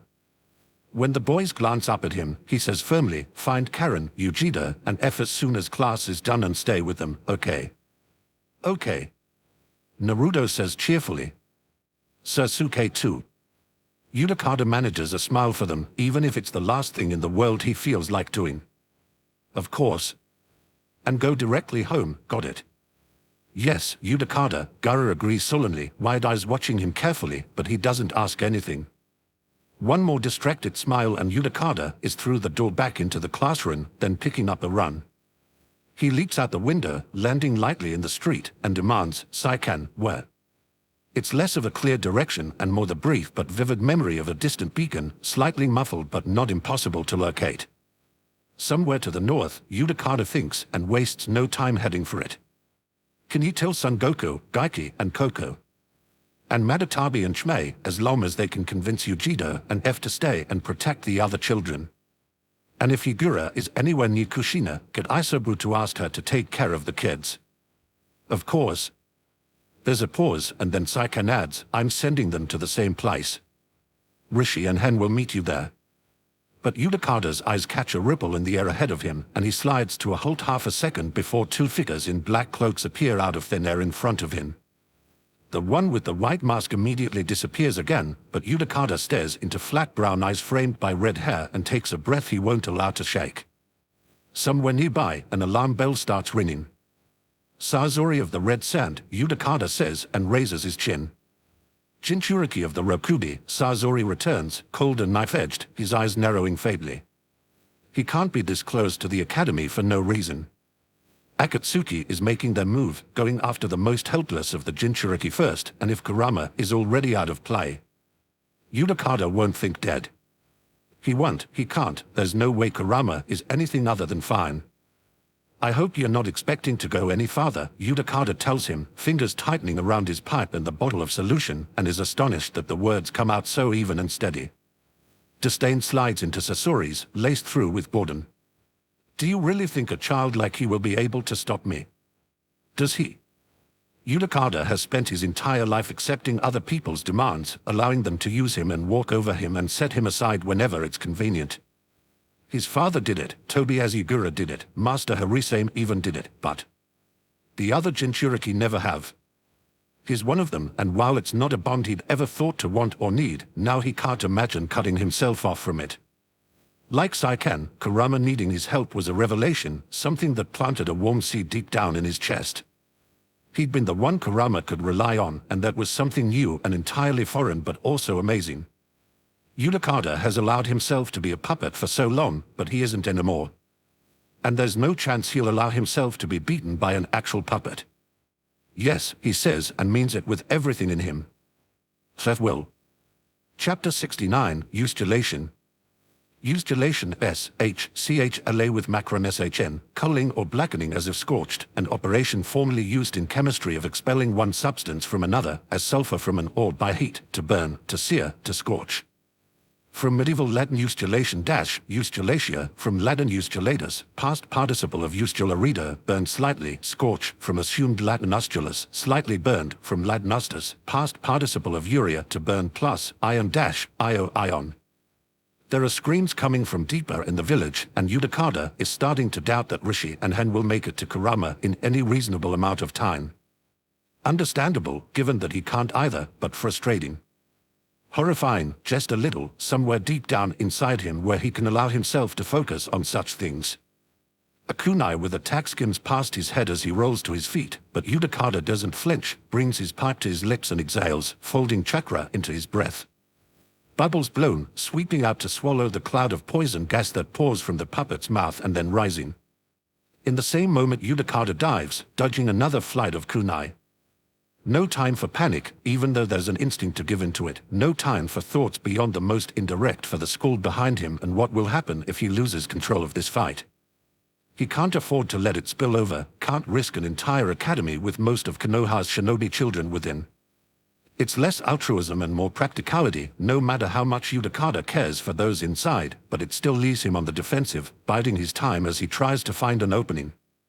Just one puppet, rather than the hundreds they dealt with in the past, but this one is stronger, with more chakra than just Sasori's. And the ground shifts, just slightly. With a curse that would make Master Harusame cuff him in the head, Yudakata leaps as spikes of metal burst from the earth beneath him, summons a bubble, and redirects off of it, landing lightly on the far side of Sasori and calling a sweep of bubbles down to swarm the puppeteer. Sasori plants his feet, a wall of metal erupting in front of him, and even the detonation of 3 of Yudakata's explosive bubbles one after the other doesn't manage to dent it. "You won't defeat me," Sasori said, and it's little consolation that he sounds less bored now than he did at the beginning of their fight. "This is my strongest puppet. In life he was the greatest of Suna's Keisuke, and now he is my favorite piece of art, true art that will linger long into the future."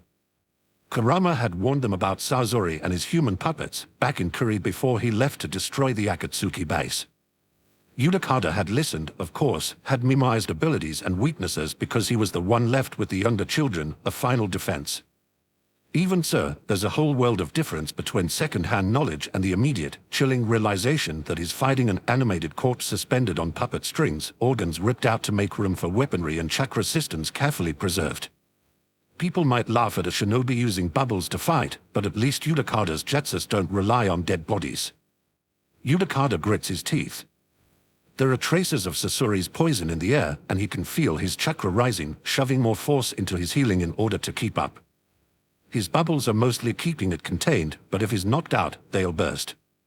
Between the poison and the iron sand, which has its own dose of poison in every microscopic grain, the battlefield is turning into a desolate killing ground, and that's not a happy thought with children so close. He takes a careful breath, makes it measured and calm and even, and straightens. Another sweep of bubbles coils around him, then scatters itself across the field between them, traps lying in wait. Sasori eyes them narrowly, but before he can make a move to trigger them, Yudakata steps forward. "You're fortunate," he says, and it's soft but it still carries. When Sasori's expression shades towards incomprehension, Yudakata smiles wryly. "I heard that your parents were killed, and you have my condolences, but at least you knew they loved you." Confusion is quickly darkening into hostility. "Don't say useless things," Sasori snaps. A faint twitch of his fingers brings the third Keisuke lurching back upright, iron sand rising to swirl around him in a dark cloud. "I don't think it's useless," Yudakata counters politely. Inwardly, he reaches for his bijou, trying to keep a stranglehold on his chakra to keep from giving the game away. "I grew up with a father, but I think I was always a weapon to him, rather than a son. I suppose I'll never truly know, but at least you did." "Daddy and mommy issues like you wouldn't believe," was Kurama's gruff assessment of Sasori. "I don't know how much good it will do you to make him lose his temper, but there's no harm in trying if you've got Jinchuriki healing, I guess." Yudakata usually prefers more elegant solutions to his problems, but is short on options and even shorter on time, so mental manipulation it is.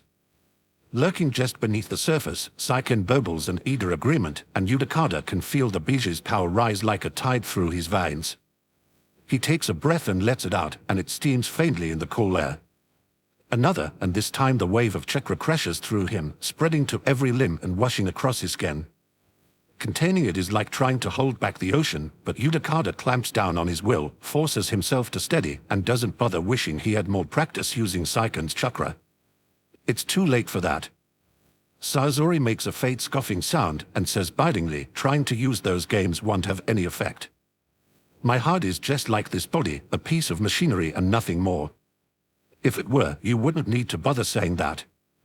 Yudakata takes a step, judging distances and how long the transformation will take, and pauses as close as he can risk coming. Now all he needs is a split second of distraction on Sasori's part. What is it like to have the memory of their love and waste it on actions like this? Something shifts at the very edge of his vision. There's a pause, tense and careful, and then Sasori's expression shifts into a small, sly smile, and he lifts his hands. For an instant the chakra threads shimmer into visibility before they vanish again, like a ripple of trapped lightning. "I've told you already that won't work on me," he says, and there's dark amusement in his voice. "My parents are dead, but I'm alive and I have no plans to die. Akatsuki allows me the freedom to build my puppets and indulge in my art, and no child will convince me to do otherwise. Well, it was worth a try, Yudakata supposes. He doesn't know enough about Sasori to say anything that will make him falter, and there's no use dragging things out and putting himself at a disadvantage. All right, Yudakata says, keeping his tone polite. There's no need to be rude, not yet. He twists his pipe through his fingers, then brings it to his lips again. I'm sorry, we can't work this out. You're a strong opponent, and it's a shame I have to kill you. Sasori's eyes narrow, and the case-caged puppet moves in a blur, poison scent sweeping up in a wave. Instantly, Yudakata throws himself forward, flipping over the spikes, and breathes out bubbles filled with ink. They spiral through the air, a handful shattering on spikes of iron sand, but a flicker of chakra to drive the rest on sense, then flying directly at Sasori. The case-cage catches them before they can hit, absorbs the explosion without flinching even as the ink-dark acid eats through his robes. A slew of needles forces Yudakata down, leaping out of their path as they slam into the ground, but there are too many, too close together. He staggers a step, plants his feet and summons another bubble around himself to block them, and as it blooms into existence realizes his mistake. The burst of iron scent swarms up from the ground, slicing through his robes to the skin beneath. Instantly the wounds begin to sear, and the pain is sudden and crippling enough to drive Yudakata to his knees, a hoarse sound ripped from his throat despite the way his lungs have seized. He grasps desperately for control as his barrier shatters, trying to keep the poison-filled bubbles above from bursting, but his body jerks like it's about to convulse and the taste of metal floods his mouth. Gagging, he tries to stagger back to his feet, to keep from coughing, but it hurts.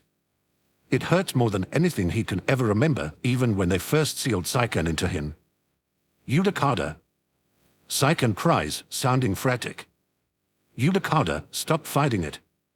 It's metals and poisons and I'm trying to get rid of it. Metals? Metal in the poison, which makes sense given Sasori's obsession with the case-cage, that's likely where he got the idea in the first place. Yudakata lets his knees fold again, hits the ground hard and chokes up the bitter, acidic tang that splutters black and viscous from his mouth. His vision swims, and even though his body feels unnaturally hot, he can feel the seep of blood from far too much of his skin to be anywhere close to healthy. My apologies for making you wait, Sasori says from somewhere above him. I decided to end this quickly and complete my mission. In several years you might have made an interesting opponent and a valuable addition to my collection.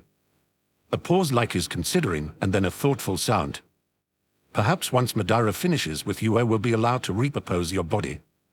Saiken, Yudakata thinks, and the power is still there, still waiting, but is too slow at using it, unpracticed. All of Sasori's attention is on them, and there's no opening. I know, the slug answers, fluttery with worry and tension. I know, but we can. A shadow falls across him, and a familiar voice, trembling ever so faintly, warns, don't even think about it. Something drops to the ground, and Yudakata has just enough time to catch sight of a strip of paper marked with seals before it starts to glow. Iruka flashes through hand signs with startling deftness and cries, Fbakujin. The seals crackle to life, brilliant gold even in the morning sun, and Sasori makes a sound of outrage, already fighting the barrier's hold. Yudakata knows those seals, knows this formation, and is not about to question his luck. He grabs for Saiken's power and drags it to the surface, staggering upright with an effort, and this change is no more pleasant than the poison. The chakra is corrosive and unstoppable, sweeping over him, and he cries out as he staggers, but pale blue light spreads over his body, condenses and foams into flesh, and Yudakata takes a mental step back as Saiken slides into place in his stead. There's a sensation like a gentle fall, even as Saiken calls up a flood of chakra, and he takes a step into a quiet clearing, empty and still. With a low groan, Yudakata slumps against the bole of a massive tree, just barely hanging on to the bark to stay on his feet, and lets his focus shift sideways until he can see what's happening outside the mental plane. His head is spinning and he still hurts all over, but there's a bubble in his chest that's pure success and joy. It may have been a last, desperate measure, but it worked, and now Saiken won't have to be constrained by Yudakata's limits. Yudakata spent far too much time closing his ears and strangling his power under Master Hirusen's direction, and while he's grateful to the man for his jutsu, for his knowledge of medicines and seals, that reserve is his greatest weakness right now. Saiken, though, is managing just fine. Relieved, Yudakada lets himself slip all the way to the ground, legs giving out under him. Saiken can hold his bubble jutsu without struggle, tied into Yudakada's chakra system as he is, and one shinobi, no matter how powerful, will hardly be trouble for a bisha. He coughs, tasting metal again, and grimaces even as he lets his head fall to rest against the tray. Blood slides down the side of his face, and when he goes to brush it away his vision swims, his awareness of the outside world fading.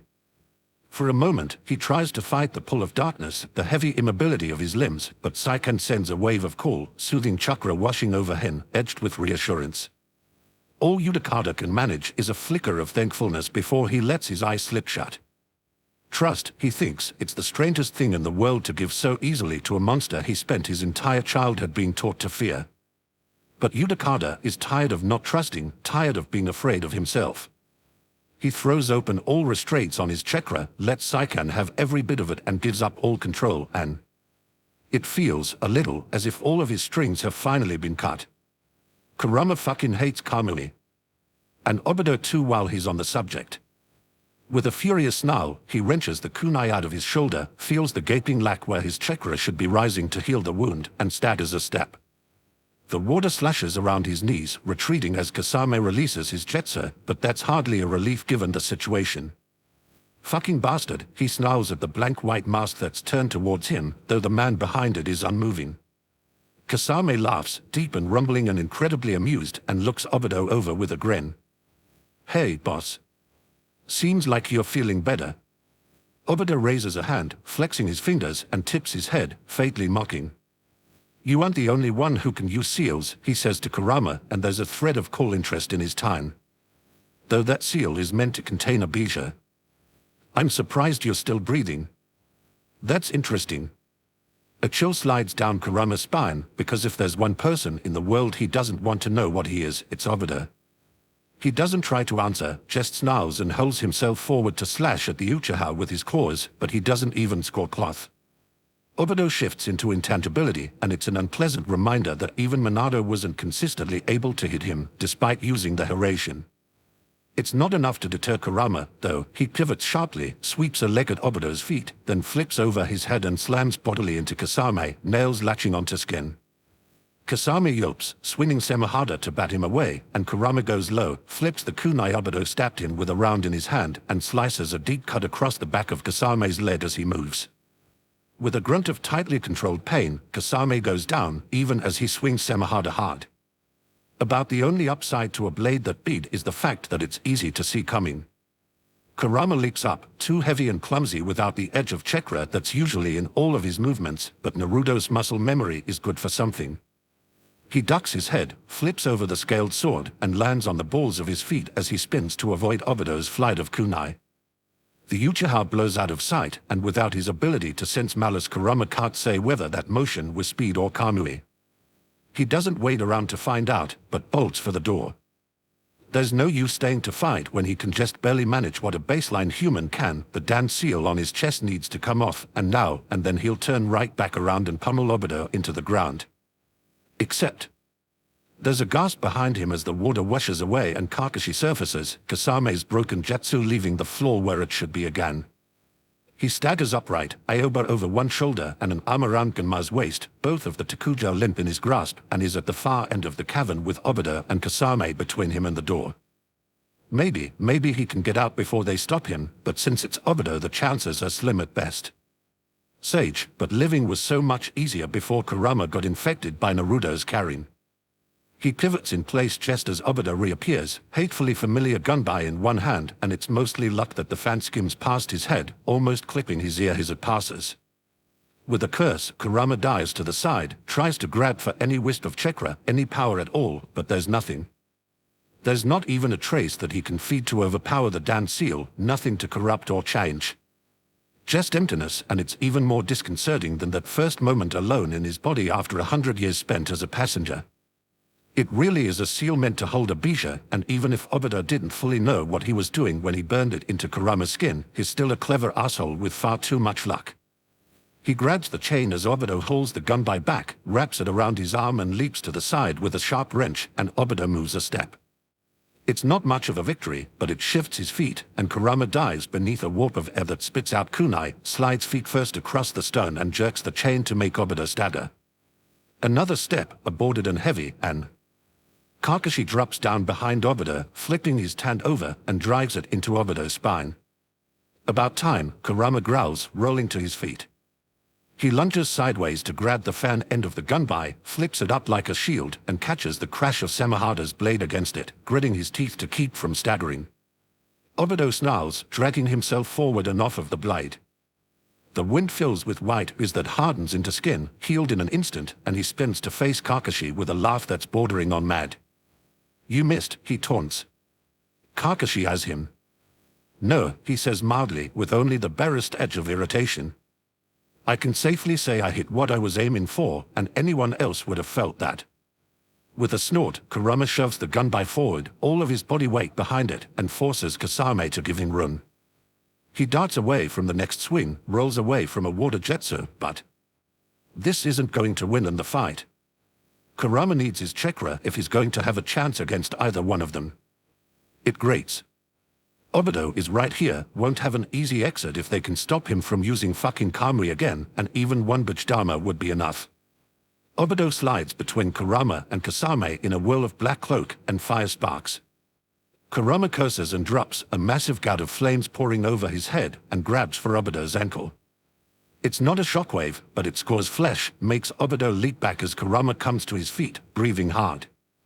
"What are you even doing here, you fucking bastard?" Kurama growls. "The Jedmaz is gone. Your plan failed." "A setback," Obito says coldly, calling the gunbai back to him with a jerk of one wrist. "But I'm more interested in you, Uzumaki. The list of things that you shouldn't know keeps getting longer." Fuck. Just about the last thing Kurama wants is an interested criminal mastermind. He bares his teeth, weighing options, but Kakashi is darting around Kasame to keep his attention, and no help is forthcoming from that side.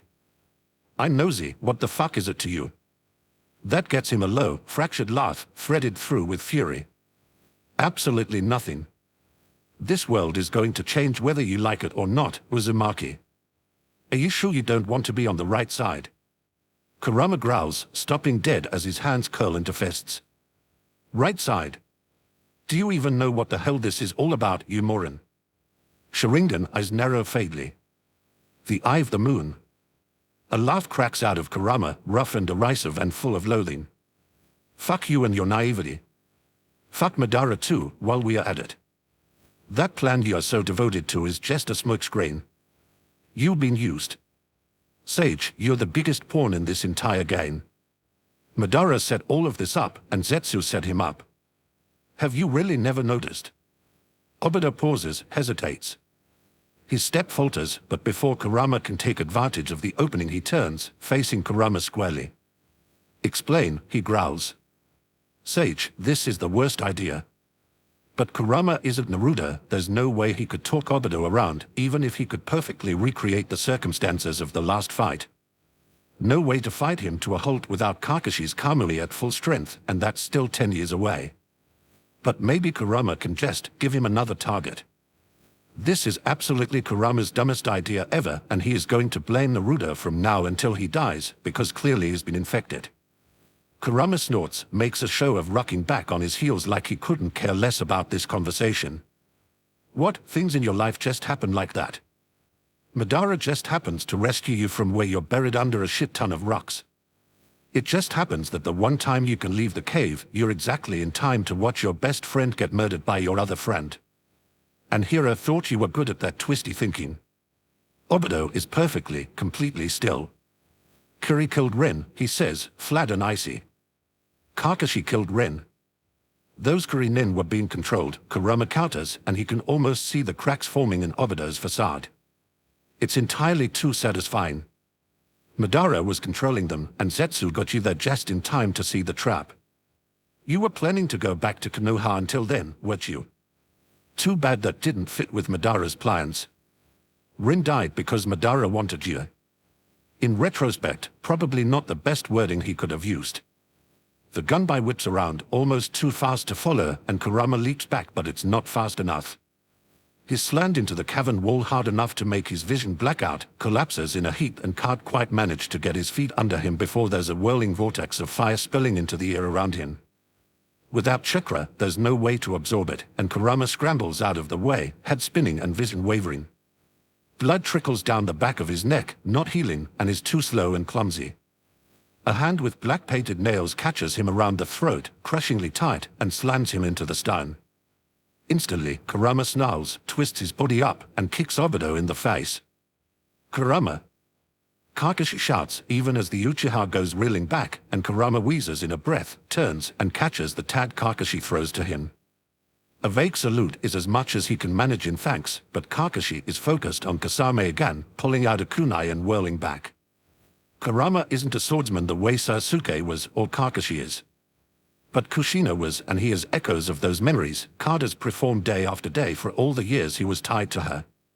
He sets his feet, brings the blade up, and lunges under a flight of kunai, aiming for Obito's throat. The bastard turns intangible, and Kurama stumbles as he passes through his form, almost falling. Sage, he fucking hates Kamui. A duck and roll lets the gunbai's next pass whistle over his head, and Kurama twists, rolls, and brings the sword up as the fan comes down, the full force of Obito's weight behind it. The impact makes Kurama grunt, muscles straining as he tries to force it away, but is at a disadvantage with angle and strength. Above him, crimson and black eyes are spinning, and Kurama wrenches his gaze away, closing his eyes. How long do you think he can hold out? Obito growls, and there's a note of savage satisfaction in it that makes it a taunt. Until Kasame kills Kakashi. Until Sasori slips into the academy and takes those children you've been protecting so carefully. Until Konan frees Nagato and they level Konoha between them. For one breathless, aching moment, Kurama's heart entirely ceases to beat. No. He snarls, but it's desperate and he knows it. Leave them the fuck alone. Whatever pathetic plan you think you have. Zetsu, Obito continues like he isn't even listening, and it sounds hateful in a way Kurama hasn't heard from him since he and Kakashi fought each other in the obsolete timeline. He'll be watching, he's always watching. If anything that you're saying is true. He doesn't finish the thought, but it's still enough to spark a flash of anger in Kurama's chest. And you really think I'm going to let you kidnap those kids, he growls. Fuck you, I'm going to tear your damned throat out. No, Obito says. You won't. In an instant, the gunbai is gone. Strong hands grab Kurama's wrists even as he comes up ready to rip through flesh, jerk him sideways and slam him bodily into the wall again, and Kurama grunts as all the air is forced from his lungs. He can feel something creeping over his legs, his arms, vines as thick around as his bicep curling over him to hold him in place, and it gives him a flash of the freak squad facing him in the forest. Gives him a flash of Tan's and Shisui's eyes turning crimson, and Kurama's blood goes cold as he realizes what's about to happen. No, he snarls, trying to thrash away, but the Mokuden is too tight, unyielding. Kurama feels hands on his face, framing his eyes, and Obito's voice full of low, rough menace as he growls, "Open your eyes." The terror is a mad thing, wild and desperate and strong enough to completely block out all sense. Kurama lunges forward, ready to bite Obito's throat out if he has no other options, but a hand fists in his hair and slams his head back against the stone with a harsh crack. The cry is torn from Kurama's throat, stars bursting into blinding brilliance against the darkness as pain explodes, and his eyes fly open of their own volition. Red and black catches his gaze, spinning lazily, and the light in them is too bitter for triumph. I'm going to save this world, Obito says, quiet and full of aching, blistering fury. And you going to help me? The world blurs, and the last thing Kurama hears before everything fades is Kakashi's desperate cry. Sage is his last thought. Please. Not again. Chapter 70, Lefiferous. Lefiferous vel thif, ias, deadly, bringing death or destruction, bearing death. From Latin lefifer, ledifer from ledum, death, plus, firus, plus English, ous. It's been a very, very long time since the force of chakra alone knocked Shikaku off his feet. The last time, he thinks, was in the Third War, when his battalion was caught in an ambush and Monado saved them. He'd been tired and on the edge of chakra exhaustion, and the sudden appearance of the Ondane had made him stagger and trip and fall to his knees. This is absolutely nothing like that. Instead of a sudden starburst of impact that vanishes quickly, this is the weight of gravity reasserting itself, collapsing down on top of him and making his knees buckle with the force of it. There's an edge of corrosion to it, a stinging bite like acid against his skin that's half buried under a wash of cool, clear chakra, like high upwinds or deep water. Pale blue light flickers across the Hokage's office, casting dancing shadows even in the brightness of morning, and then steadies. From somewhere close, practically right below them, there's a startled cry, and the chakra blazes again, more controlled and even stronger. Shikaku takes half a second to assess his immediate surroundings. Tsurutobi is behind the desk, soon caught between Shidi and Hayashi as they hold her up, Fugaku on Hayashi's other side keeping the Haida clan head on his feet. Choza has a Noicha, the Yamanaka pale like he's about to fade again, but everyone's still conscious, so Shikaku gets his feet under him and pushes up, staggers a step, and practically throws himself at the window to see what's happening below. There's a bijou in the street. There's a bijou in the street, facing off against a redhead in an Akatsuki cloak, one of the academy teachers scrambling out of the way as a sealed barrier goes dark.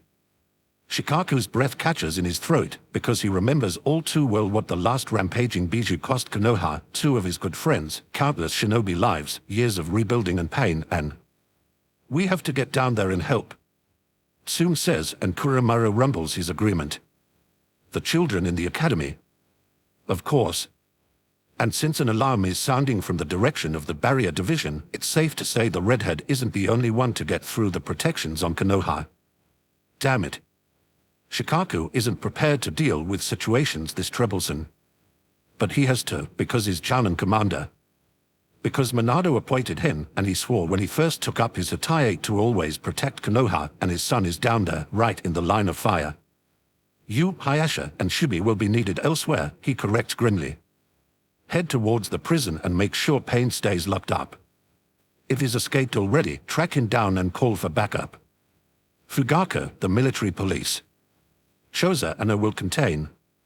All three of us will contain that fight, and Noicha puts in, flatly, and before Shikaku can even open his mouth to argue, he's pushing out of Choza's hold and heading for the door at a loping run. Shikaku curses, turning to head after him, and then pulls up short and looks at the Hokage. Tsurutobi's expression was grin before, when Shikaku brought up root, though they hadn't managed to advance the conversation much further than the opening. Now it's dark and weary in equal measure, and when he feels Shikaku's eyes on him, Tsurutobi looks up with a faint smile that has nothing left in it of humor. "Go," the Sandame says quietly. "I believe you are needed. As am I." A part of Shikaku wants to hesitate, to doubt. He remembers the desperate way Shibi gripped Turin, the grief and joy in Anoicha's eyes when Fu woke up. Thinks of Tsurutobi knowing, and Dan's having permission to take their children, but for all his faults, maybe because of them, Tsurutobi is the Sandane, the god of shinobi, and still their Hokage. Shikaku nods once, short and sharp, and gets a hand on the windowsill. He vaults out, a touch of chakra cushioning his landing, and straightens up as his teammates burst out of the building. In the same moment, there's a scream, high and shrill, from within the academy. A glance at Shikaku is all Choza needs to know the path of his thoughts, and the man mounts. "Inoicha," he says, and for once in his life Inoicha doesn't argue, just shoots Shikaku a look that warns him to stay safe and follows Choza at a run. Which leaves Shikaku with the bijou and the missing nen. Fabulous. Troublesome, Shikaku mutters and takes a long, swift leap to snatch the academy teacher, Iruka, sometimes the Hokage's assistant and one of Kakashi's friends. Of course he doesn't have the sense to retreat, out of the way of a spray of black sand. A bubble instantly snaps into place around it, then rockets skyward to join the mass high above them, and the Rokubi makes an angry sound and opens its mouth. A cloud of bubbling ooze surges across the earth, and the redhead darts back, that same black sand snapping up in a wall as another man drops down between them. Shikaku takes one look at him and curses, dragging Iruka back another 3 steps. "Want to tell me what the hell the Sandane Keisuke is doing here?" he demands. "He was supposed to have died 10 years ago. Now that he has a moment, though, it's easy enough to pick out the slashed Suna Hataye the red-headed boy is wearing, the careful movements of his fingers even though what have to be chakra strings are entirely invisible. A puppeteer, clearly, and one with a penchant for controlling human, and probably dead, bodies. It's enough to spark recognition, would be even if Shikaku hadn't heard the name from Kurama already. Sazori of the Red Sand. Because this day didn't have enough excitement already. Its poison is all Iruka manages to get out as he finds his feet, scrambling back upright. He's pale and shaking with more than just adrenaline, but his eyes flicker between the bijou and the missing nin with a care that says is looking for an opening, not a way to escape. The sand is poison, and so is the gas. Yudakata was trapping it, but Yudakata clearly isn't here right now, Shikaku thinks grimly, watching as the Rokubi's acid eats through the case-caged black sand. He casts a wary glance up at the bubbles above them. The Rokubi took him over. He was hurt, Iruka says, partway between defensive and worried. Sazori got him, and he was coughing up blood. I think. He doesn't finish, but he doesn't have to. Shikaku knows the many ways a Jinchuriki's seal can break, and if the Rokubi took advantage while Yudakata was in pain, he could have easily overwhelmed the boy. Shikaku takes a breath. We need to contain them both, he says, opens his mouth to ask Iruka to find the other cage as backup, loses the thought on a desperate shout. Black sand stabs at them like lances, sharp and too swift to stop, and Shikaku jerks back, already knowing he's going to be too slow, too late.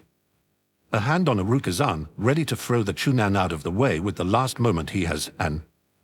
No, the bijou cries, high and something close to desperate as it moves far faster than a creature of its bulk should be able to. Three tails curl around Iruka and Shikaku, shielding them, and as he ducks, Shikaku can see the spray of iron sand shatter against the Rokubi's slimy skin. There's another loud hiss of acid and a gout of smoke, and the Rokubi makes a sound that's almost mournful. You making me kill the trees, it berates Sazori. Yudakata didn't want to break things, he likes it here. You being careless. Shikaku blinks, absolutely certain he heard that wrong. He casts an assessing glance at Iruka to see if his auditory hallucination has carried over, and apparently it has, because Iruka looks wide-eyed and equally disbelieving. What? Shikaku asks, entirely at a loss. The rampaging monster he'd been absolutely certain was going to wreck Konoha withdraws its tails, sliding forward to loom over the puppeteer. We are going to stop you, it says, and that voice is still incongruously light and almost bubbly, but there's an edge to it that feels like deep, vast anger and a fractured glimpse of the drowning darkness in the deepest parts of the ocean. Kurama told us what you want, and the sage mother can't come back. We won't let her. This is our world now, not hers. It's little comfort that for a brief moment Sazori looks just as baffled as Shikaku feels. We are Akatsuki, he says, eyes narrowing slightly, as if he thinks the Rokubi has mistaken him for someone else.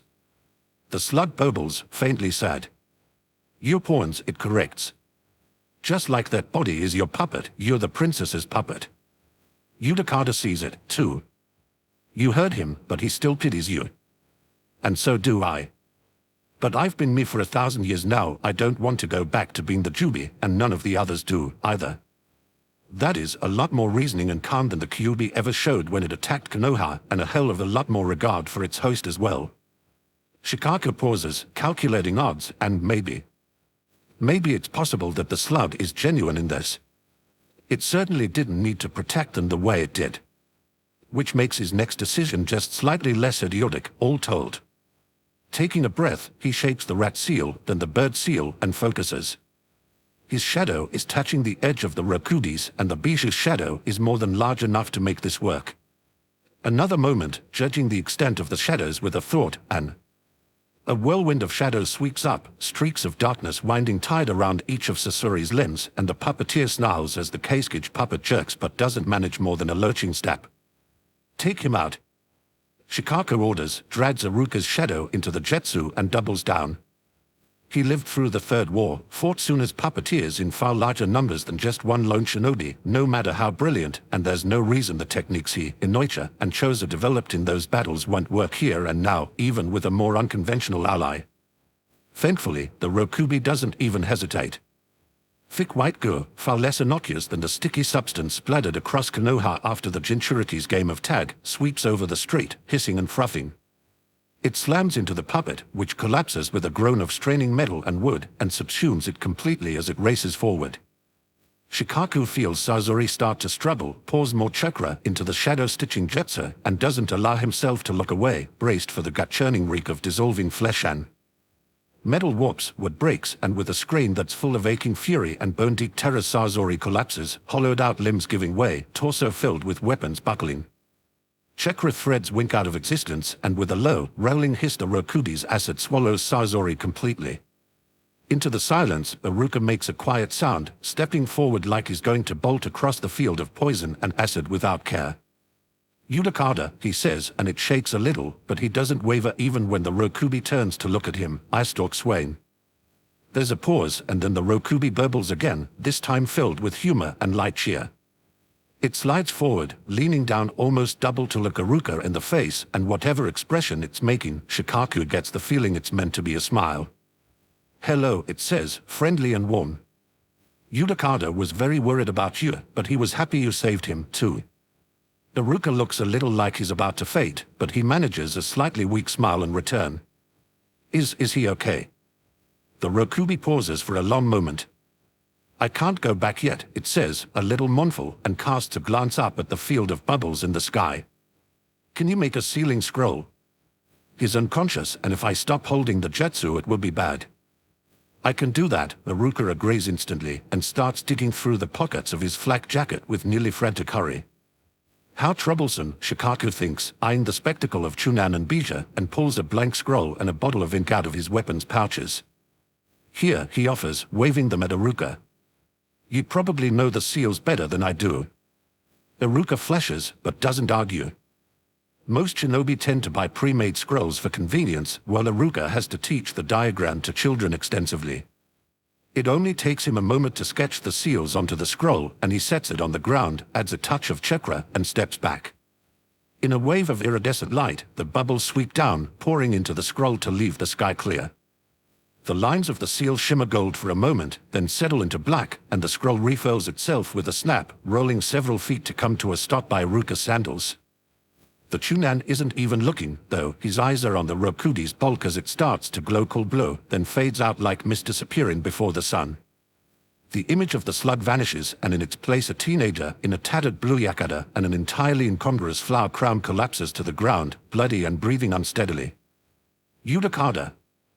Iruka cries, and before Shikaku can catch a hold of him he's scrambling around the dispersing pools of acid to drop to his knees beside the Jinchuriki. His hands hover for a moment, as if he's not sure where he can touch, but a faint sound of pain and a flicker of amber eyes between dark lashes has him moving again, pulling the Jinchuriki's arm over his shoulder and wrapping his own arm around Yudakada's waist. He eases them both mostly upright, Yudakada limp against his side, and winces when the motion drags another whimper from the Jinchuriki. Even so, before his eyes are even fully open, Yudakada rasps, "You're okay." "I'm fine," Iruka tells him. "We have to get you to the hospital, Tsunade-sama will." Yudakada shakes his head. "The others, the children." "More puppets." Shikaku takes one look back at the academy and is not a censor the way Inoichi is, but even he can tell there's no fighting going on. "Sasori is dead," he says, which is probably one of the larger understatements of his life. "The academy is safe." But Iruka is right. If your Bishu hasn't managed to heal you yet, I think you need a medic's help. The stubbornness that slides over Yudakada's expression is something Shikaku has seen on every young shinobi still unaware or uncaring of their limits in the face of teammates still in danger. "No, I can't. Kurama needs help. I can't feel him anymore, and he was fighting, but..." He tries to take a step away from Iruka, but his knees buckle instantly, and he collapses back against the Chunen's side with a sound that's equal parts frustration and grief. "Take him to the hospital," Shikaku orders Iruka, rolling his eyes. "I'll find the older Jinchuriki and send them after Uzumaki." "Yes, sir." Iruka gives him a grateful nod, takes a staggering step, and then finds his balance with another shinobi almost his size dragging like dead weight. Yudakada doesn't manage much as he coughs hard enough to shake his whole frame, still clearly suffering from Sasori's poison, but they round the corner without falling and disappear from sight. Shikaku watches them go, then takes a breath and scoops up the scroll, tucking it away gingerly. There are footsteps behind him, and without turning to look he asks, "Everyone all right?" "We stopped the puppets in the hallway," Choza answers as his shadow falls over Shikaku and his voice is steady. "You took out the puppeteer before they could make a nuisance of themselves, though." "What a drag. I thought we were done with puppeteers after the war," Inoichi complains, stopping at Shikaku's shoulder. "How troublesome." Shikaku rolls his eyes at his best friends, glancing back. "The kids?" he asks. Inoichi smiles a little. The two Jinchuriki girls barricaded all of the younger classes in the practice hall and armed the upper class and teachers to stand guard. They are fine, but we left them where they are. They'll be safe with that kind of firepower looking out for them, Choza agrees. Where to next? Shikaku frowns, considering. If Inoichi was at full strength, he'd take them after Kurama, because the idea of an Uzumaki, and, apparently, a 10th Jinchuriki, though as far as Shikaku is aware Kurama hasn't confirmed the rumor yet, in severe enough trouble that Yudakata was desperate to get to him isn't overly comforting.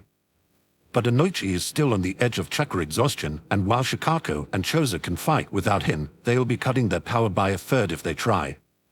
Even low on chakra, Inoichi is a crafty bastard and a sensor to boot. Everyone is going to be fighting blindly, he says grimly, casting a glance over the streets before them. The alarm bellsmen civilians are scattering, headed for the shelters reinforced with the Nadame seals, so that takes care of at least one problem.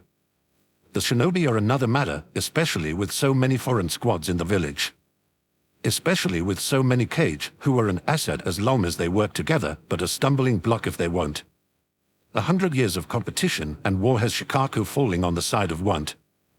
Inoichi starts. No, Shikaku and Choza chorus, already more than able to guess what he's going to suggest. At Inoichi's glare, Shikaku rolls his eyes. The mind-body transmission jutsu only lasts 10 seconds before you start bleeding out of the nose, idiot. I need more time than that. We should get to somewhere central and start organizing squads for defense. The German standby station, Choza suggests. Since the Hokage is here, that's the next most likely place people will gather. It's not perfect, but at least it's something.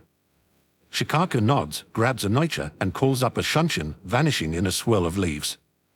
It's possible Conan could have thought this out a little more thoroughly. Conan, Jiraiya says, equal parts grim and tired as he watches her. Come on. Let him go and I'll take you back inside, and we can work all of this out later. Conan glares at him, fury rising as cold as Arctic winds, and doesn't allow her grip on Nagata to waver.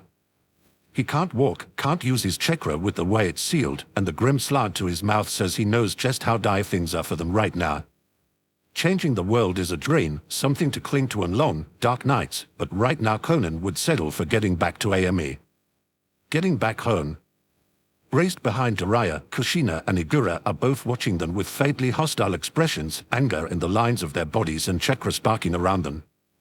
Both of them have their reasons to be angry, to hate Nagado and Madara and all of Akatsuki, but Conan wonders if they've realized how much she loathes them in return. The great nations were responsible for so much of what she and Nagado and Yahiko suffered, and now they are watching their hopes crumble for a third time, lost to the force of a wayward Uzumaki who thinks a handful of children and tailed beasts matter more than an end of wars.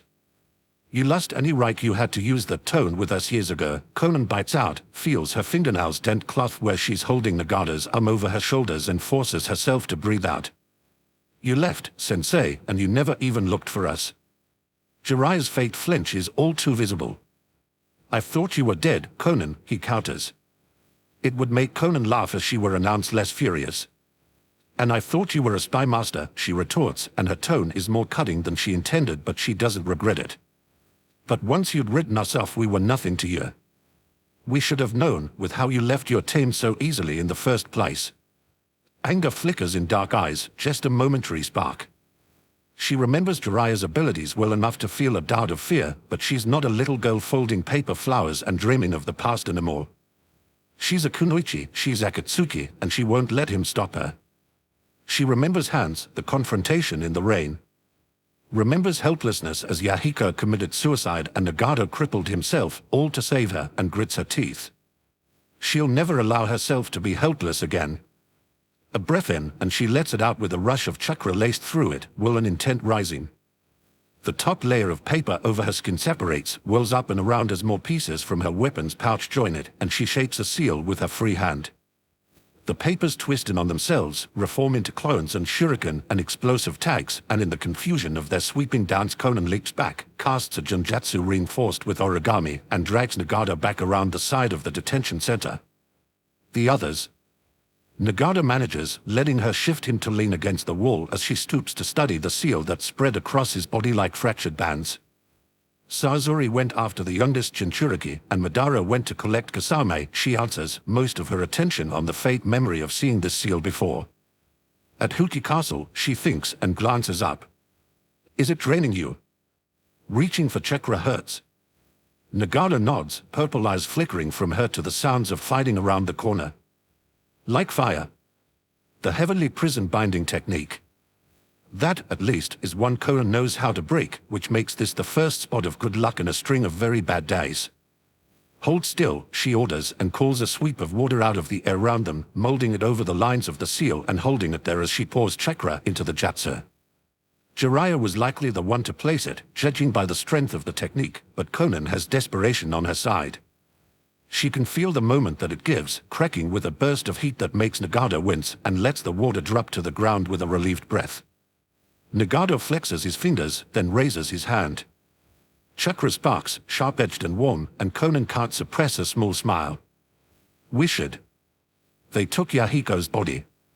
Her breath catches in her throat. Of course they did. What hasn't Konoha taken from them at this point?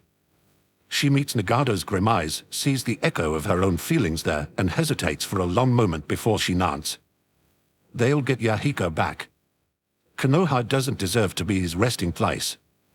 Not after they were the ones who helped kill him. Jirai-sensei will know where he is, she offers, and Nagato makes a sound of quiet agreement. He holds out his hands and Conan takes them in a tight grip, dragging him up to loop his arm over her shoulders again. It's lucky that he's only an inch or so taller than her and weighs even less, or fighting like this would be out of the question.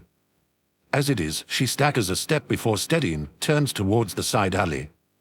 Golden chains burst into the air, thrumming with levels of chakra nearly on par with a Jinchuriki, and Conan leaps back, but not quickly enough. They twist around Nagata, dragging him out of Conan's grasp, and she cries out as is hauled back towards Kushina. You're not going to get away with invading my village, you know. Kushina says fiercely, sliding her katana out of its sheath with her free hand. Her red hair is a cloud of blood around her as she braces herself, one last pull of her chains wrenching Nagato out of reach. Blue chakra sparks, covering Nagato's body with a ripple of power, and like watching time run in reverse his body starts to fill out, wasted muscle rebuilding itself, the holes where the chakra receiving words stabbed through his body filling out again.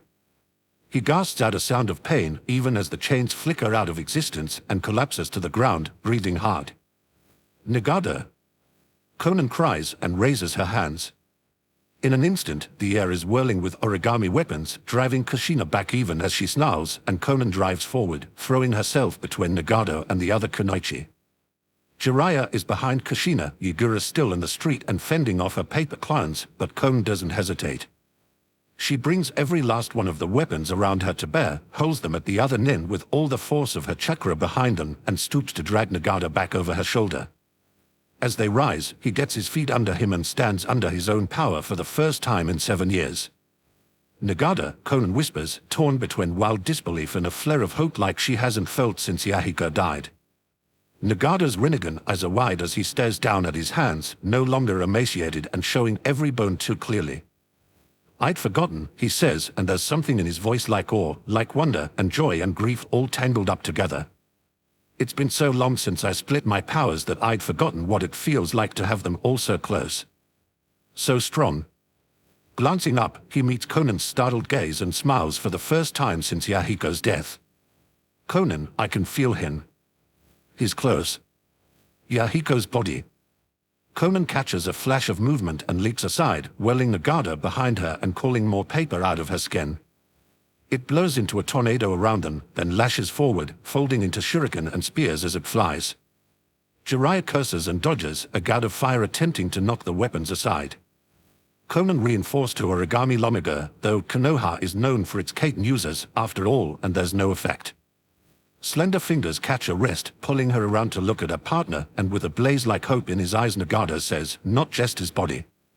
Conan's heart trips over itself, breath tangling up in her throat, and she smiles in return.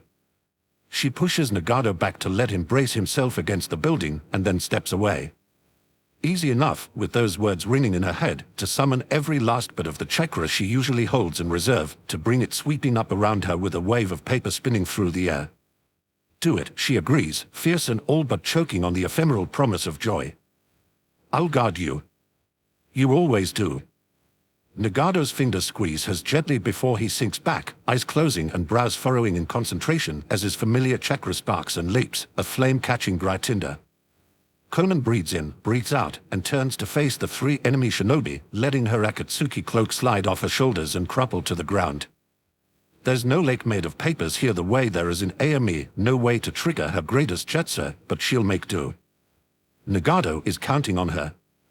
Yahiko is counting on her, and she'll never let herself be used against them ever again. Konoha stands in the way of peace, she says, and her form shatters into sheets of paper that fill the air like snowfall. So I will remove you from our path. Kakashi can remember with painful clarity every time in his life he's felt true fear. His father's death, Obido's, Rin's. When Minato didn't return from facing the Kyuubi. Or Akaimaru in the forest, killing intent brought to bear. And now, watching Obito step back, Makiden sliding away to let Kurama drop to his knees. It's too still, too silent. Even Kasame has paused his relentless advance, watching with something close to glee as Kurama's head bows, red hair tumbling to hide his face. Clawed fingers scrape the stone and is breathing hard, practically gasping for air, but he doesn't move. Kakashi's tent is a handful of steps away, but Kurama doesn't lunge for it, doesn't make any move to attack even when Obito crouches down in front of him. Up, Obito orders, cool and expectant. Kurama should snarl, should slash at him, try to feed him his own heart for that presumption. Instead, a shudder racks Kurama's frame, and then he pushes up, gets his feet under him and rises. His head stays down for one more moment, long enough for Kakashi to hope, desperately, urgently, madly, that it's some kind of ploy to catch Obito unawares, but... He takes a shuddering breath and raises his head, and pinwheel eyes stare back into Obito's face. Without a word, Obito reaches out and passes a hand across Kurama's chest, making the seal there shatter and fade. He steps back, turning away, and says, "I'll return for you later."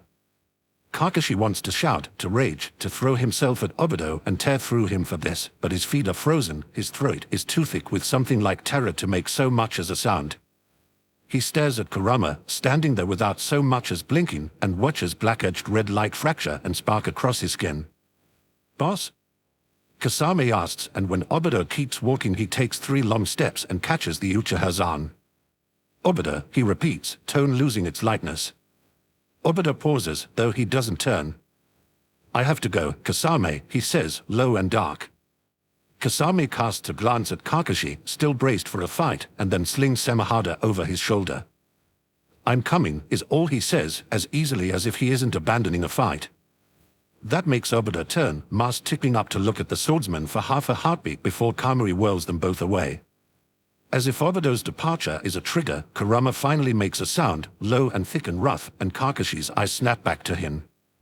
Kurama staggers a step, shoulders hunching, and he lets out a snarl that vibrates through Kakashi's bones, through all the portions of his brain that still know how to look at something and mark predator in a single glance.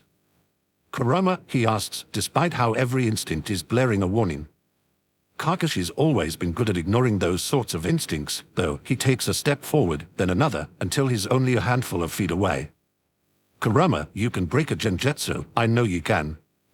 Kurama screams. He hunches forward, curling in on himself, and human skin tears. His entire form convulses, shifting like something is moving inside of him, and Kakashi's blood crystallizes to ice within his veins. Oh no.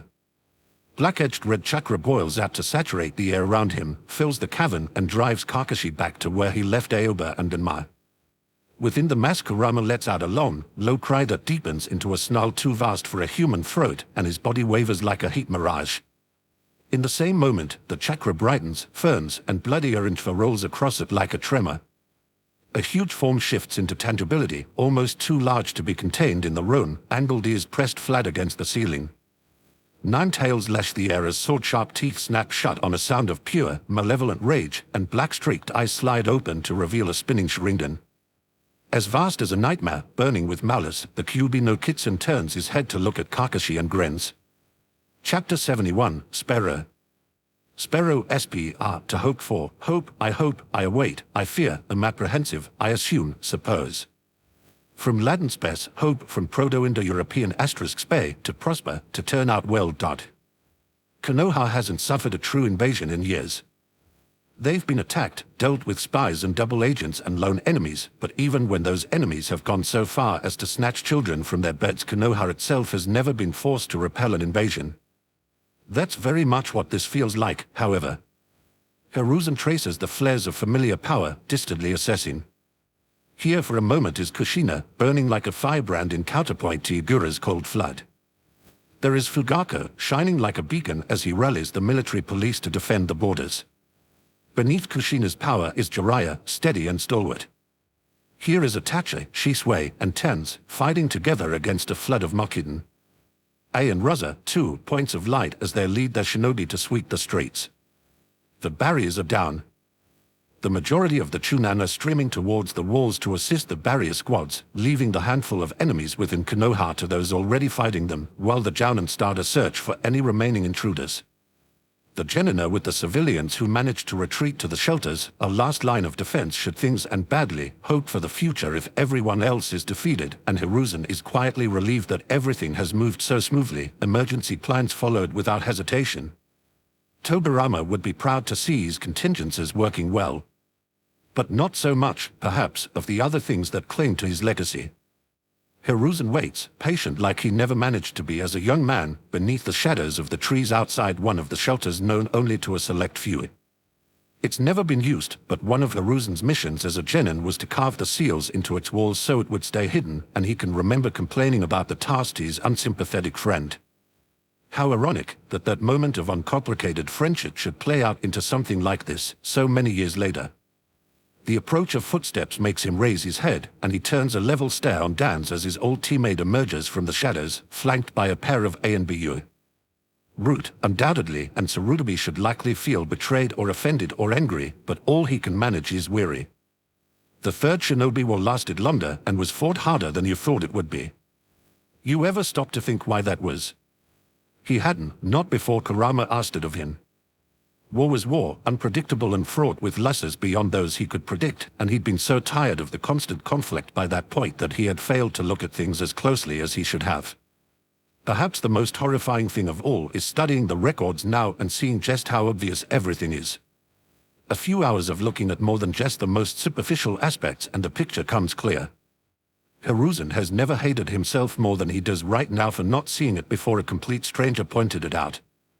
Dan's, he says mildly. What a surprise to find you all the way out here. Dan's pauses, studying him carefully, and flicks a hand. His escort fades back into the trees, too late to avoid being seen but out of immediate sight, and with a flicker of resignation Hiruzen recognizes that Dan's probably assumes it will be enough to make him drop the matter. It always has been before, after all. Hiruzen, my old friend, he returns, though there's nothing friendly in his expression. Does that armor still fit after all this time? Hiruzen doesn't allow himself to respond to the taunt, hardly even wants to. He hates to have been pushed to this point, even if it is almost entirely his own fault. For too long now he's turned his face away at every opportunity, let things slip past him for the sake of keeping the peace, and maybe Dan's was right in that much, that Hiruzen clings too hard to a veneer of pace. But is lived the majority of his life at war, is it truly wrong to want to halt it at any cost? Almost any cost. Some things push even Hiruzen past the point of breaking, and what is found of the Third War has done just that. Taking a breath, he sets his staff against the ground and meets Dan's narrowed eye squarely. I found something interesting in the casualty reports, he says quietly. From the Third War. Several dozen root shinobi were reported killed in action on the same mission, but their bodies were never recovered, and the mission has no records attached to it. You signed off on it without alerting me. Dan's face is an immovable mask. It was time-sensitive and very risky. I couldn't afford to wait, and when the mission ended in failure I didn't wish to flout Konoha's loss. It grieved me. Perhaps Hiruzen allows, because he had been distracted then, too busy in 100 different ways to check for emotional reactions in his old teammates. However, the same thing happened again. 3 times. Twice more with missions to the border of IWA, and once on a mission to AME. So many bodies, my friend, and you never recovered a single one of them. And at the same time, we have reports from our spies within IWA. That Tsukikage found the bodies of IWA shinobi in the passes and blamed Konoha, even though no missions had taken place in those areas. Dan's chin lifts, his mouth firming into a hard line, and Hiruzen looks at him and wonders how long he's been missing that cold, derisive light in Dan's gaze. Too long, clearly. I have never asked for an accounting of your actions, Hiruzen says, almost gently. I never truly wished to know, and that's my own mistake. But today my clan heads assembled before me, and they asked me if I had given you authorization to recruit clan children, the clan head's own children, for your division. They wanted to know what else you had been involved in, and why I would allow Root to continue under my nose. And I had no answers for them, Dan's. Something almost like a sneer curls Dan's mouth, twists his face into a mask of cold contempt. A ceasefire would have gutted Konoha's strength. IWA would have taken advantage of your foolishness and crushed us. A few lives sacrificed prevented far greater tragedy and kept Konoha strong. The admission aches. Hiruzen hadn't quite expected it to come so easily or to strike him so hard. He doesn't quite dare close his eyes, but he wants to shut out the lack of remorse carved into every line of Dan's pain. IWA's refusal of the ceasefire kept us at war for another 3 years. Do you know how many Konoha shinobi were killed over that time? Hiruzen does. Hiruzen remembers every name marked down on the memorial during his time as Hokage, every last fallen shinobi. He takes a breath, doesn't press a hand over his face in mourning because he can't risk it, and gods, when did they get to this point, the two of them? Weren't they friends once? They fell in the name of Konoha. No, Hiruzen interrupts, and his gnarled, H1 fingers tighten around the staff. They died for your arrogance and my willful blindness. I should have realized when you were willing to sacrifice all of those children for a chance at one with Mokiden, or when you tried to have Kakashi kill me because you thought me too soft. But that ends now. Dan's makes a sound of cool amusement. And what will you do, old friend? Lock me away for the rest of my days? You have no proof. I am Hokage, Hiruzen retorts. As you so frequently remind me, it's time I acted like it.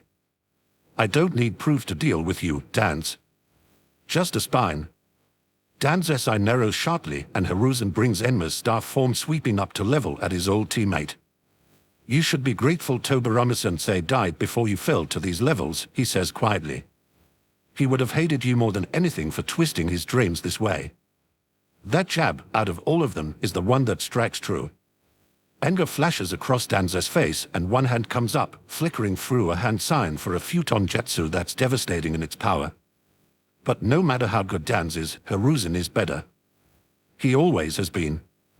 When the first buffeting blast of Black Edge chakra hits them, Son Goku goes grimly silent inside Rishi's head, and is absolutely certain that's a very bad sign. Beside him, braced against the malevolent wave, the Takuja who accompanied them here raises an arm to shield his eyes, scarred face pale. That's the Kyuubi's chakra, he says tightly. It's even stronger than I remember.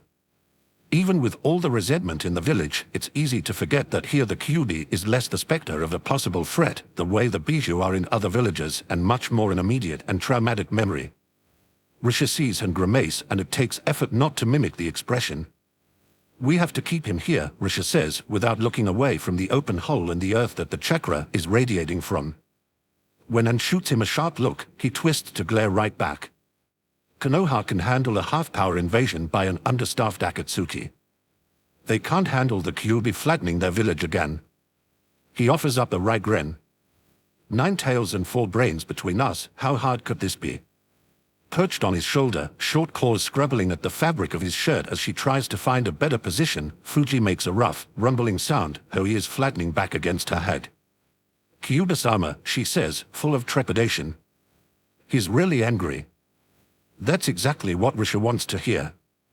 He grimaces, glancing from the vixen to a brother who's wrapped around Han's neck like a very unhappy scarf. Are you two going to be all right? He asks. Momiji's ears are flat against his skull, but he's not moving. We'll help, he says, though he doesn't sound entirely thrilled about it. I don't know how much help we are going to be, though. If Kurama-sama lost control. Yeah. That. Rishi has been trying not to think about what could have made Kurama quite so angry, because none of the answers are good. We should, Han starts. Already knowing precisely what he's going to say, and that they don't have time to indulge in the plans and contingencies and backups that he wants, Rishi snorts, gives Sun a questioning prod, and braces himself as fire-red chakra settles over him like a shroud. Get in there and kick his ass back down to normal. Exactly what I was thinking. Rishi starts, sounding annoyed, but Rishi ignores him pointedly, taking 3 quick steps and diving headfirst through the hole. He flips over in the air, already shoving chakra towards his feet to cushion the blow, and... oh holy fuck. A burst of chakra changes his direction in midair, and he just barely avoids the massive, sword-sharp teeth that attempt to snap him out of the air like a bug, tossing Fuji off his shoulders. Within him, Sun roars in offense, surging to the surface in an overwhelming flood, and for once in his life Rishi doesn't even try to fight it. He takes a mental half-step back, just far enough to cede most of the control to Sun, but he can still feel the impact as the massive gorilla catches the night-tailed fox by the snout. The ape dodges the snap-in teeth, and with a roar he throws all of his strength into a twist and a heave. The huge fox slams into the wall, shaking the cavern hard enough to crack the ceiling, and Sun bellows his victory. That's Kurama. Rishi demands, entirely incredulous. Sun rumbles in affirmative. Someone broke the seals on him, and it dragged him out of his human form to make him as he was. Rishi had known, honestly, that Kurama was somehow the Kyuubi no Kitsune in human form, no details as to how, maybe, but it was hard to miss when he spoke with such familiarity to the Bijou and called them his siblings. Sun had said something about the Kyuubi's chakra being split into its yin and yang halves, and Sir Rishi had assumed that was the cause, but to see it like this. Will we be able to get him back to normal? Despite the handful of weeks since they met in AME, Rishi can't even imagine a world without the other man at this point, and he's sure as hell doesn't want to be the one to break the news to the brats if they can't. Normal? Sun scoffs even as he watches Kurama stagger back to his feet, shaking his head. He braces himself for the next lunge, chakra curling around him in a deep crimson wave. This is normal, fool. Kurama has spent the last 1,000 years like this. That's definitely not the good news Rishi was hoping for. Out of the corner of his eye, he catches sight of hand dropping down, face grim where it's visible between his armor and his hat. Momiji immediately leaps free, landing and growing to the size of a horse, and the Takuja follows. He makes a sound that's equal parts concern and fear, and cries, Gunma. Hey, Rai. The A&B mask is titled up, pushed away from his face, and is pale but standing, halfway hidden behind Kakashi's more readily upright form. The Kopinin has another man braced against him, another Takuja, this one with dark hair and shattered sunglasses dangling from one ear. The man doesn't seem to have noticed, though all his attention is on the barrier he's holding, and though he's pale and the barrier is more fractures than whole, he isn't wavering. This time, it's Sun's turn to give Rishi a mental jab, and he pulls his attention away from the other shinobi to watch Kurama shake himself and turn. His eyes narrow at them, full of an anger that's far more malicious than Rishi has ever seen in Kurama before, and instead of the familiar crimson there's a pinwheel of black and red. Fuck, Rishi repeats, a sinking feeling in his stomach.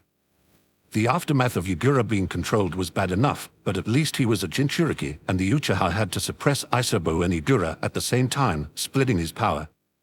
Kurama, with no Jinchuriki and the power of the Kyuubi right beneath his skin. This is bad. Sun growls, low and furious. He plants his fists against the floor, bracing himself in front of Kurama, and tells Rishi, at the very least, we know the Sharingan spell can be broken. Rishi forces himself to take a breath. That's true. It'll be like breaking a genjutsu, only the one under the influence is a 20-story tall chakra construct with a taste for rage and hatred.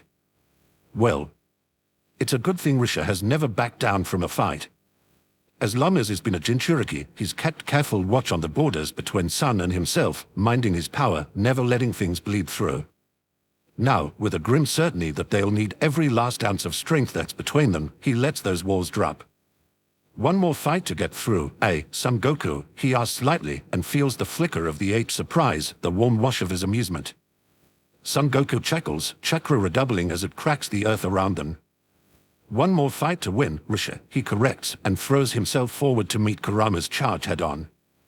That idiot, Han says, weary with familiarity, and glances at the 4 Konoha shinobi behind him. Kakashi meets his eyes, sees the resignation there, and nods. Go, he says. I don't think anyone else will have much luck facing him. Surprise chases across Han's face, quickly followed by quiet thankfulness, and he smiles. Turning to face the fight as the Yonbi body slams Kurama and practically knocks him off his feet, he nods as if to himself and says politely, "Koka, I believe that's our cure." White gold chakra sweeps up around them like a warm wind whipping past from across the water, and it shimmers, condenses. Like with Kurama and Risha, the cloud obscures Han's form, solidifying and growing, and with a low, thrumming croon, the gobi plants four golden hooves on the stone and shakes itself like it's waking from a long sleep. The massive horned head dips, four gold-tipped horns catching the light, and with a burst of speed that even Kakashi's Sharingan can't follow, it leaps forward, slamming into Kurama and knocking him back before he can savage the Yonbi with his teeth. Kakashi tries not to think that it's Kurama they are fighting, tries not to picture the curl of his smile and the warmth of his skin as the night-owled fox snarls and snaps at his new enemy. Before he can manage to catch Koka, though, the Yonbi drags him back, and in the same moment Koku darts in for another ramming blow as they harry him away from the more human targets. Behind Kakashi, braced against the wall, Gunma coughs, makes a face, and says, "Kill the Sharingan user and we break the control, right?" Kakashi doesn't let himself wince, but it's a near thing. Obada, he thinks, and it's not his friend, not anymore, not in any way that counts. But the history is enough to drown in, regardless. He got away, he says, and drags his hatai down over his eye to preserve what chakra he can. His Sharingan isn't going to be much help against a Bija. His eye lets him teleport, so there's no telling where he went.